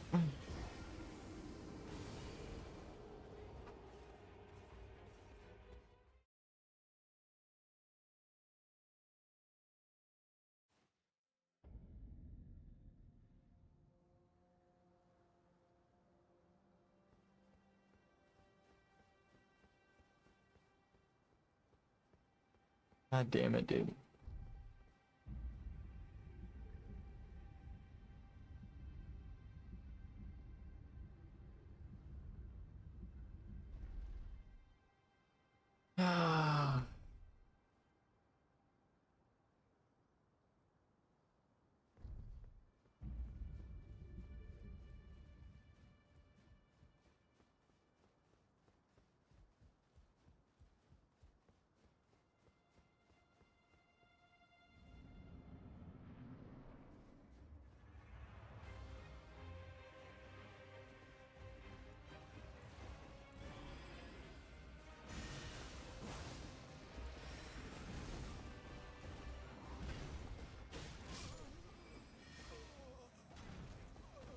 You're gonna keep trying for new attacks right now in the opener.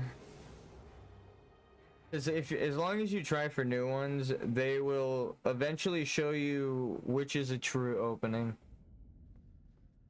Like the game will at least attack you at some point with the opener. If they never attack you with the opener, you can never beat the boss. Right? So it can't be that random.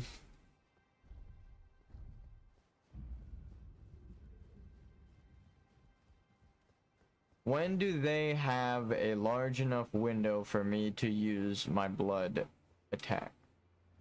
If they don't have one, we're kind of just fucked. But they can't not. We've hit them a couple of times. We got them really low. It's just that it feels like it's changing. Fuck me, dude. Oh my god. I'm okay with dying there. It looked like it was about to hit, and then it just missed. We're just losing it now.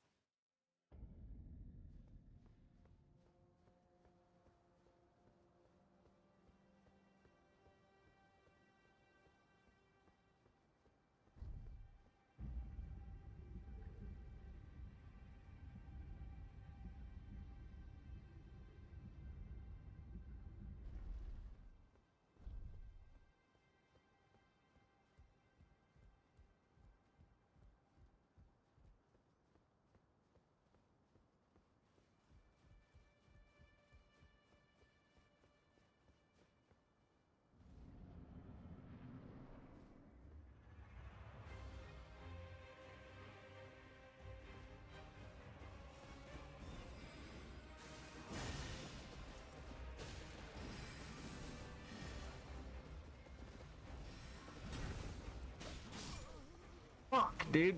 I thought that spacing was perfect. It looked perfect. They missed me with the weapon, but I still died. I hate that shit. I hate when they visually miss you, but it still kills you. Preach the sermon.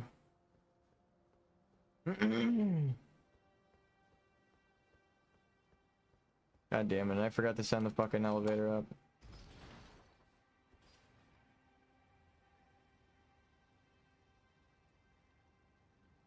That's kind of stuff that makes people that like don't play these games watch it and then they're like, well, fuck that. That sucks.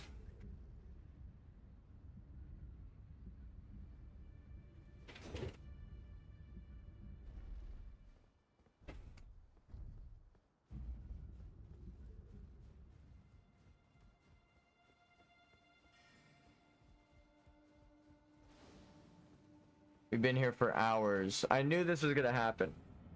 I keep getting so close to killing this fucking boss and then we're stuck here.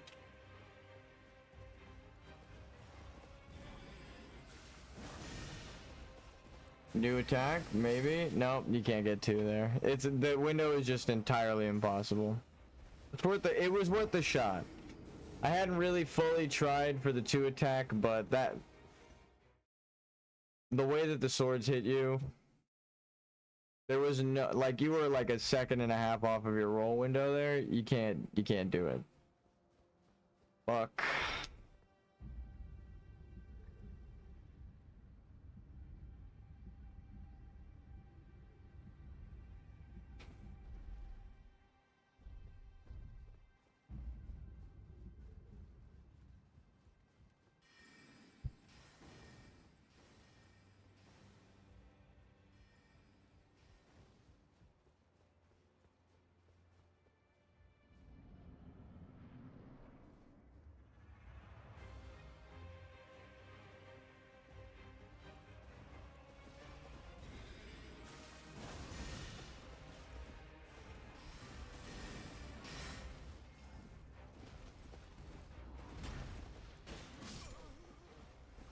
That one was instinct. I was trying to scratch my fucking face.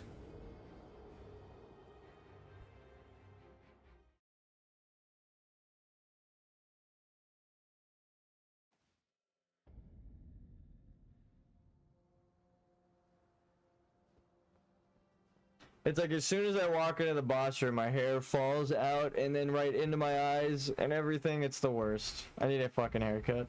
I keep moving it back, but it's getting so long now.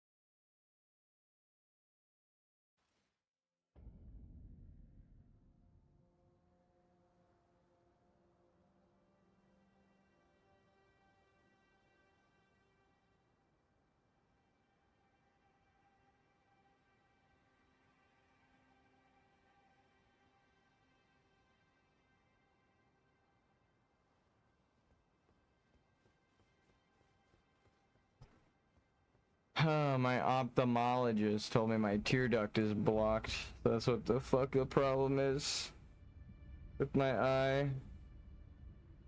At least I have a source of the issue.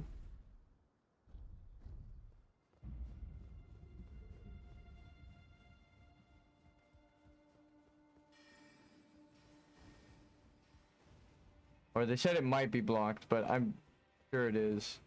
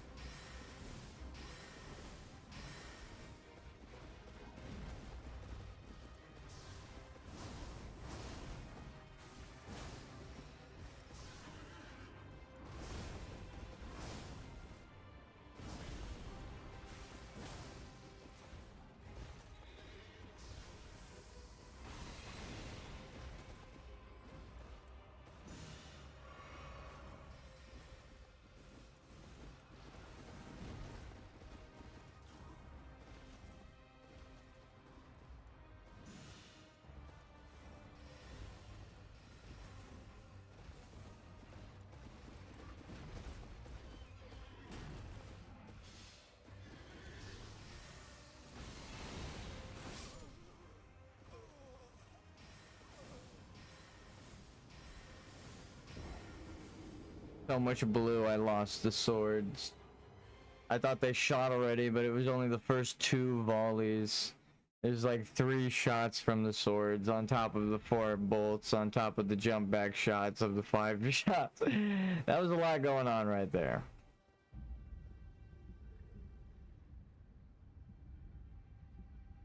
Which sucks is I feel like I could have fucking dodged it too.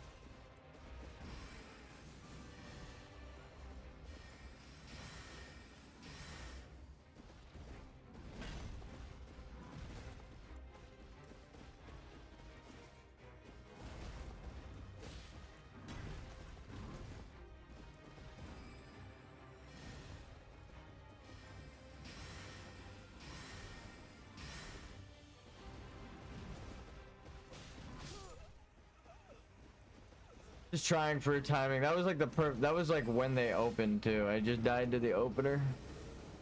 Well, actually what I thought was an opener, but then in phase 2 it changes to not being an opener, which is a gimmick in this game that I'm realizing I do not like. You get to the point where you gotta kill them, and then they're starting to change their moves up some more.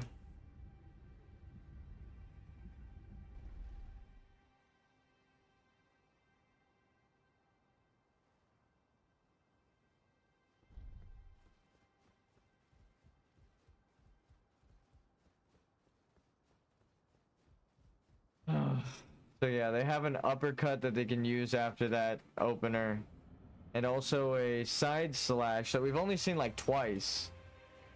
I don't know what the fuck the condition is to trigger it, but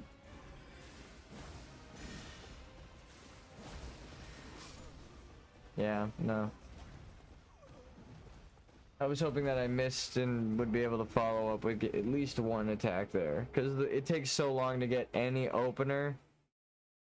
It takes so long to get an opportunity to attack them. That's the way to phrase it.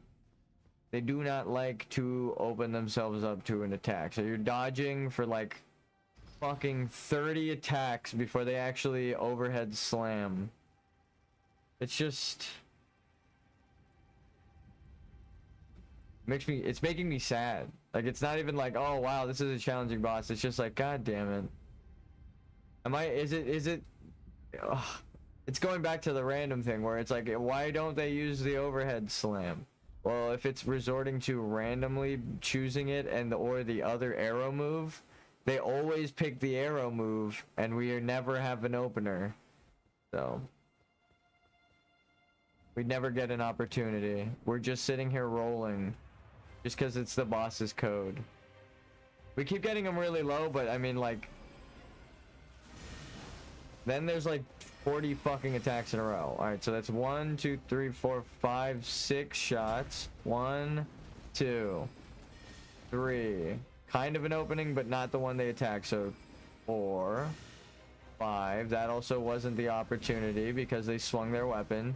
5, 6, 7. So there's like 7 attacks, and probably way more than that if you count the mid swipes and the in-between attacks. Like, that's 1, 2, 3, 4, 5, 6, 7 attacks, really, right? That can hit me. 8, 9, 10, 11, 12, 13, 14. That one was an opening. 15, 16, 17, 18, 19, 20. So there's 20 attacks. 21, 22. Not an opener.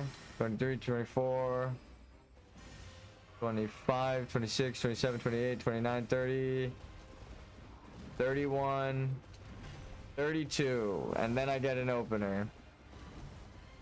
Okay, so I wasn't joking. There were like 40 attacks before they actually get a fucking opener. That just made me sick. I actually feel nauseous right now.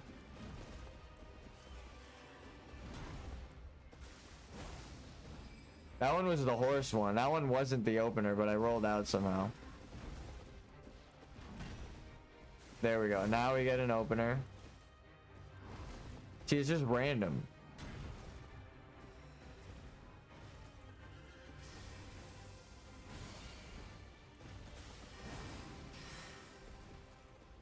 Woo!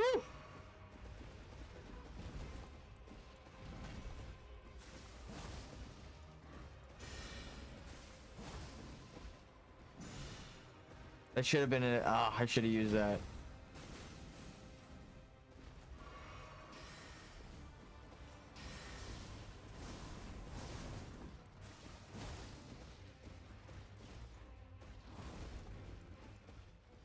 Fuck, my arm's itchy.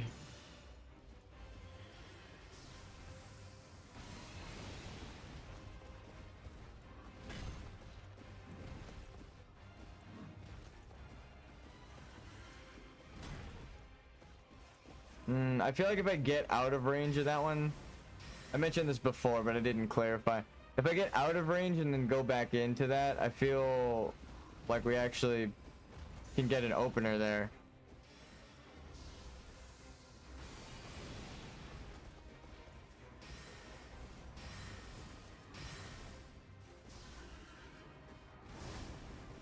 No! I rolled to the timing of the other fucking attack. It just... God, that was me being bad, just straight up. I mistook one halberd attack for the other. It's the same looking attack. They're using their weapon and they glow blue, except one of them they jump up, one of them they jump forward. I rolled for the forward attack, but they jumped up. So, it's a different timing. They go, instead of going like 1, 2, they go 1, 2.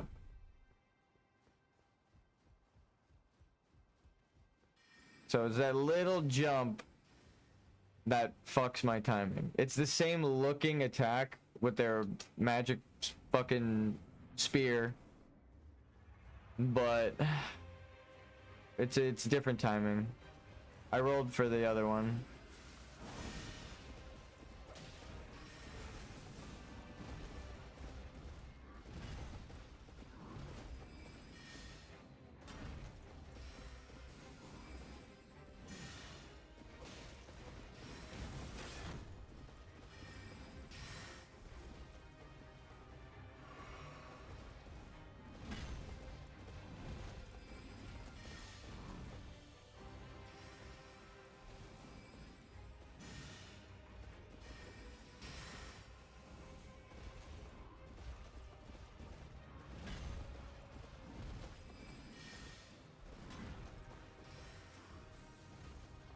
God, what the fuck is on my nose, dude? It's like a bug or something just keeps landing on it, I swear to God.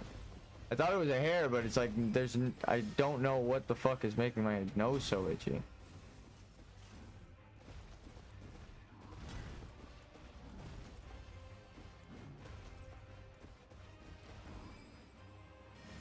I missed a basic attack opener, so it's not that bad.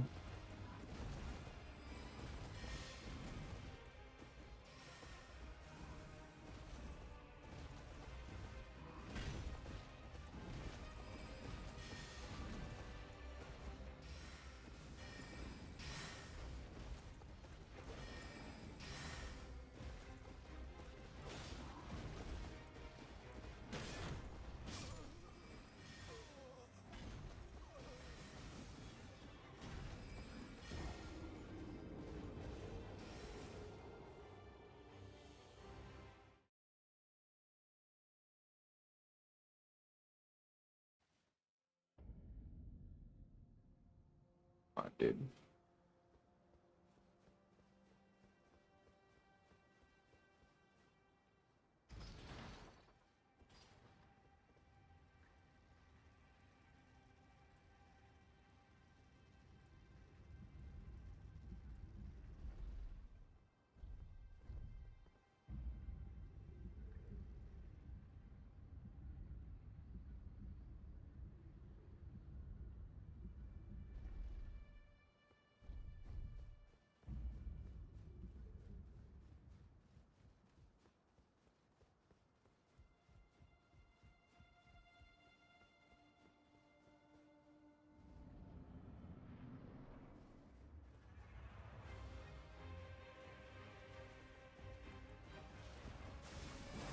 My God.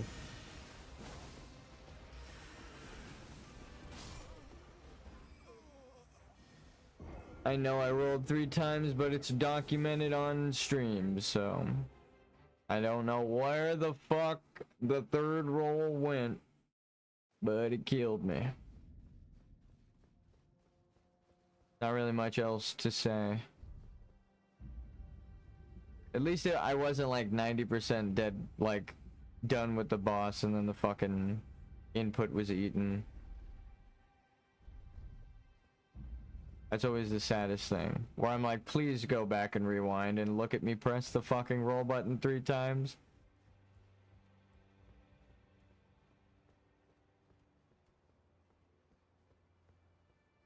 I was hoping the guy would shoot me in the fucking head, and then also in the game someone would shoot me with the spell.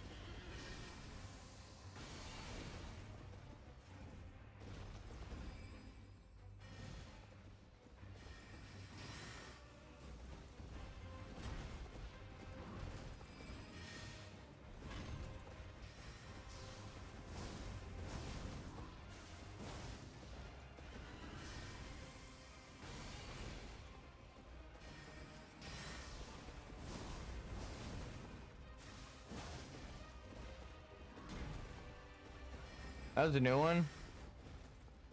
New move unlocked. They missed, but like what? Well, we never really stay on their shield side.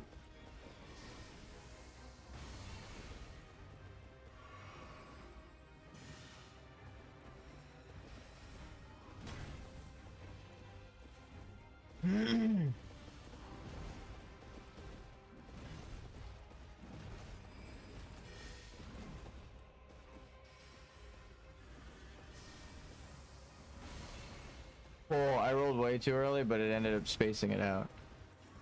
Like so early, it didn't even matter.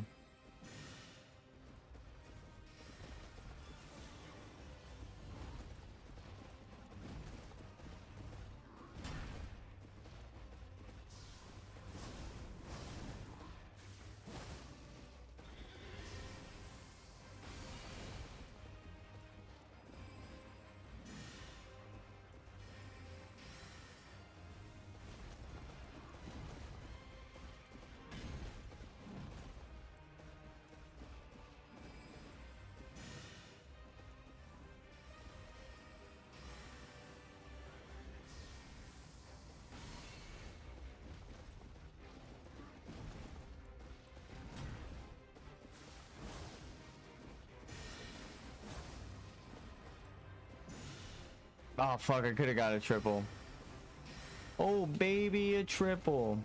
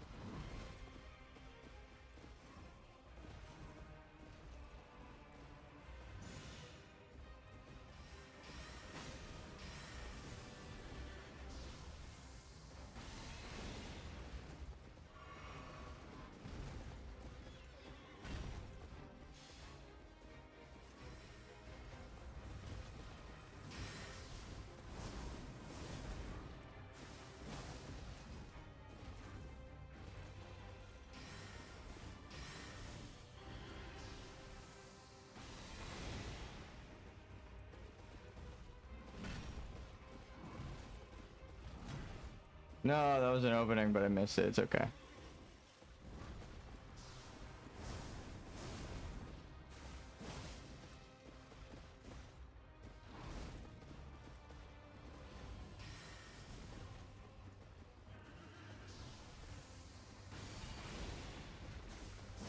Oh my fucking god, thank you.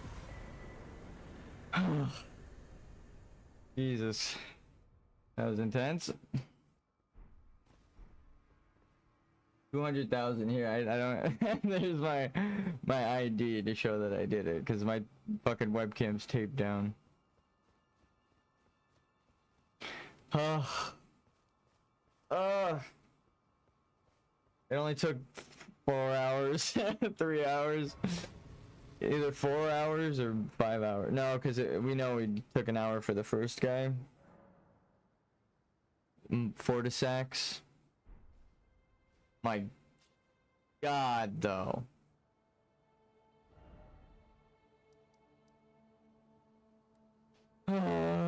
Where's Millicent? I don't see her anywhere, actually. She was like down below here, I believe. She has moved. That's the only quest I really want to do, is the Golden Needle, because then I can do truly any quest. I can even do the Frenzied Flame ending and purify myself and then pick another ending. Like if I save state. I think you just need to back it. Like Steam allows you to do that. You just say, hey, take this save file and back it up for me. And then you can keep reloading it and doing like playthroughs with it.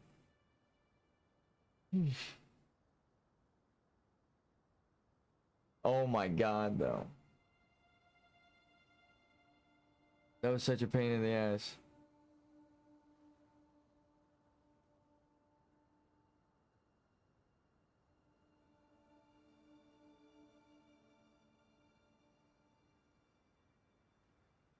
Yeah, we did that.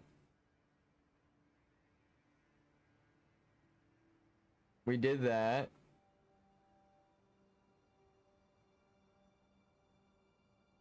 Okay. We haven't gotten there yet.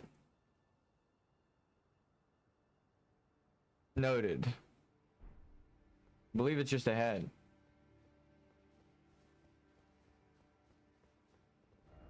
Ladder. Where?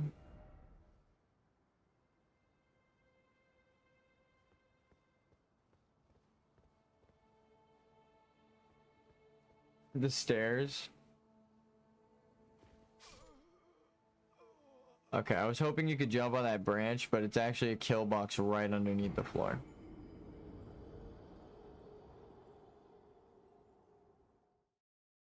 I'm gonna pick up my runes, go make a snack as a reward. It's like a reward.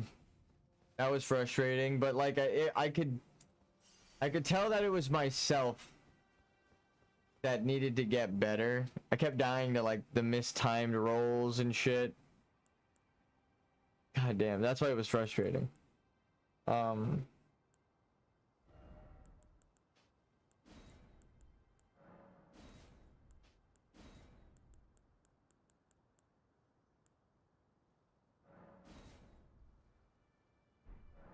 does that work? Before we grab his snack, I just kind of want to...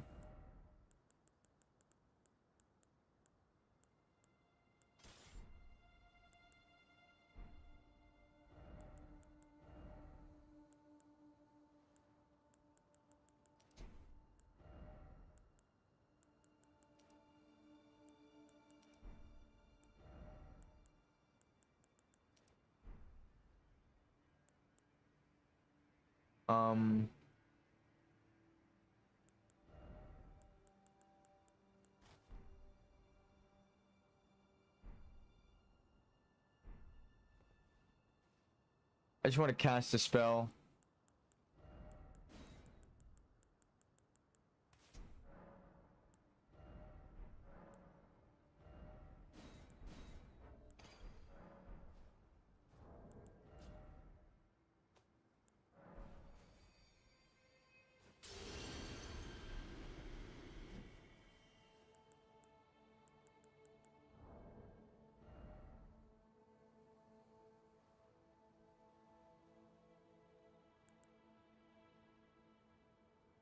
29.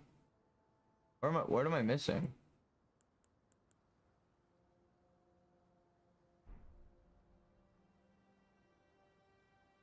Oh, my flash, duh. Wrong flash.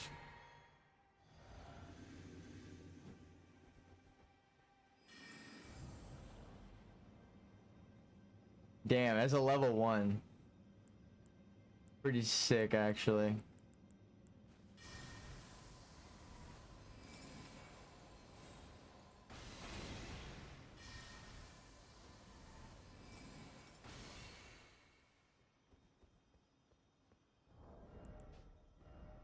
You guys does no fucking damage at all.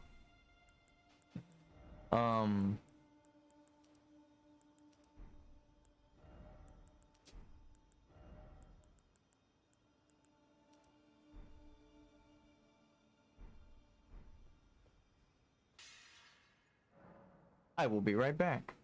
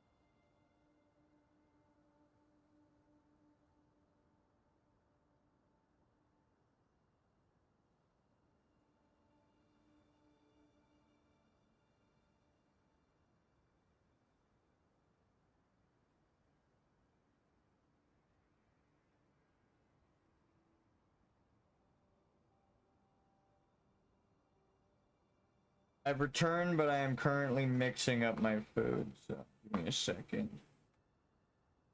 I have crackers and dip here. It's just tuna. Instead of making a sandwich, I'm just gonna scoop it with crackers. Honestly, though, these are really... They're the club crackers. There's no, not sponsored, but actually, like, so fucking good.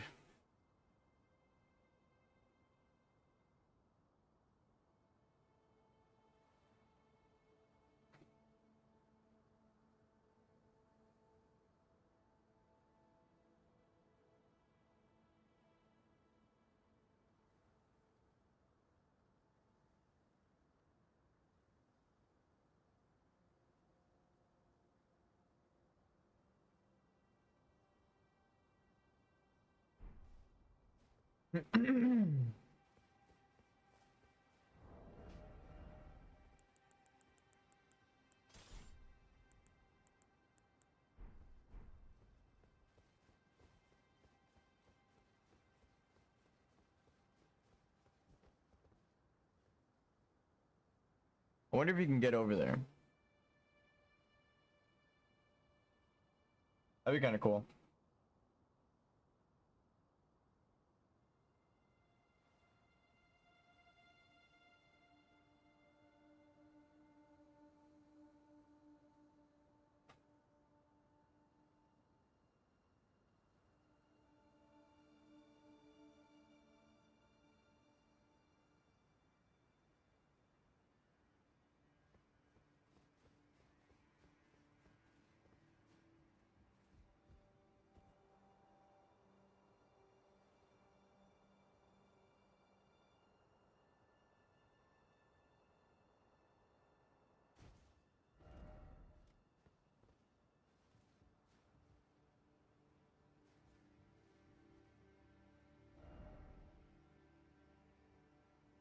Fingers fire.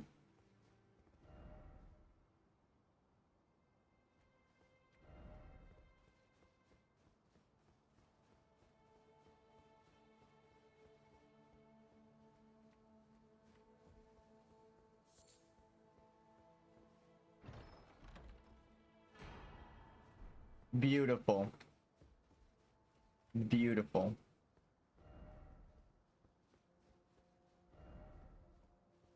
Liar! And then time for down.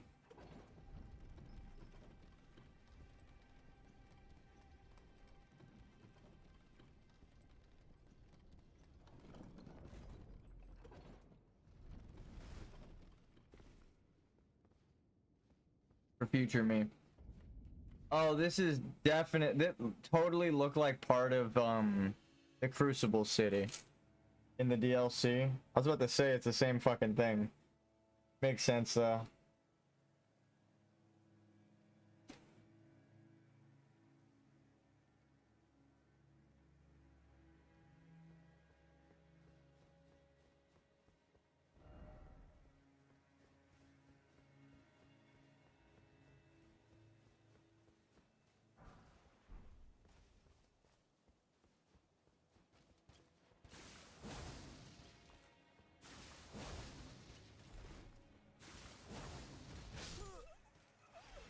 I think if I didn't roll back there, I killed him.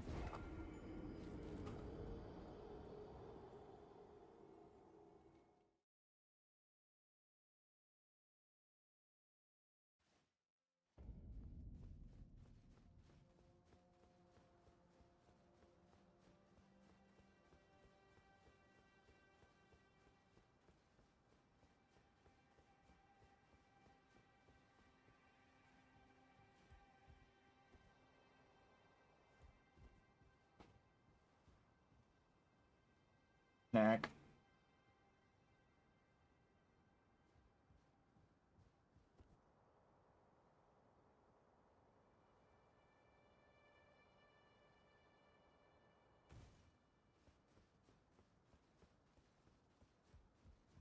Thank you, past me.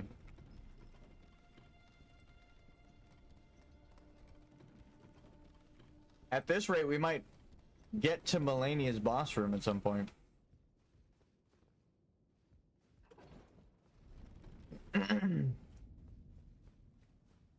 idea.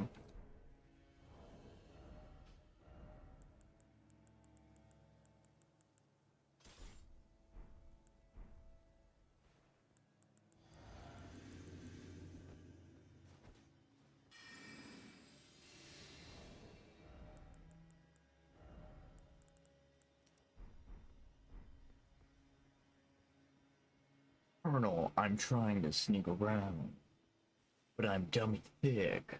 The clap my ass keeps alerting the guards. Ah! Metal Gear. It's a philanthropist. Okay, we're good.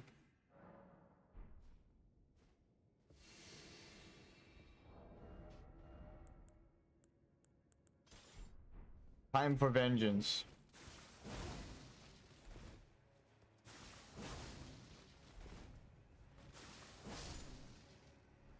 Get walled, kid. Well, that test is done. Hello. When we meet, I can only surmise our purposes are aligned. In which case, allow me to explain myself. I am of Melania's blood, but in what capacity I know not. I Fuck. could be sister, daughter, or an offshoot. Whatever the case, though, I am certain of a kinship between us. There is something I must return to Melania. The will that was once her own. The dignity. The sense of self. That allowed her to resist the call of the Scarlet Rot. The pride she abandoned. What? To meet Radahn's measure. The hell does that mean? Is it like the metaphysical, you are part of her? Literally, like those aspects of her personality? Oh my god. Just picked up my controller. There is something I must return. The will, the dignity.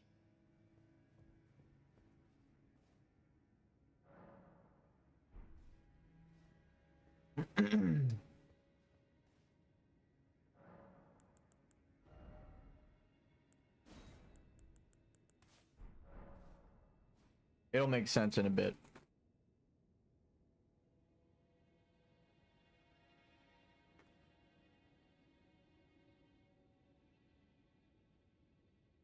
We are playing an RPG after all.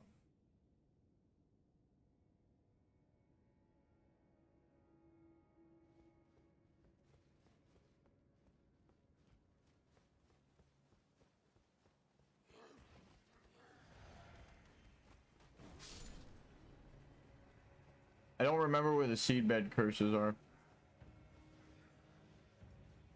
Like here?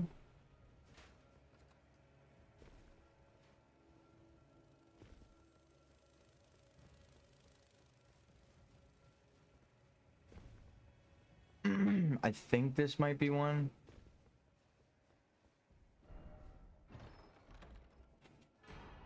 Nope.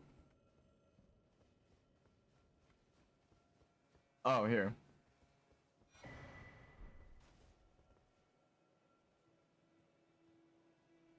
So yeah, just here in the Halleck tree, there's two of the seedbed curses. Why? You know?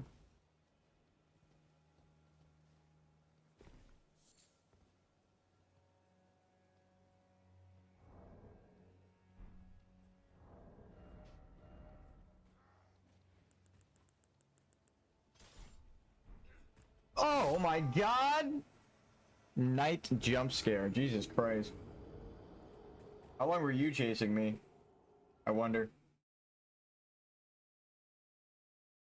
I thought it was safe.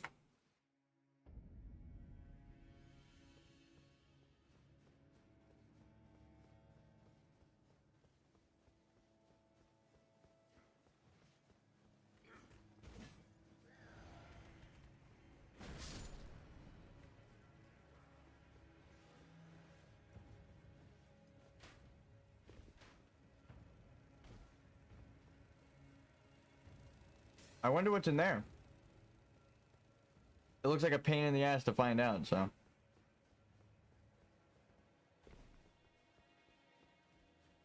Dude, I think they're following me from down below. That's crazy.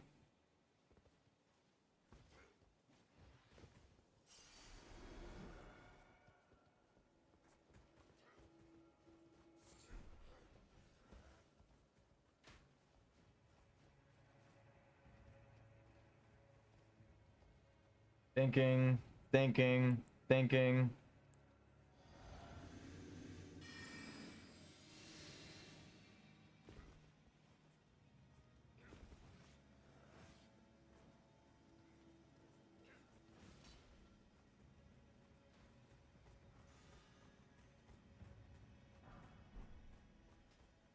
Oh shit.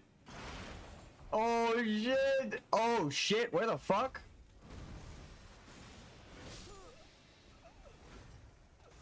Excuse-moi? Why don't I remember this thing being here?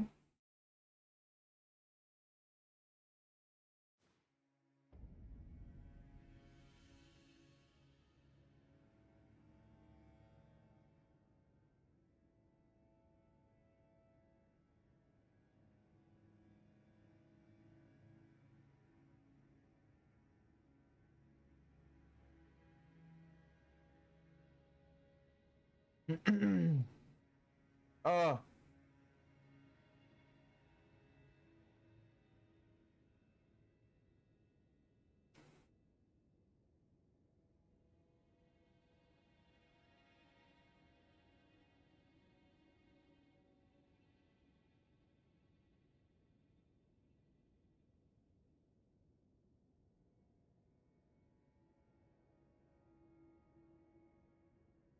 To reach the mini boss, go to the drainage channel, Site of Grace. Go west through the doorway, climb up the ladder at the end.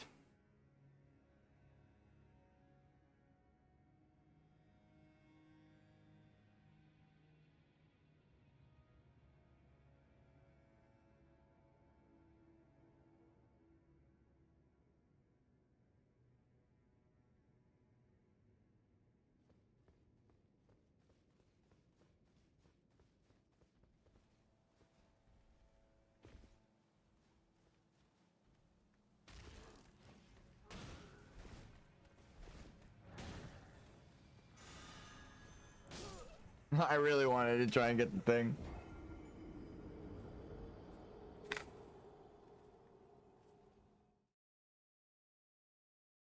I saw treasure.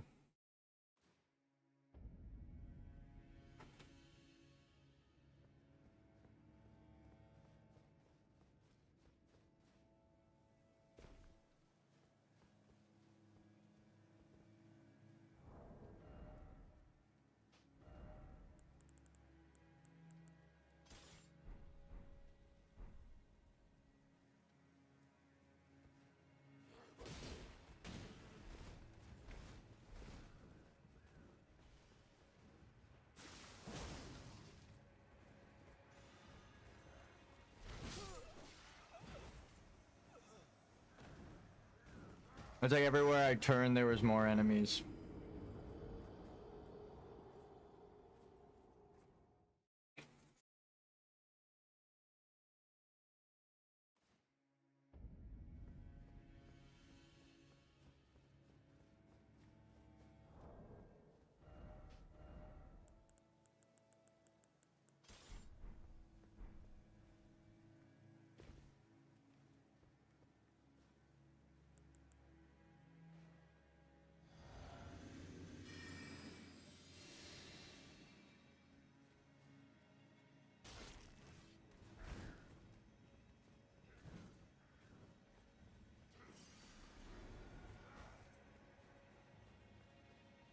It gives me like half of a second of leeway. Noted. Okay, I jumped, but it was a little late.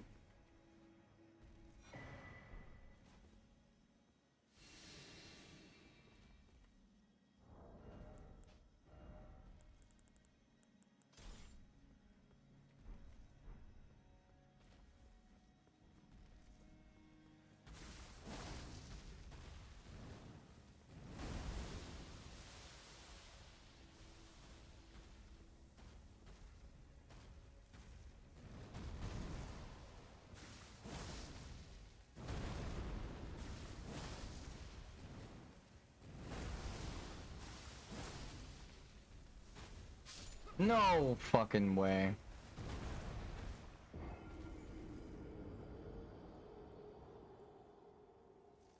I actually don't even need to kill this guy. I could just run and pick up the item.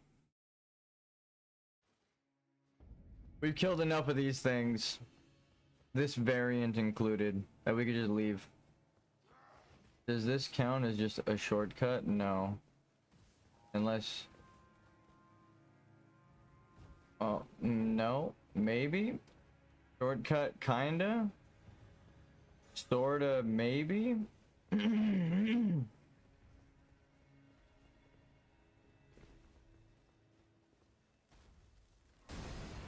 Ooh. Good shot there. No, fucking... I think I would have died to the splash anyway. The item's down there. His AI picked me up when I was like above him 2 stories though. That sucks.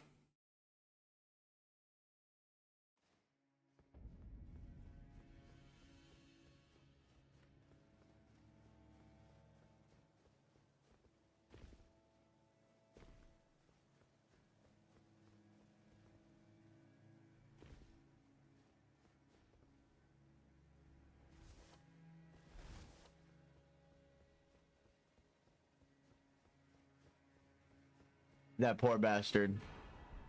Damn it, that wasn't even worth anything to me.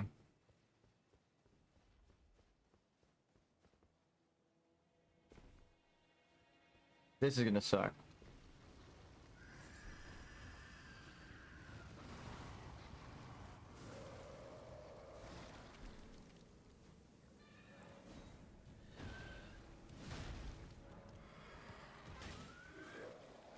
Fuck.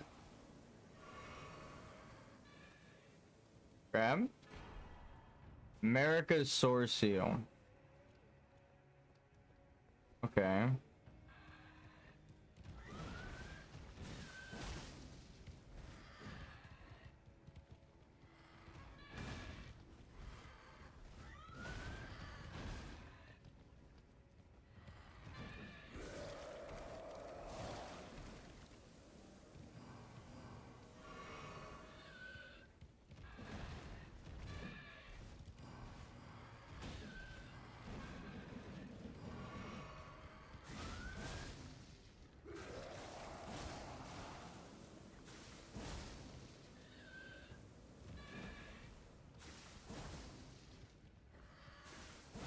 Holy shit.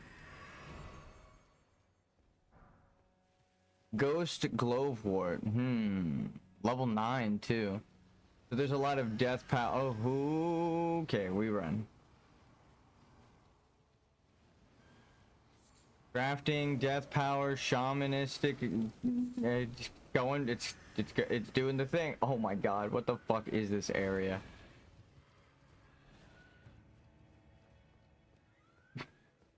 And there's another one. Yeah. Oh.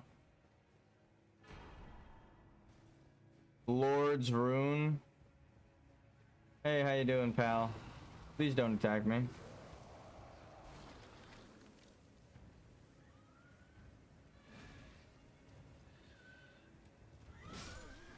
I knew it was coming. To be honest, I'm surprised I even survived that long, you know?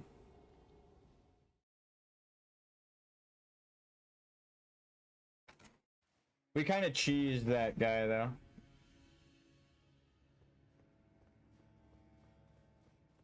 Who am I kidding, though? It feels good to cheese a boss. Especially one that's, like, annoying to the community. Everyone hates it. It's like, I'm sure that's so satisfying for people to watch. Like, yeah, beat that fucking boss's ass, dude. That one sucks.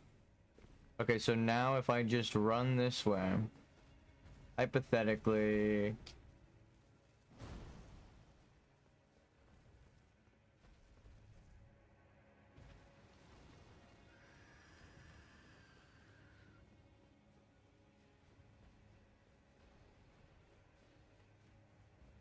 Seems clearer.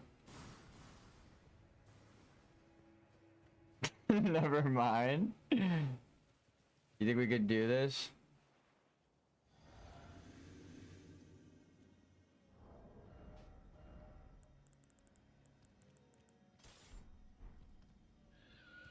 Oh.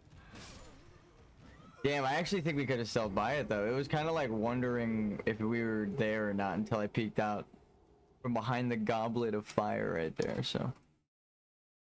I think we can actually sneak by. That means I'm gonna just have it prepped.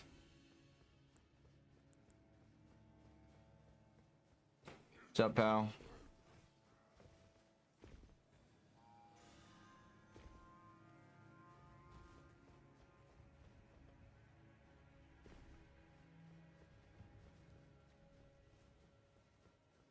I kind of want to know what's in here. I know there are 2 guards, but...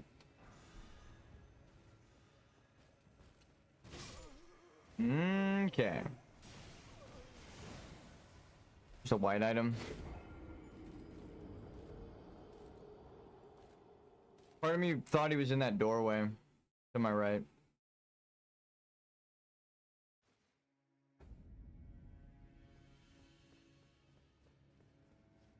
All right, now we push forward.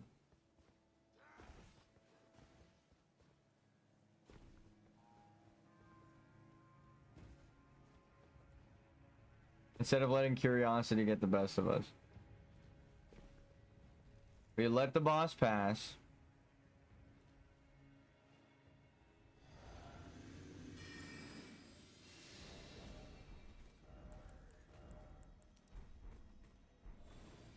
What the fuck?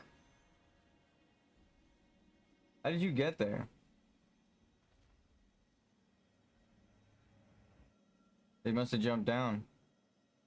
Oof.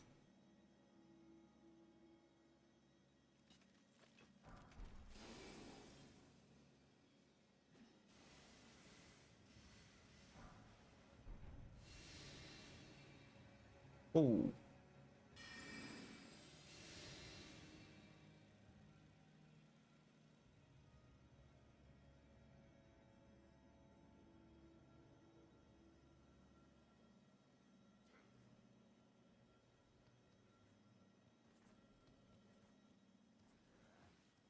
Oops.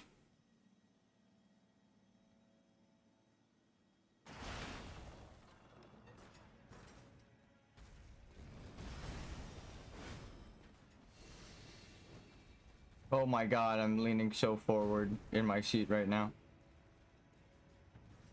Let me sit, let me sit, let me sit, let me sit, let me sit, please. Oh, it's okay. Me and this guy died in sync, which is funny.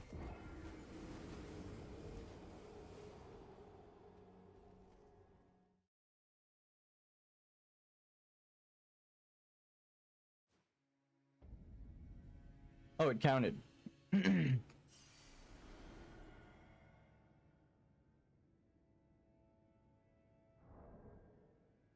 don't think that's the tree spirit I need to kill.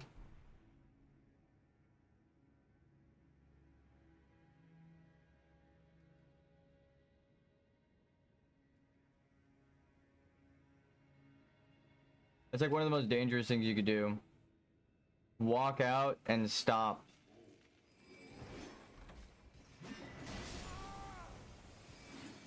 That's fine. I'm not fighting you. I already killed 3 of you at the same time. I don't need to prove myself again. I already killed 3 rotten versions of you at the same time. In that dungeon. Way earlier when my weapon wasn't even upgraded, so. You guys can suck my dick. I'm leaving. I already beat you.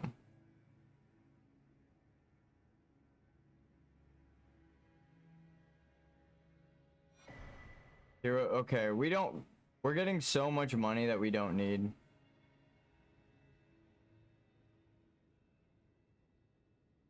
Ah. I might get shot right now, but it's okay. Fuck. I don't have the thing equipped that I need equipped. Ooh. Okay, he's got his ass in the air. We might need to die anyway, so that's fine.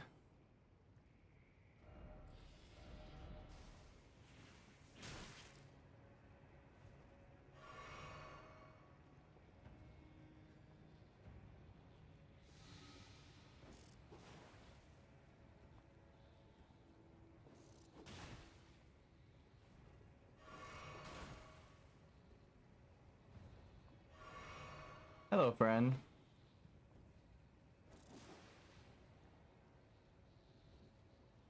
Okay, this looks way more it feels so nightmarish when you're here, but as a level 1 now it feels a little bit more possible, because I thought it was gonna drain my health way faster. Maybe I'm not gonna make it to the next grace. Maybe I use my healing too much. Oh fuck. Trap? No trap, but dead end. Grace ahead? Grace? Uh-oh.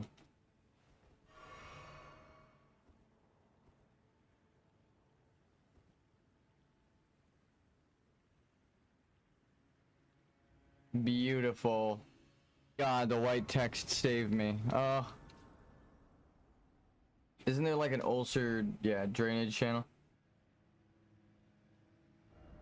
Keep moving ahead. So there's a monster I have to fight. I'm guessing that something's gonna be shooting at me.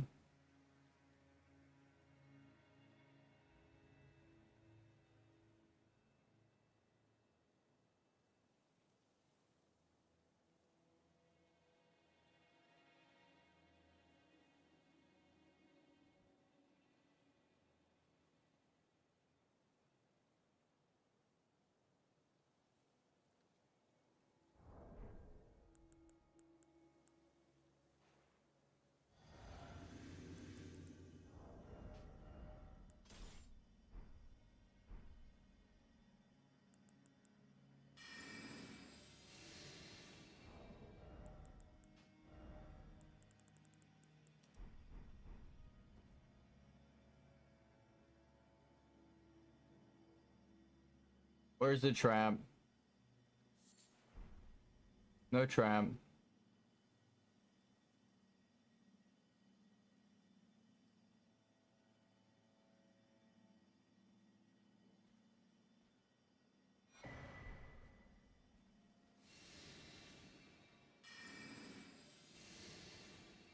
Oh my god, that visibility. That line of sight was so lucky. Holy fuck. But then I kept it, which was skill. Baby? Okay. I get it. This is Mikola as opposed to Saint Trina. The yin to the yang.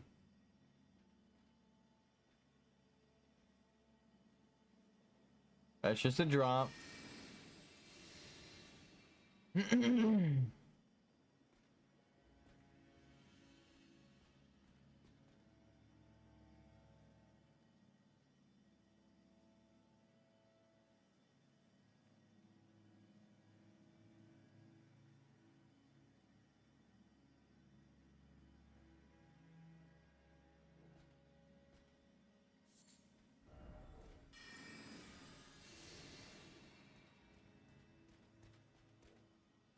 Be wary of enemy. Oh.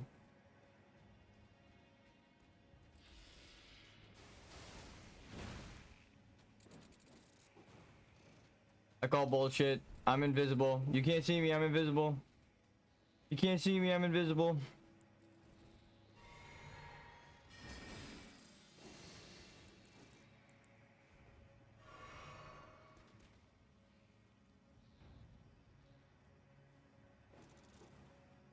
You can't see me, I'm invisible. Fuck. I think that was like the next spot too, down that elevator.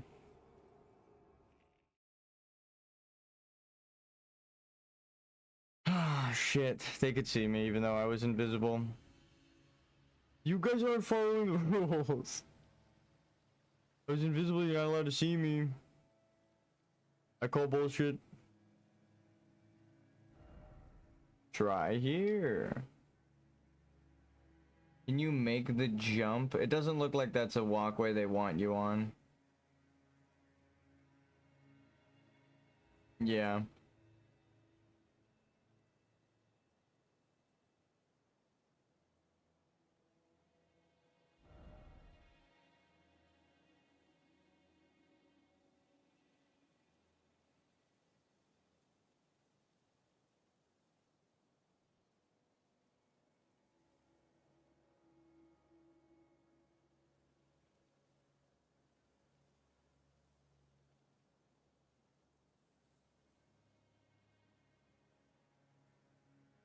I don't want to risk it, but if oh, actually, because I feel like you can make that jump right here. You could definitely make it.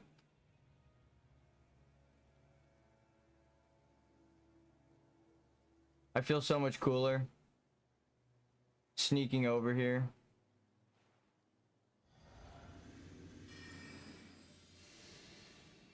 You don't see anything.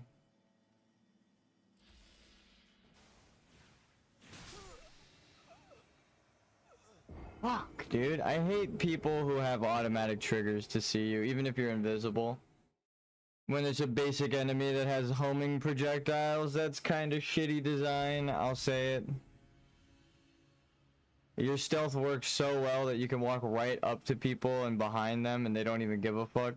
But because of automatic triggers, they're like, I see that invisible dude over there. It's like, god damn it. It just makes a little bit of an inconsistency that feels bad when it happens like that. I heard them. I tried to line it up with the tree. I was hoping it was like the one small guy. Oh, fuck. I'm dead. It was not, in fact, the small guy. It was just some random trigger fucking down the street from that guy. Because I walked into it, it triggered him. It's like it's a trigger collider, right? Like it's like an invisible box or sphere. And as soon as you walk into it, it lets the AI know, hey, there's someone here. It does not feel good to die to one. Fuck me, that was bad. I don't know how the fuck I made that jump before, but I'm just gonna stop and not go for it.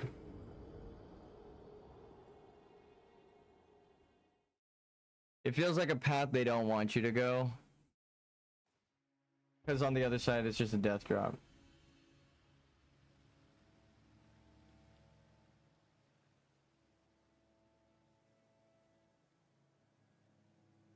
Damn.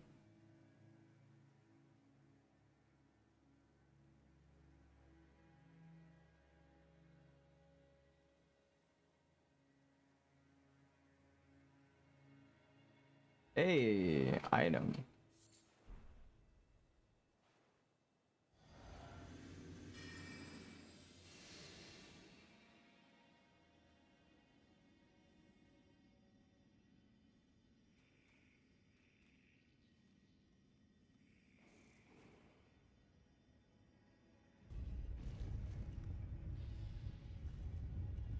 Oh, thank God.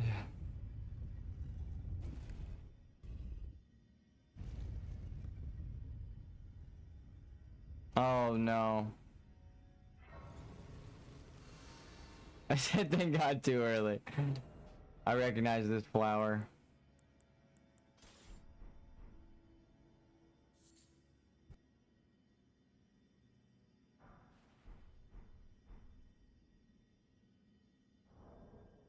We're level 1.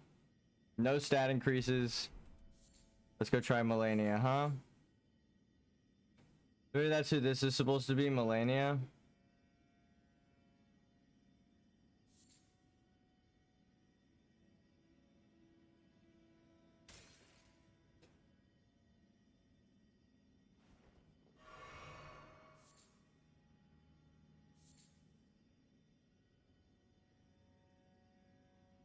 Get that back. Let's turn the camera on.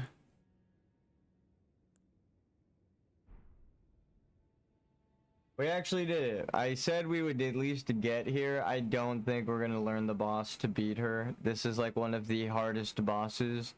I keep saying that, but famously, this one's difficult.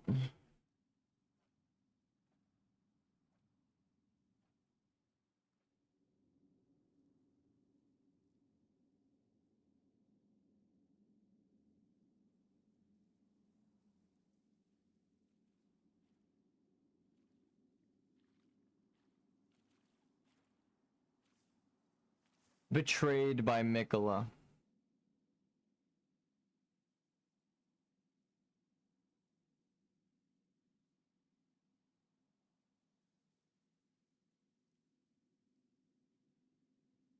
As I'm playing this again, I'm like, I don't even know how I would make the game that Orange Buster asked. That's such a difficult ask. Make a Dark Souls like is a challenge. And then also make a Bennett Foddy type game. That's gonna be hard. My flesh was dull gold, and my blood rotted. Corpse after corpse left in my wake. As I awaited his return. Damn.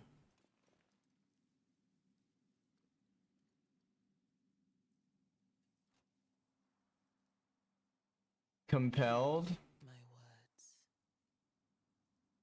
I am Melania, Blade of Mikola.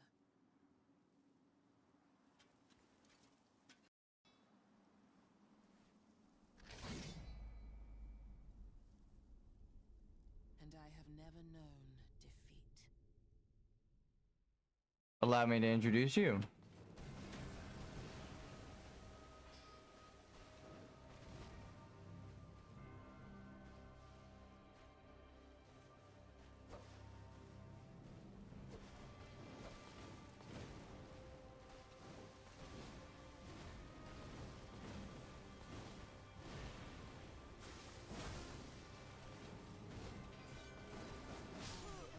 Ah.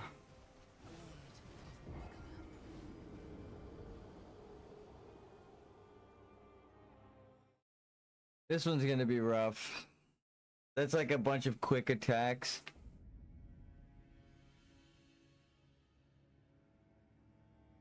And she has never known defeat. I feel like that's a lie, right? Like Radon kind of... I guess you could count him as beaten.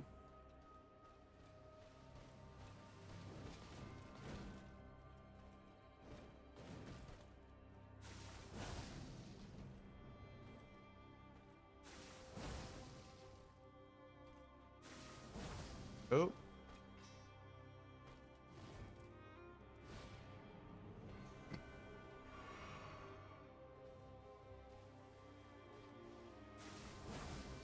Oof. Fuck. I don't know if I'm fast enough.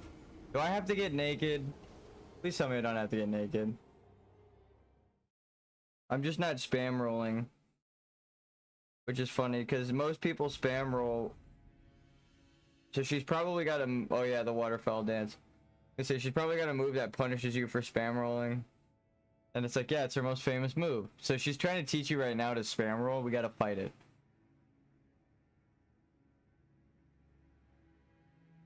Because she has a move that punishes that exact behavior. So she's trying to teach you something that she could punish you. That's why she's such a hard fucking boss. Because it's like ingraining something into your muscle memory that's gonna be hard for you to unlearn. God damn. Okay, that was a new one.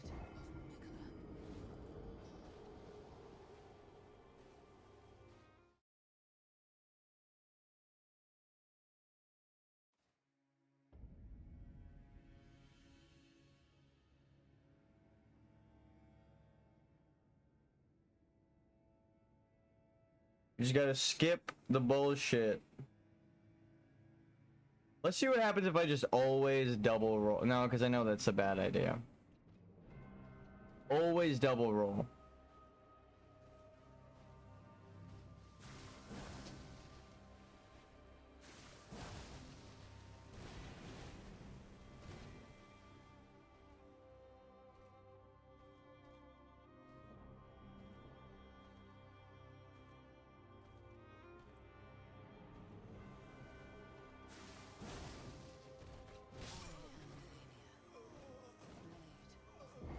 I know I double rolled because that was what I was just saying, so I feel like a double roll would have been fast enough there. I don't know why my character didn't decide to fucking roll a second time.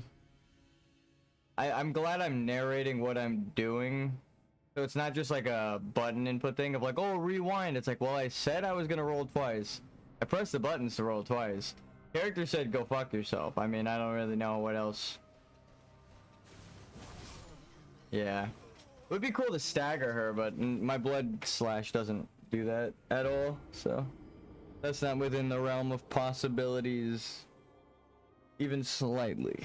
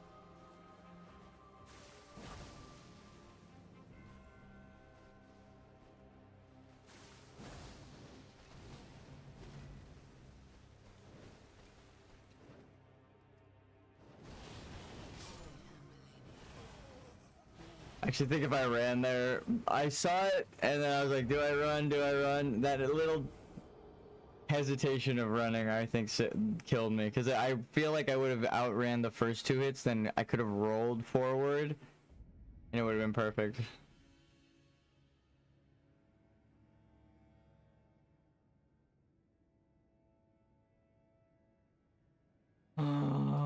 That's like the move that everyone dies to though, so.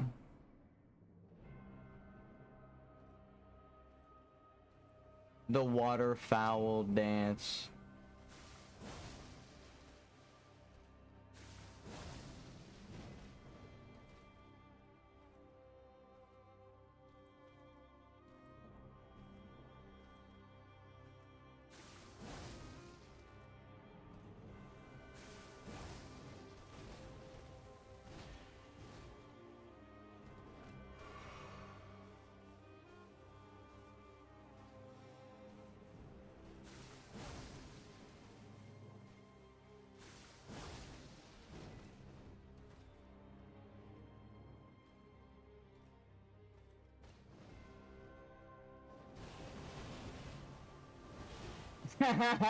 Ah, dude, it works. You just gotta dodge into it when she does the second windup.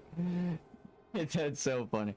Actually, it looked like you have to dodge into it for the second windup, keep running for a second, and then dodge again. Because of the way that the explosions homed in on you twice, it went like combo, combo, combo, stop, combo, explosion. Homing explosion, I should say, so.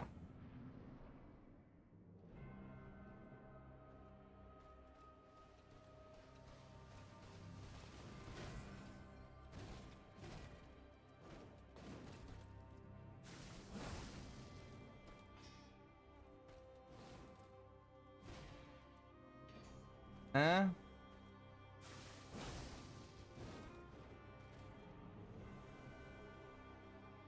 I think I could get one more before I heal. Nope. I feel like she lets you attack her for a bit. Because there's two phases to this. and then she also heals. So she wants you to damage her so that the player can learn that she self-heals. But goddamn, is it painful.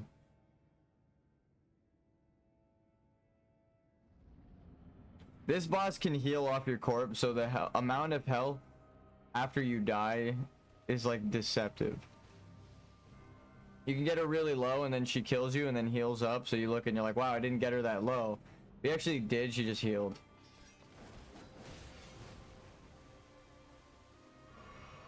I gotta learn how to fucking dodge that.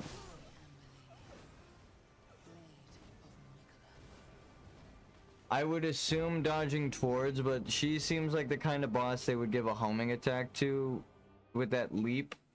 So I feel like I'm gonna dodge through it for the first 2 slashes, and then it's just gonna snap to me. Unrealistically, I should say. And still get me with the next 2. Because she's a hard boss, they want her to be hard. If you could just dodge through her shit. Right?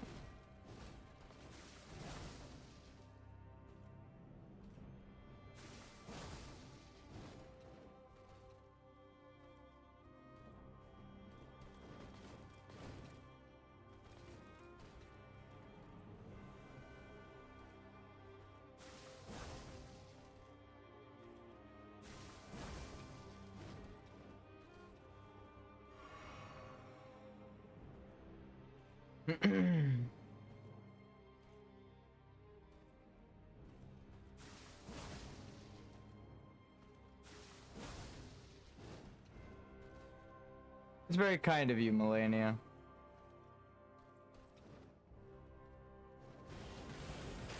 Nope. I swear to God, I pressed dodge before my character even took a bit of fucking damage. Why does that keep happening? I think it's the shield up. Like, it looks like I'm doing it, but it extends my hitbox so far forward that I have to dodge crazy early, but it throws off the timing, so... It actually is just better to run from her. When you see her take off into the air like that, just run. Just start running. You'll get like 1 or 2 dodges required, but... better than like 90 attacks. Oops.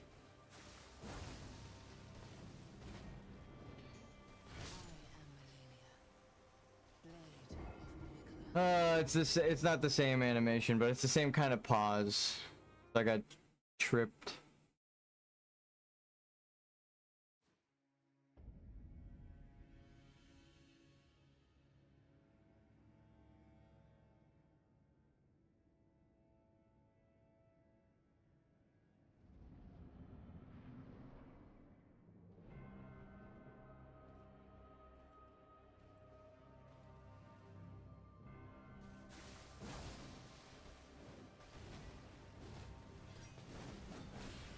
God fucking damn, dude. It happened so fast I can't even prepare my brain to dodge forward into it. Seems like dodging into her is the play. But again, it doesn't matter what it seems like. We have to find the true...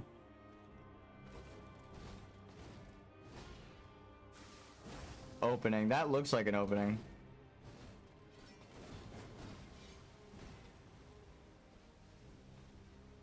Non-stop dodging back.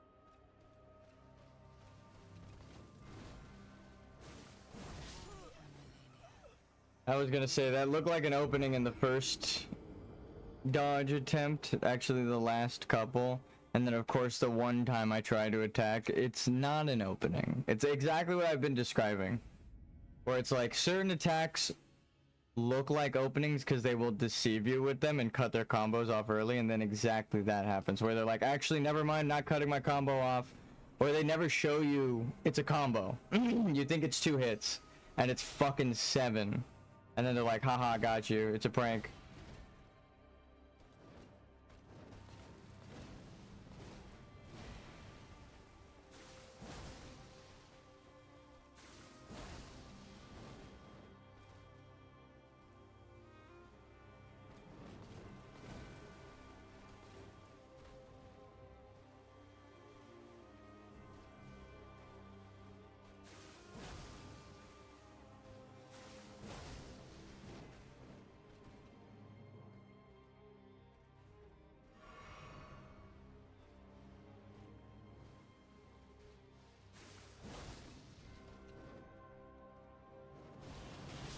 Fuck, dude. Oh god, I didn't run fast enough.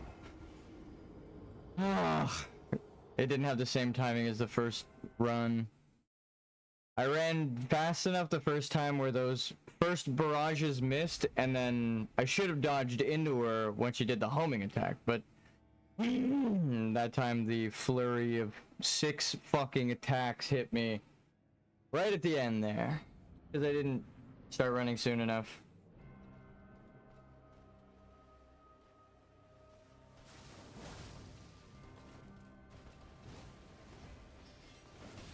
No, I fucking pressed the wrong button entirely. That's just on me.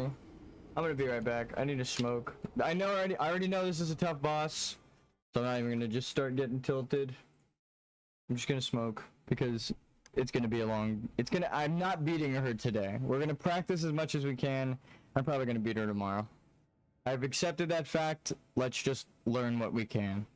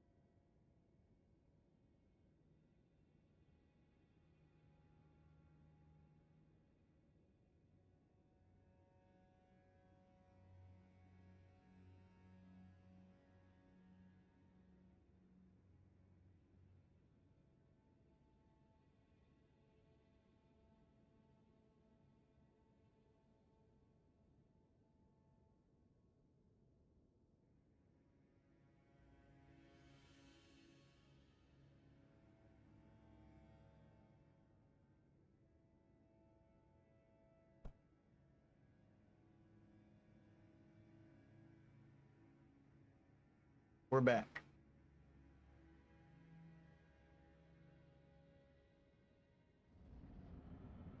Gotta try new stuff.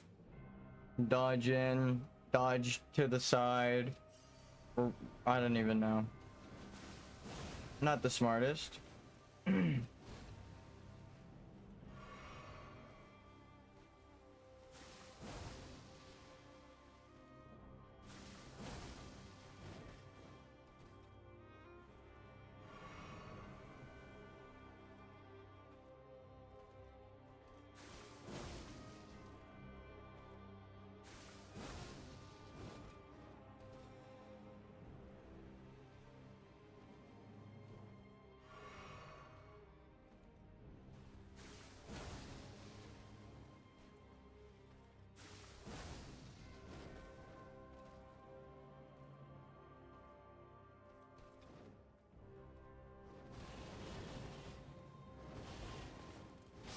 Fuck, dude.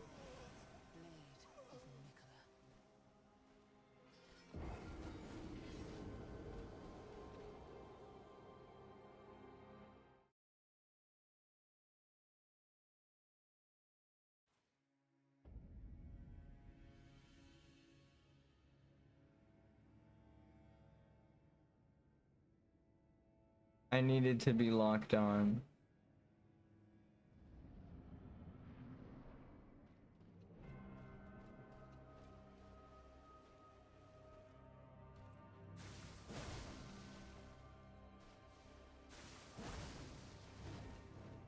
Holding it makes no difference in damage.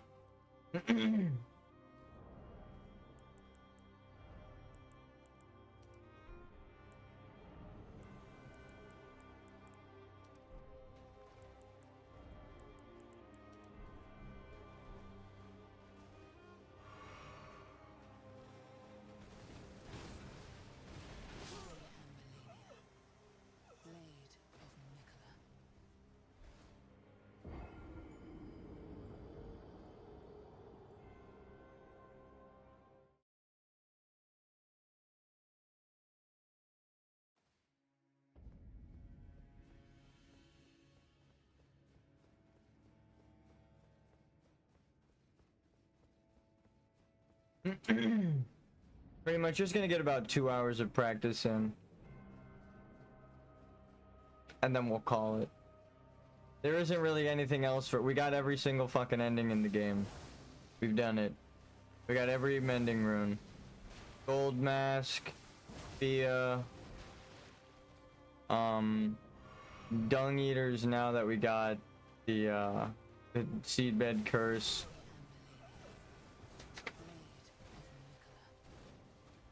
Fortisax is done, and we got Fia's. Halig tree, Millennium node, dung eater, seedbed. Seedbed's done. Gold mask done. Normal ending with America, we need that. Frenzied flame, we beat Moog, we can get naked and do that. Ronnie's ending with the ring, we already ringed her, so we did that. So we have 1, 2, 3, 4, 5 endings complete. We can just go do the dung eaters ending for the mending rune, but if we beat this and then go to fight the Mogwin dynasty and then go through the DLC, I actually don't want to do the DLC. Not on this character. That'll be the next playthrough. Because I do plan on beating the game again. That's fucking insane. But I'm not going to limit myself this time. Limit break. I hit her horns. Her Valkyrie wings. I'm so bad.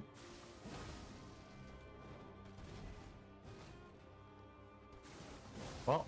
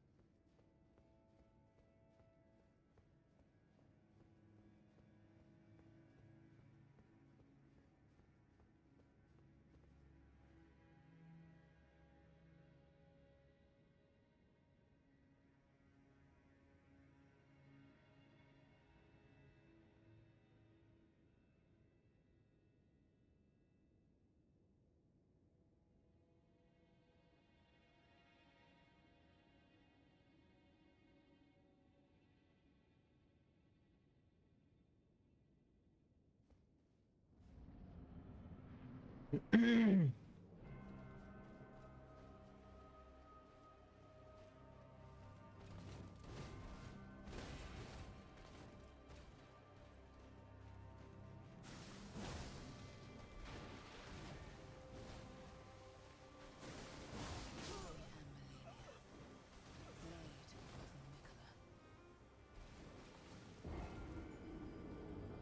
just gambling and losing.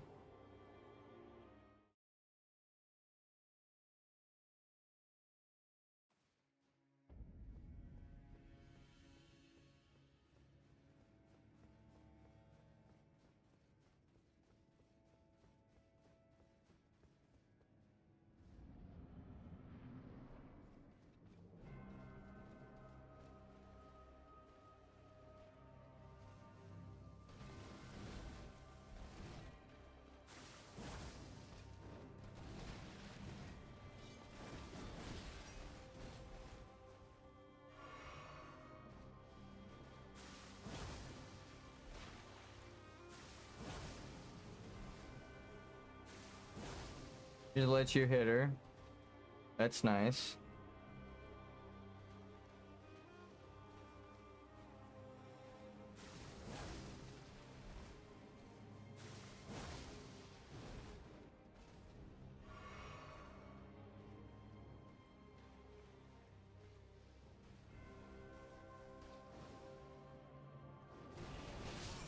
Yeah, there's nothing. I tried to roll through, but it really does seem like the only way out of that is to run away from her and then roll into it. But I don't know what the fuck to do after that point. I have to lock onto her to even see what the animation timing looks like. So we have to sacrifice at least one life to the waterfowl dance for science. Unless the lock on really helps me. And I can, okay.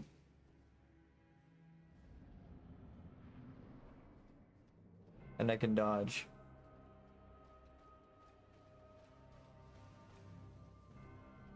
I don't know if it'll help me that much. It'll help me see what I need to do, but it's not going to be like an immediate solution that I'll be like, oh, that's what I do, like in the middle of the fight. And then be able to also dodge it, because she's fast as hell. God damn it, I hit that shit on accident, I'll be honest.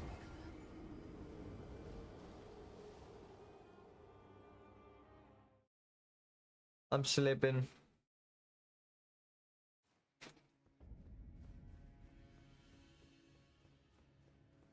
Oh, thank you. Don't have any more Angus beef. Huh. No Angusburg. Oh, whoa. Huh. No Angus burgers. Damn. Wonder why. But Carl's Jr. stopped selling Angus burgers.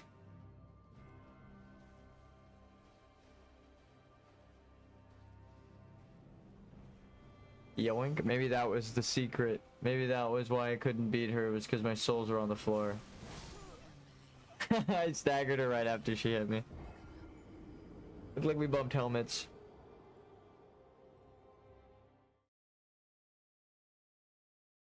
This is ideal height, relationship height.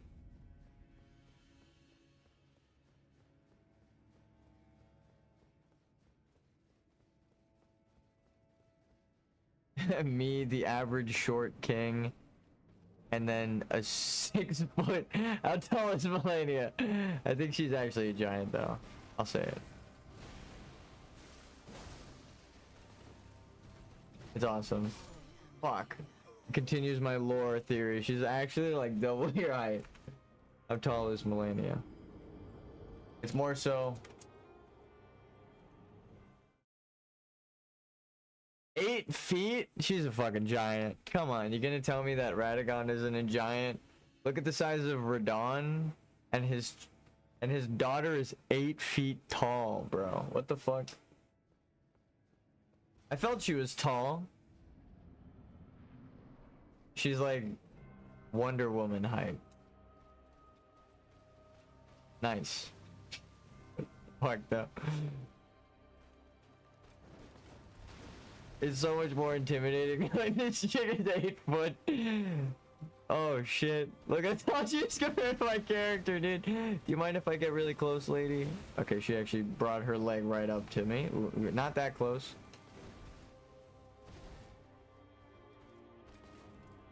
She's so fucking tall, bro.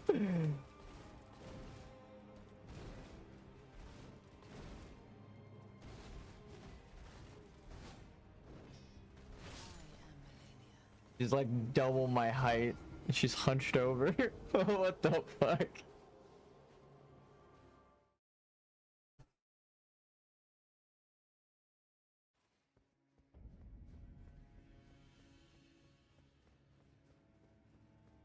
Definitely a giant.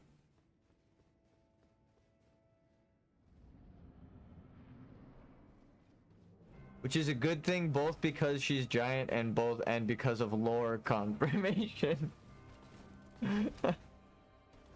She is fucking huge, dude. I'm now noticing why my spacing is so off when I'm trying to hit her with the blood sword.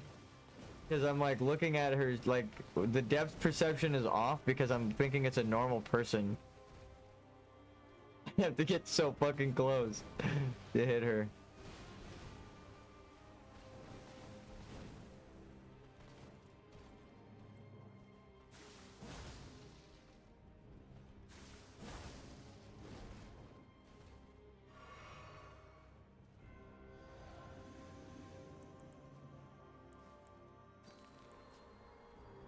Let's go, huh?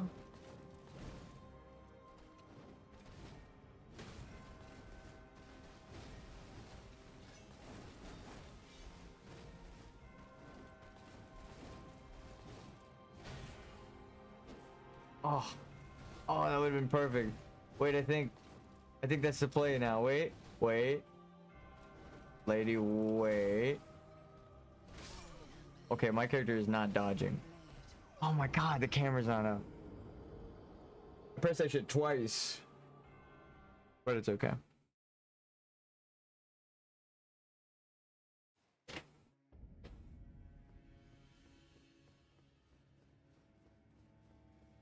My hand is covering it with a shadow, but the only way to prevent that is have a glowing controller, so.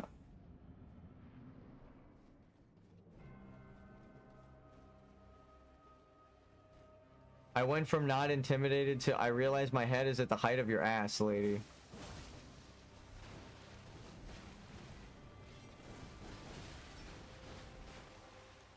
That is not the heal I wanted.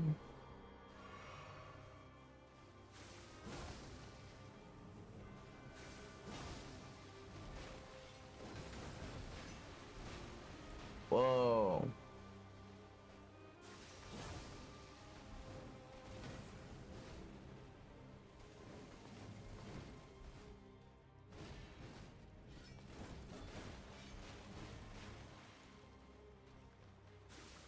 No, fuck me. I walked too close. I would have had the timing. I just got greedy and tried to step into the light, but I was already within it. I just needed to get to the edge. I screwed myself. I even had the thought, like as I pressed the attack button of, will this make the timing? It's so sad. That's how I know it's 100% my fault. When I walked forward too much, I was like, is this on me? She just has a thing where she doesn't attack sometimes, so I was hoping it would just continue. She likes to open with an attack.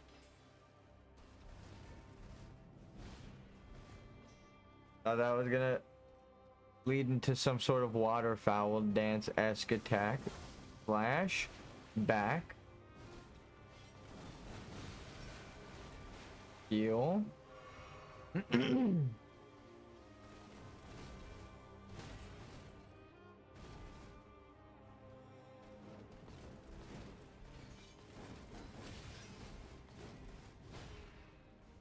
God damn it.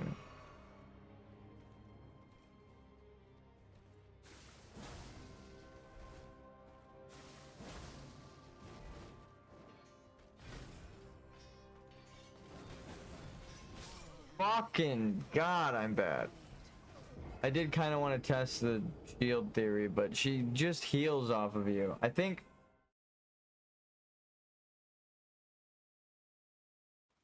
Jump attack might be the play. It's gonna be a very, very slow fight at this point in the game, but maybe. This is only phase 1, dude. Fucking god damn it. That's why she's letting us walk up and hit her, because we're supposed to just kill her right now. And I'm getting one shot, and then we go into the Goddess of Rot phase.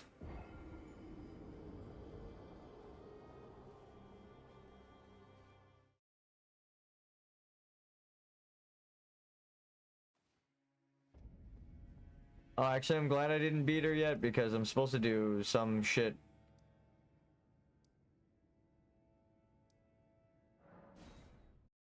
For Millicent.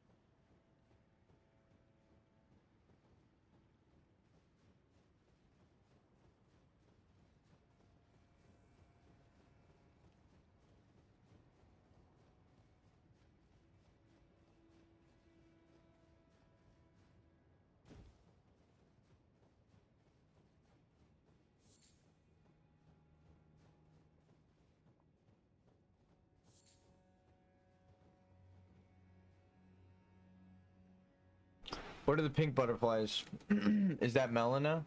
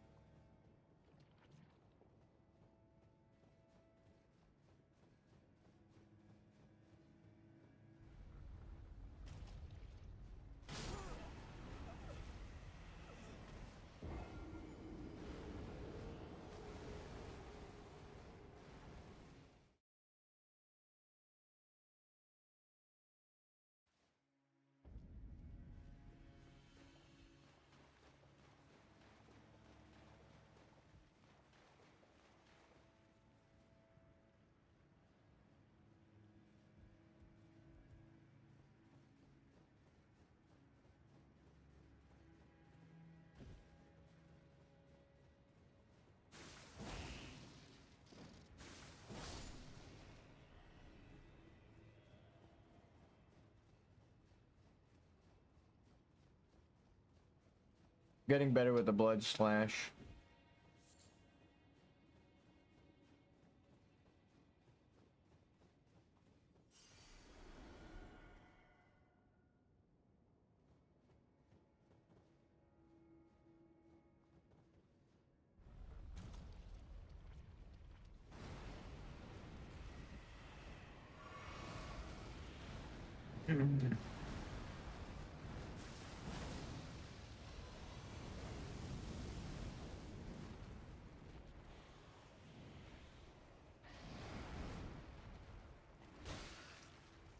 Oof.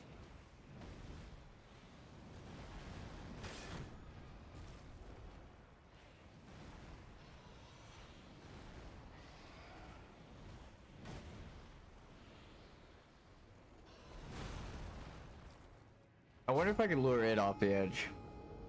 That was just a screw up. It hit me and I died.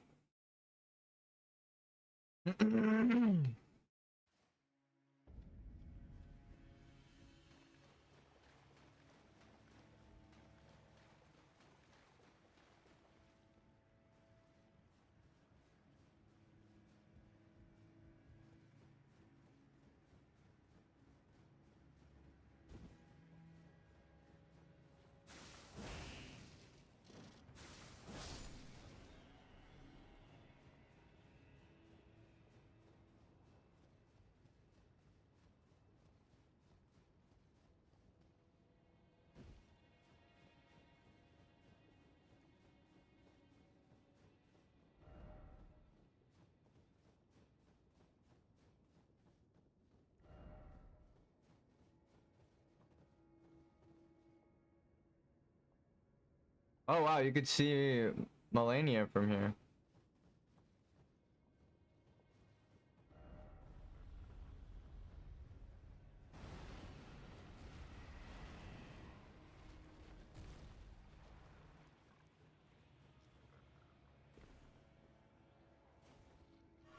Re-hit? No.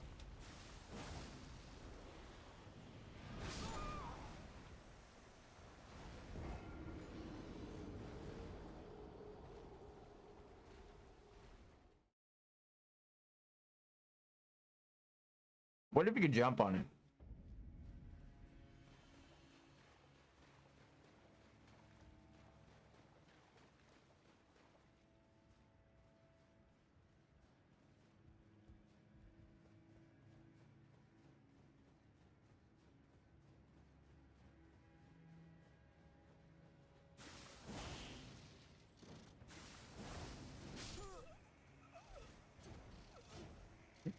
Can't get him every time, huh?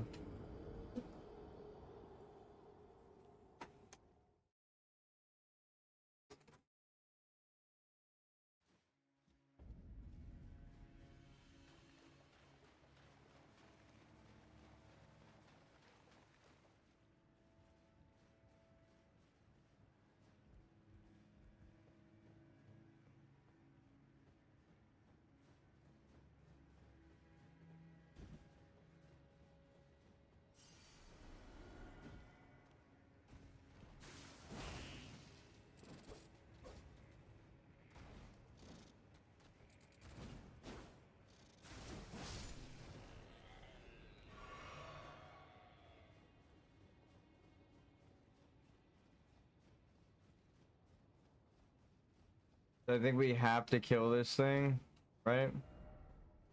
Try circling around. Behold ranged battle.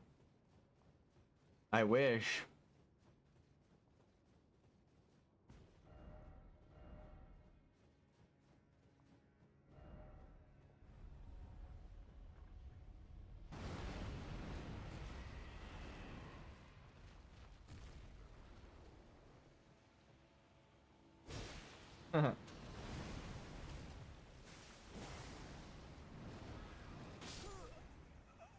My character fucked up so many times there. It's not really his fault. It kind of glitched. I was stuck in the body. I ran, like I held sprint and attack in the air. He did not sprint, nor did he do the attack. In Dark Souls 1, they were really cool, like land on the head attacks.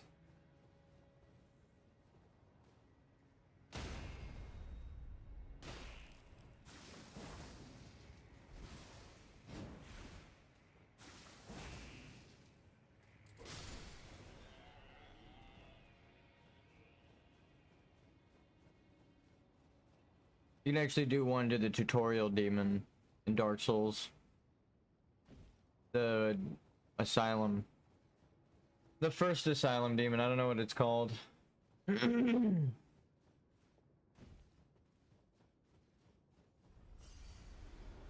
can I just fight it over here?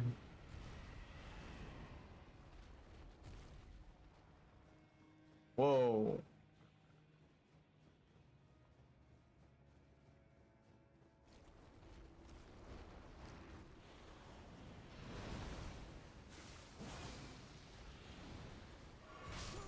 Fuck me, dude. I knew it was winding up too. I don't know why I did that. I have to kill this stupid tree spirit.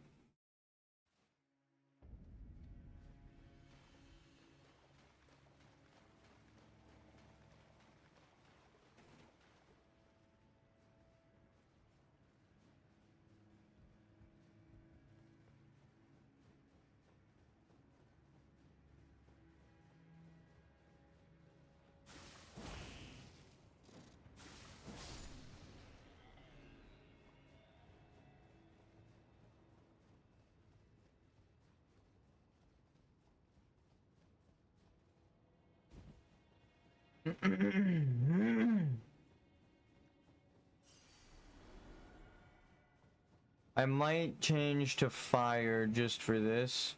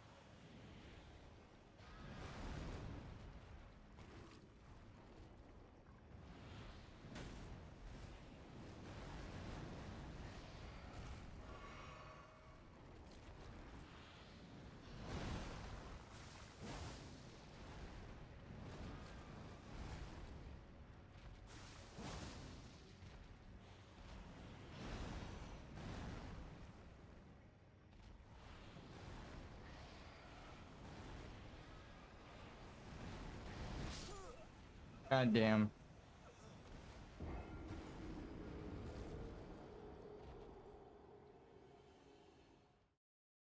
I'm gonna get some water. I forgot to grab a drink because they brought food for me, so I'll be right back.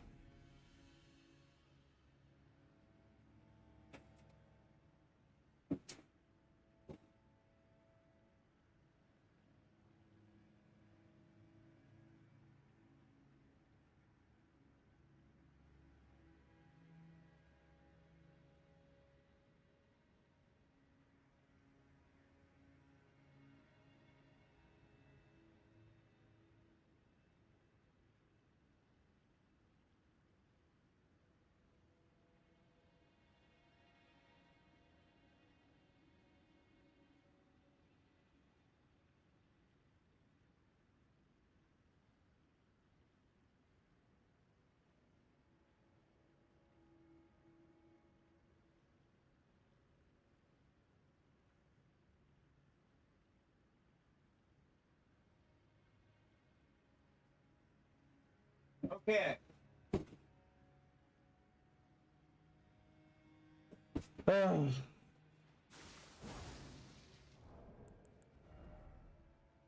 No leveling.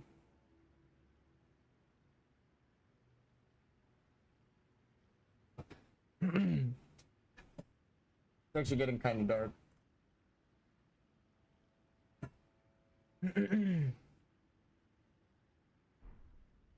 I know where I would start making a Souls-like, but you would have to have a lot of game knowledge of the Souls series because of like all the stuff I've been saying of like how every item, every enemy placement, like everything makes sense. It tells a story.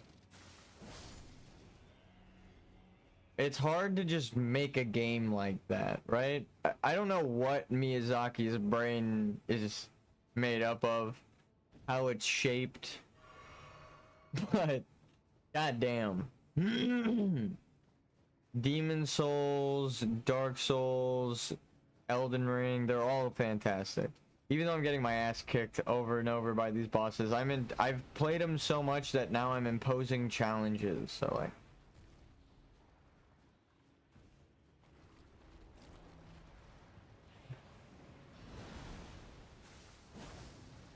I don't expect everyone to do a no leveling build.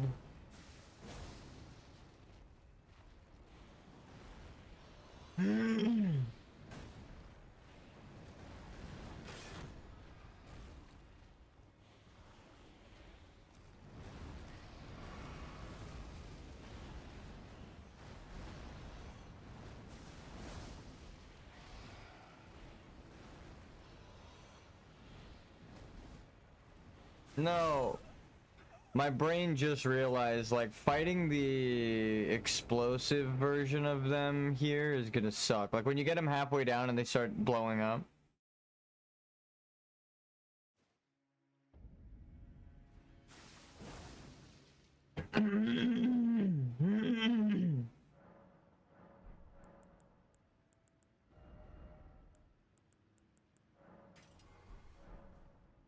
Maybe fire damage on the tree. It should be double damage because Scarlet Rot and tree. Right?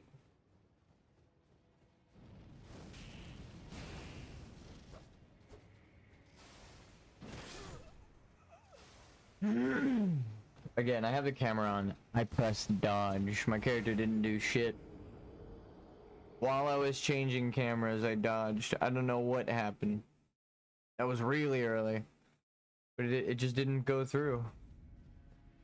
I will let you roll back the footage, and if I didn't press the button when I just said I did, I will delete my fucking character. That's how confident I am. I just pressed the dodge button. And it was probably on camera because I'm looking, my hands are on camera. It's like, god damn it.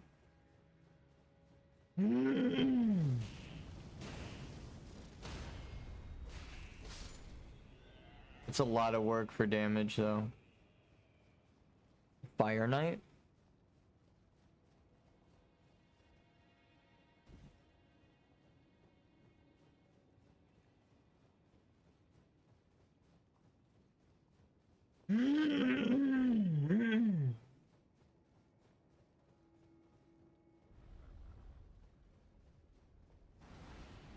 So maybe fight him up here, and then when he's doing an explosion, no, actually that's like the opposite of what I should do. If you drop down during an explosion, 1,300, that's actually really good. That's really good. You're not gonna be able to move, and that shit's gonna target you. That was a bit slow on that reaction. I tried to go around and then forward, and then it was like right as my character was sliding. And because he started sliding, I didn't have input. Like again, when you're falling, you can't like move around as freely, so.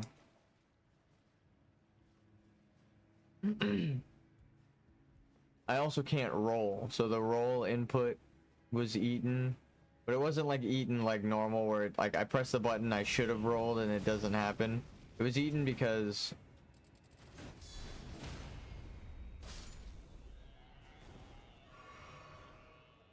I was in the air and you can't press it. I was in the air for a fraction of a second. That's when I pressed the button. You can't roll while you're in the air. God damn. How the fuck do I still have 12,000 souls?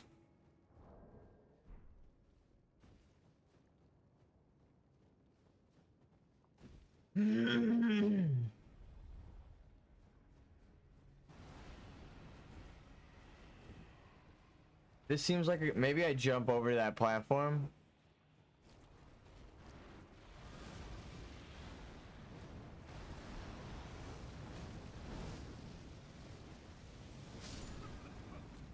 God damn it.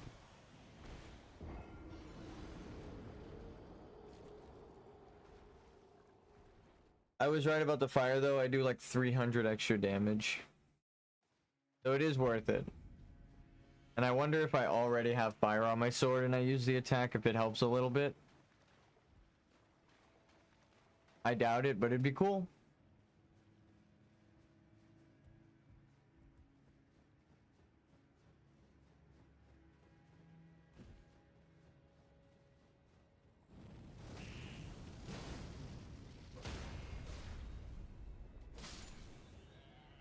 2,000 damage. It is cool buffing your weapon after. The thing is, I just don't do much damage with my simple attack, so it's not really worth buffing. Because it's just not worth. There's no bleed buildup now, so. Now it's just the additional fire damage to make up for it. Not quite the same. I think bleed is better.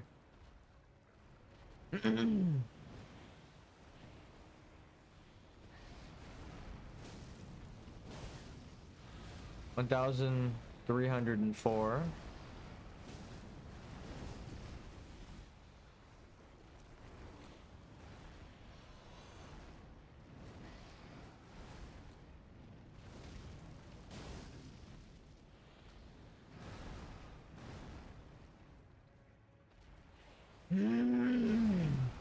It just takes so much magic.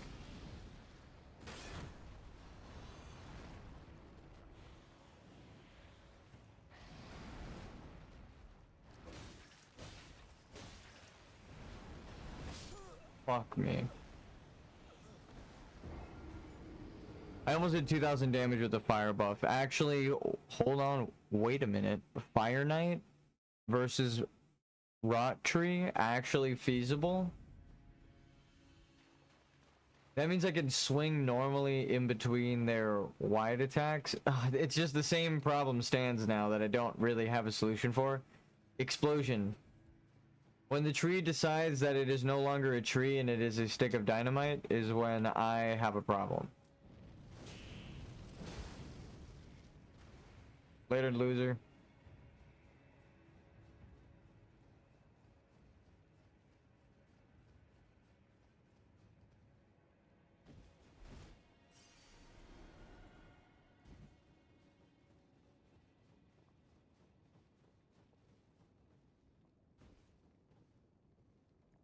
I'm gonna like fix my sock, squeezing the circulation out of my foot. I need like really big socks. I don't know why. I go to like Walmart, I buy the biggest fucking like 12 or whatever the fuck. My foot isn't that big, but they just make the socks have like this weird grabby portion in the middle now that's just, I have a wide foot. It's not, I have like a 10.5, but oh, wide, which is an option for shoes. It's so annoying. Not 10.5. 9.5 to 10, right? I gotta check my shoe. Either way, it's wide. That's what I meant. The number doesn't matter really. I don't want to lie about my shoe size, but the main thing I was trying to focus on was the wide portion. Why am I locking on to nothing?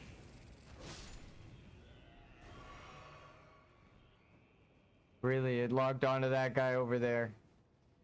There should be a proximity lock on, where if you're in combat with someone and they're close to you, it should prioritize them.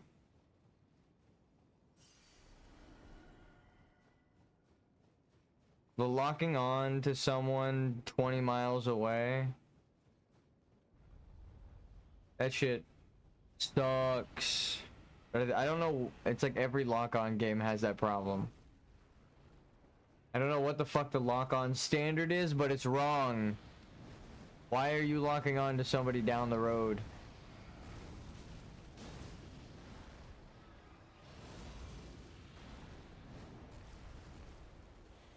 Alright, hey, we take those.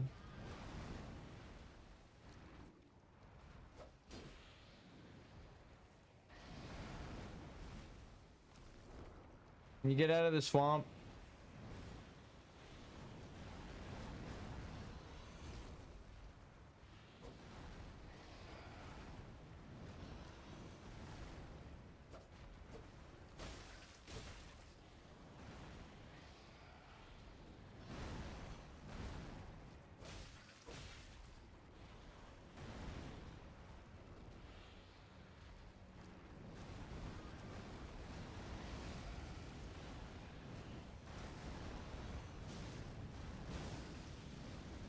No, I rolled into the fire.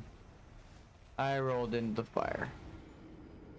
I thought it was doing the tail swipe attack.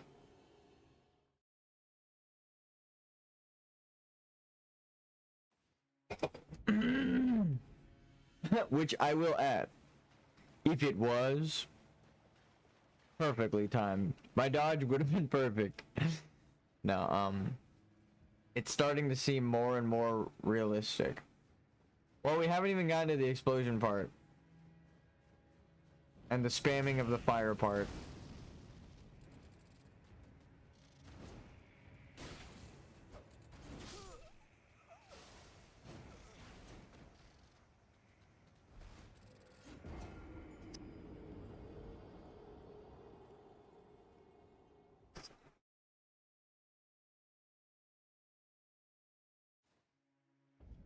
Fuck it.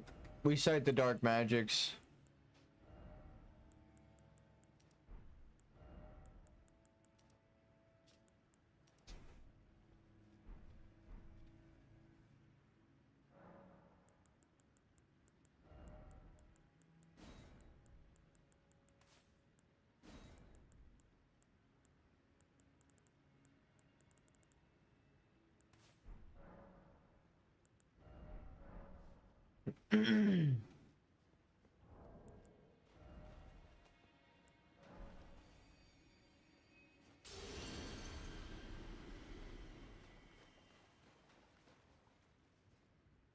Consumeth the rune. There aren't any rules against it, but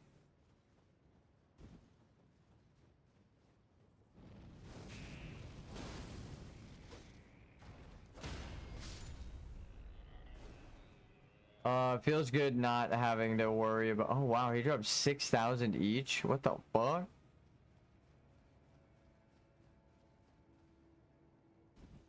Now one enemy dropped 6,000 runes.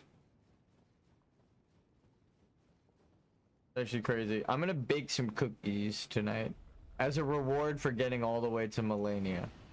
We killed so many bosses today that honestly, I thought both of them were gonna take hours each, but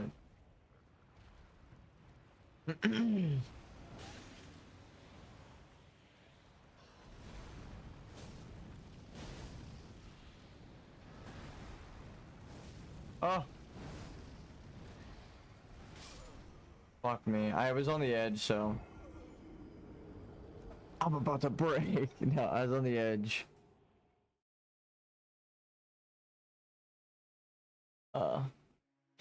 And also he was kind of pushing right there with his twirly move, so I couldn't go to the right. I had to push the direction. It's just, again, if I locked on, I would have solved tons of my problems because I would have seen him winding up.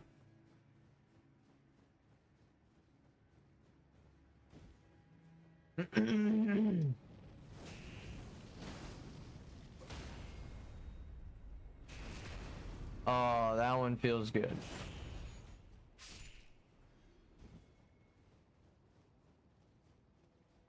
What they should have done is enemies that aren't immortal disappear after you kill them 12 times, but then they respawn after like a week's time in game. So you can just rest, or after you die a certain amount of time has passed, and then boom, enemies respawn. But also hollowing mechanic is back. Because I actually kind of like the hollowing mechanic of enemies.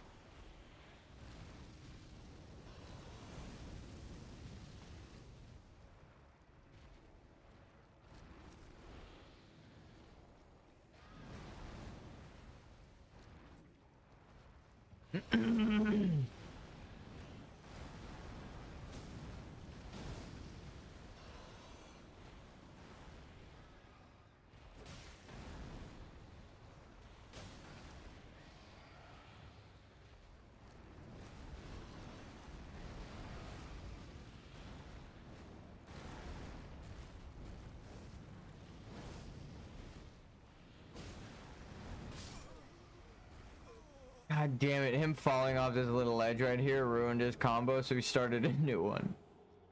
A little little bit of a glitch, but it's okay. It gives you the timing, it just, I have to get used to that happening. This game. It hurts. Why do we need to do this? Fucking.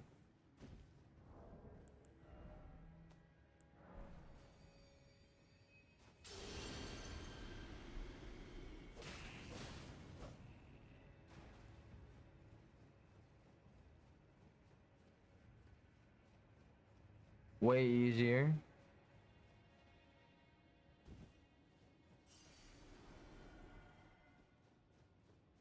Why is this required for Millicent?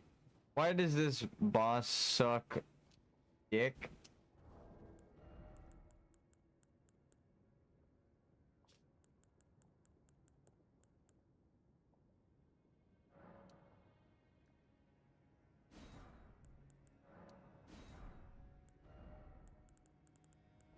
Maybe the Giant's pot?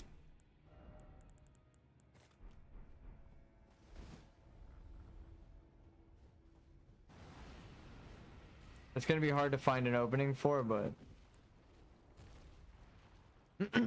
I guess if I'm not gonna survive this, but this is a good test of damage.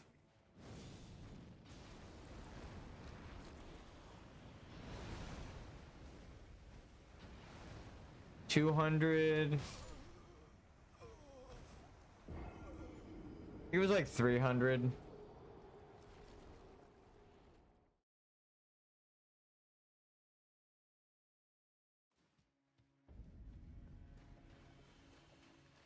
Damn, so I need to kill this boss before I even go to Melania if I want to do Millicent's quest for the Golden Needle. So this is an essential tree. I might take a break. No, I don't want to quit playing. I want to take a break from playing in the Elden Ring just to design my game, but we're so close to the fucking end.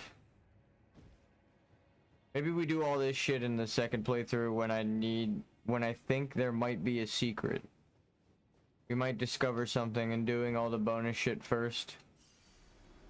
Okay, how much did this do?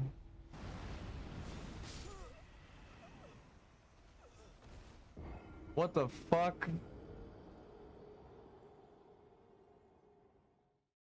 Play Ultra Kill, this is a big humor moment. Yeah, Yamer. How you guys doing, Legendary Hot Dog Man, Henry? How you guys doing? I didn't even notice you guys are here.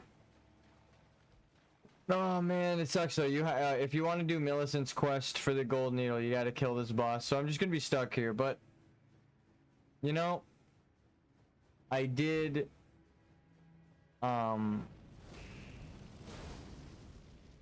before I play anything else, I'm gonna design my game and do stuff. I've been thinking about it a lot lately.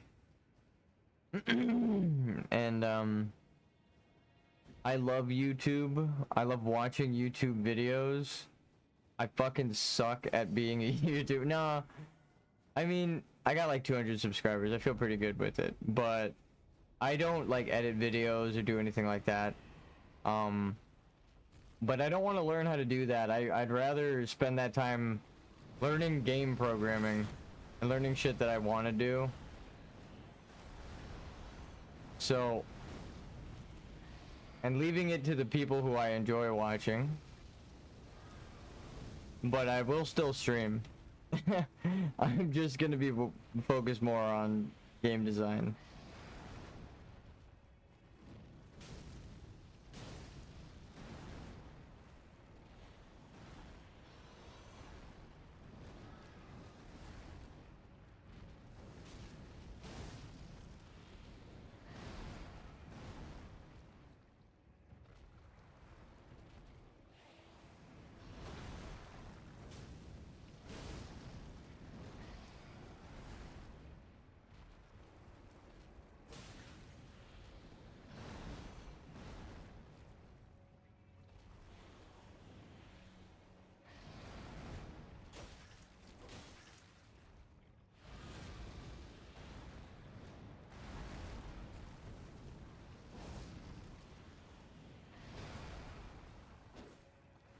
Ugh.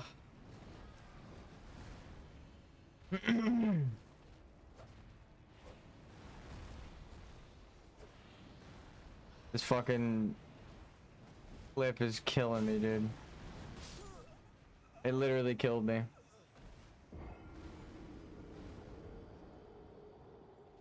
It cut his combo off, he moved into a shittier position and then continued a different combo, and the second hit killed me. Of the new combo.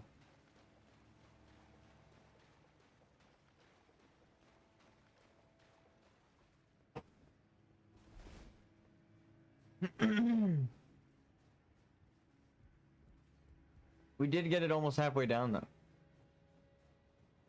In other news, I think the better way to do it is just hit this guy. No.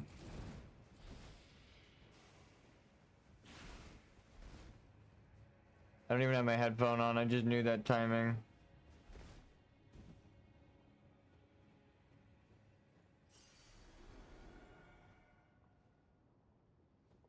So I just want to get far enough away that his AI drops off.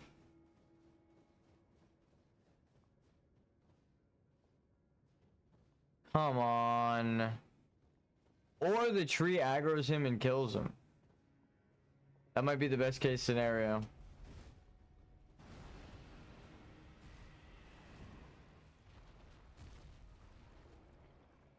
Please tell me there's a secret path.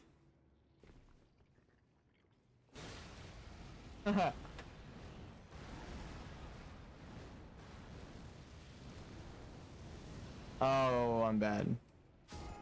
I was again, it's in the control. I'm holding forward and left, or forward and right. I guess the game just really wanted to walk me off the edge, so it walked me directly right. Even though that's not the way I was inputting. Do I hold a grudge? No. Is it clearly not the way I was pressing? Yes. I love the camera being set up.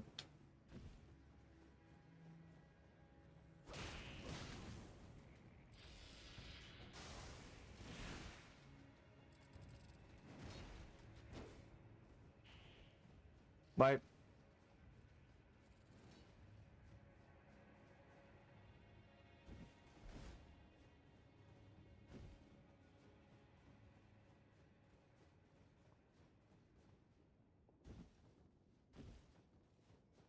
This one's worse than the dragon.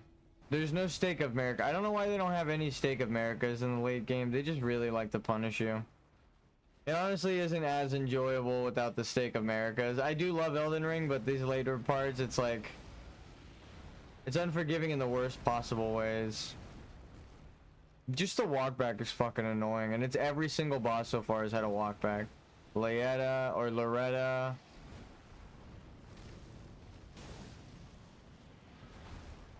But that's like more like the other Dark Souls games. So it's not like, oh, the other Souls games are better because they don't have it. It's like it just, they got rid of it in this game for the most part, and then the later game, the late game, it's like they forgot the fucking stake of Americas existed.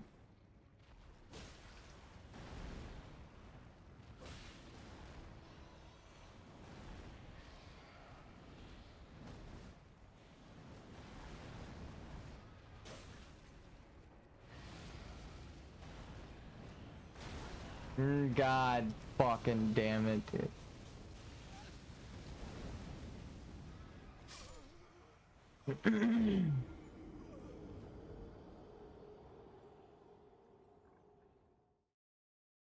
I've dodged that move like 100 times. It sucks dying to a move that you've only ever dodged.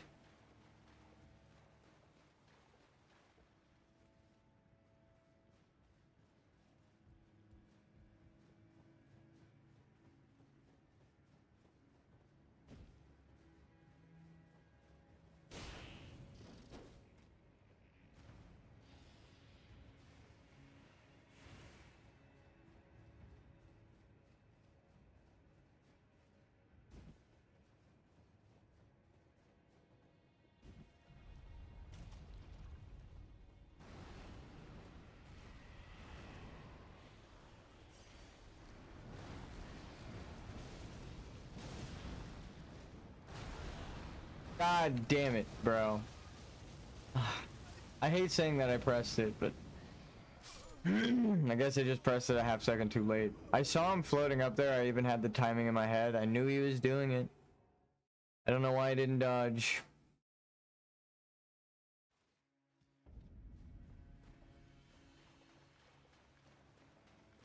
Well, it might look like I dodged, but I guess I didn't.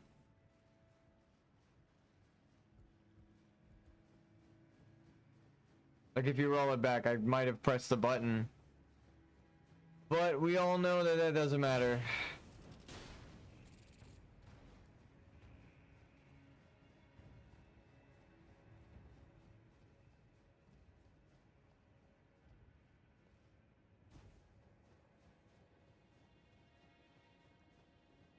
Actually, I kind of have an idea.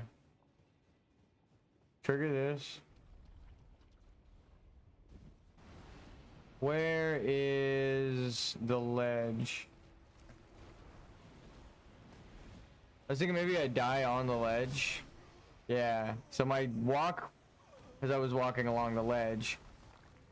Hopefully, my golden grace is now right along the edge. And whenever I get close to the edge, my character is gonna be fucking shining gold.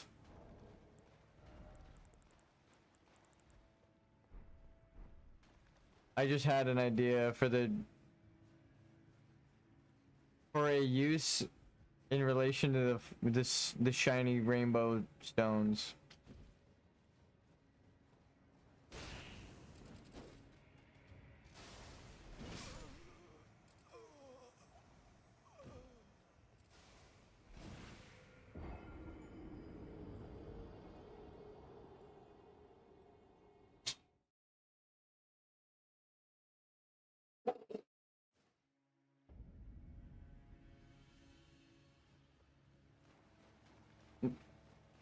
Closing the window, biting burger.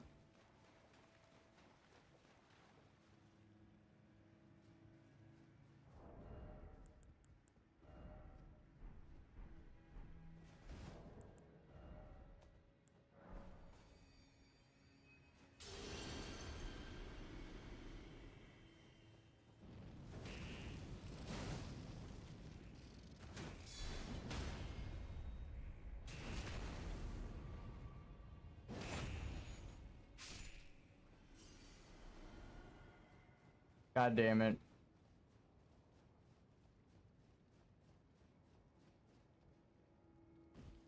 So, this is the best way to do it. 30, 29, 28, 27, 26, 25, 24, 23, 22, 21, 20, 19, 18, 17, 16, 15, 14, 13, 12, 11, 10, 9, 8, 7, 6, 5, 4, 3, 2, 1.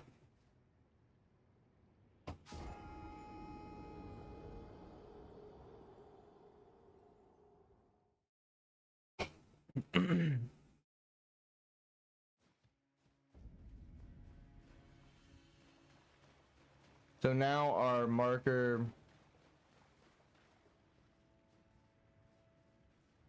should be on the edge.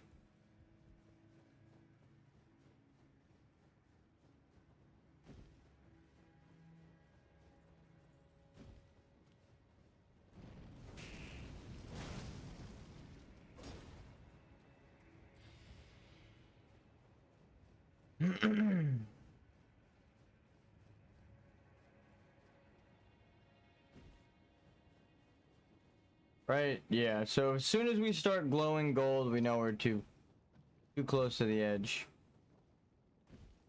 Though all of the other corners, I can still fall off down here, so I gotta be careful.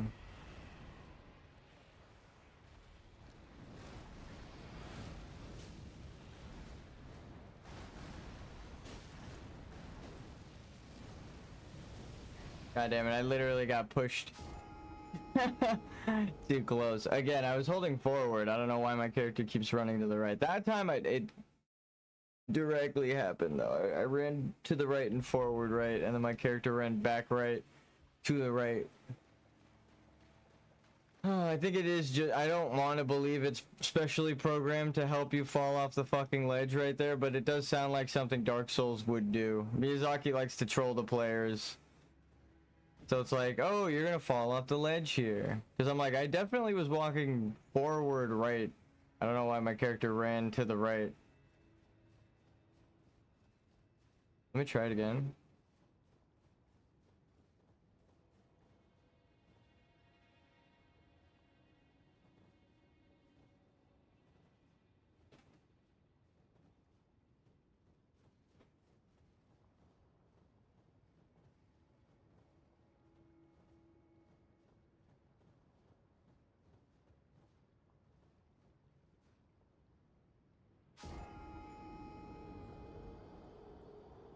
Okay.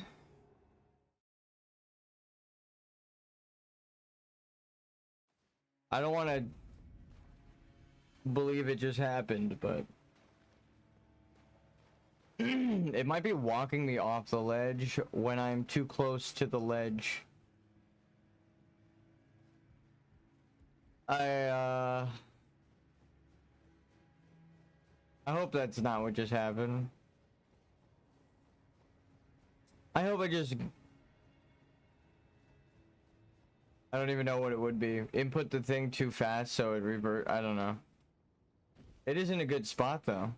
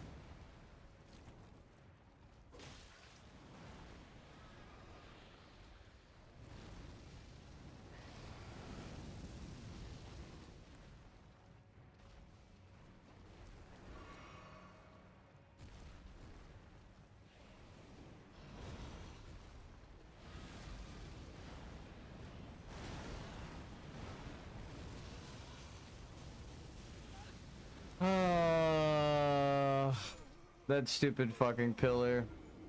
It kept it in place so that it changed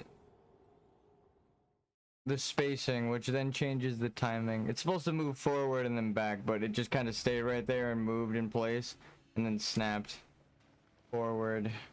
I wasn't sure if it was just gonna hold it there the whole time. Why? Probably for the best I had Scarlet Rot. Excuse me, sir.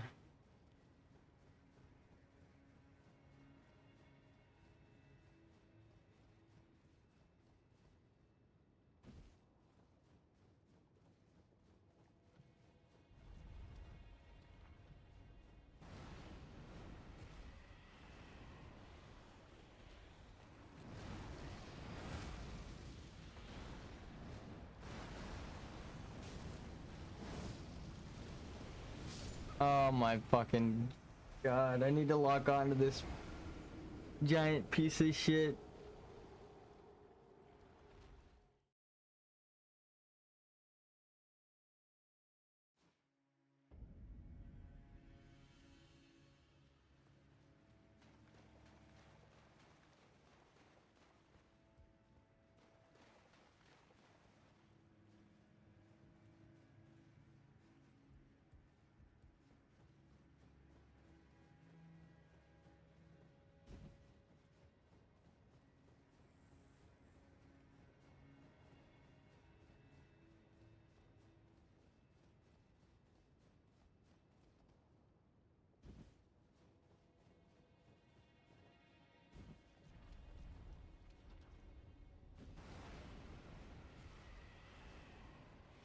See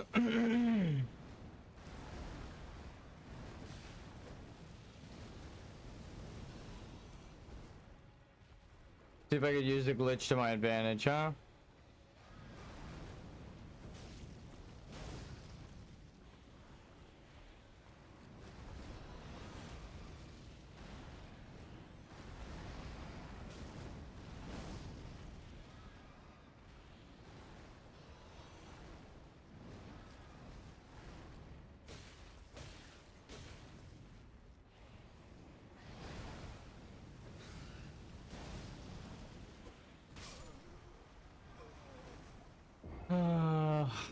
I just got greedy.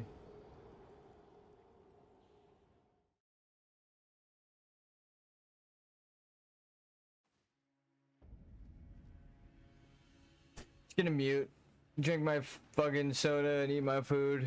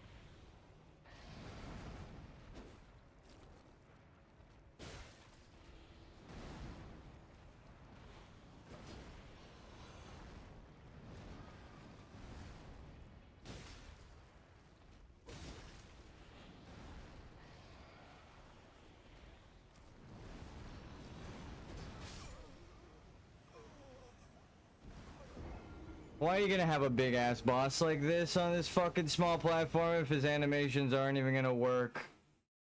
He just fucking slithered around in place and then shot towards me because he's supposed to be covering a large amount of area. And it's supposed to be an apparent path when he's out in the open, but when he's on a fucking small platform like that, he's just standing still and then shoots towards you. It's so fucking dumb. I don't know who put the fucking boss here, but they need to be kicked in the mouth. Actually, bad game design. This isn't the boss to put here. Like, at all. None of its animations work here. It looks like shit. Like, actually, this is the fucking worst. God, and then it's a required quest boss. It's so fucking stupid.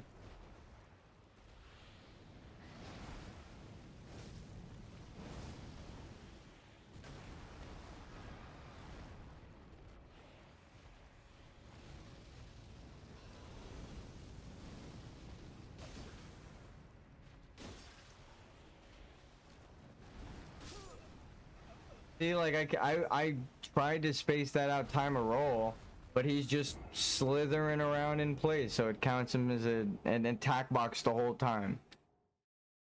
Oh god damn, dude. This is so bad. This boss alone is like alright.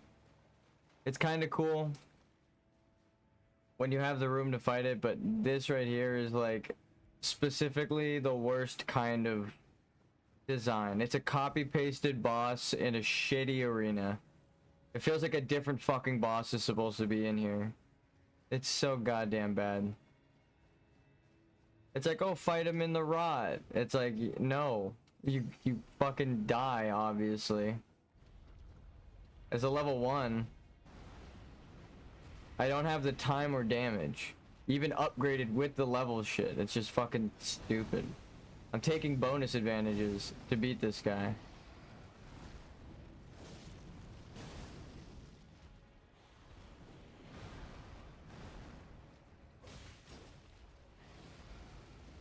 Actually, we don't even have him active right now, but it's because I don't feel like any of these attempts are going to be good.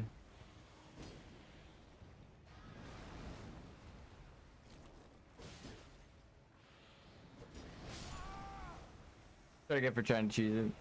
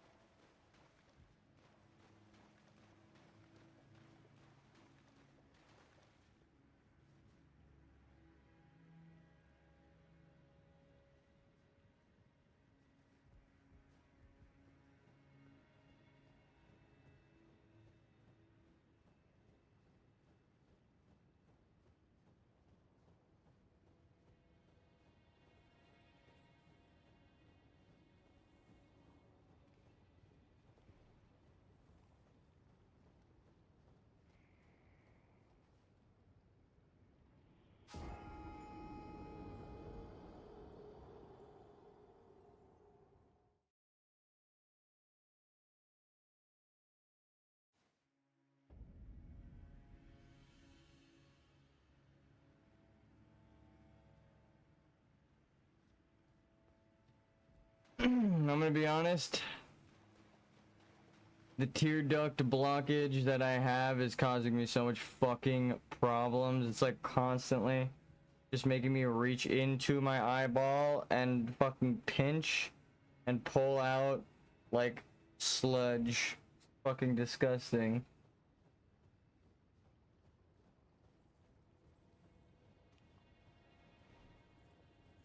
But that is like half of my existence right now.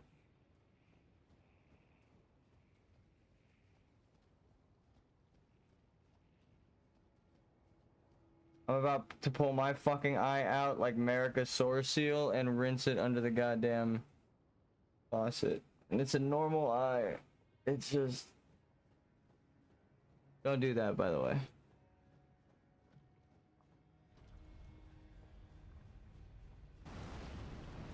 I just don't know what the fuck else to do.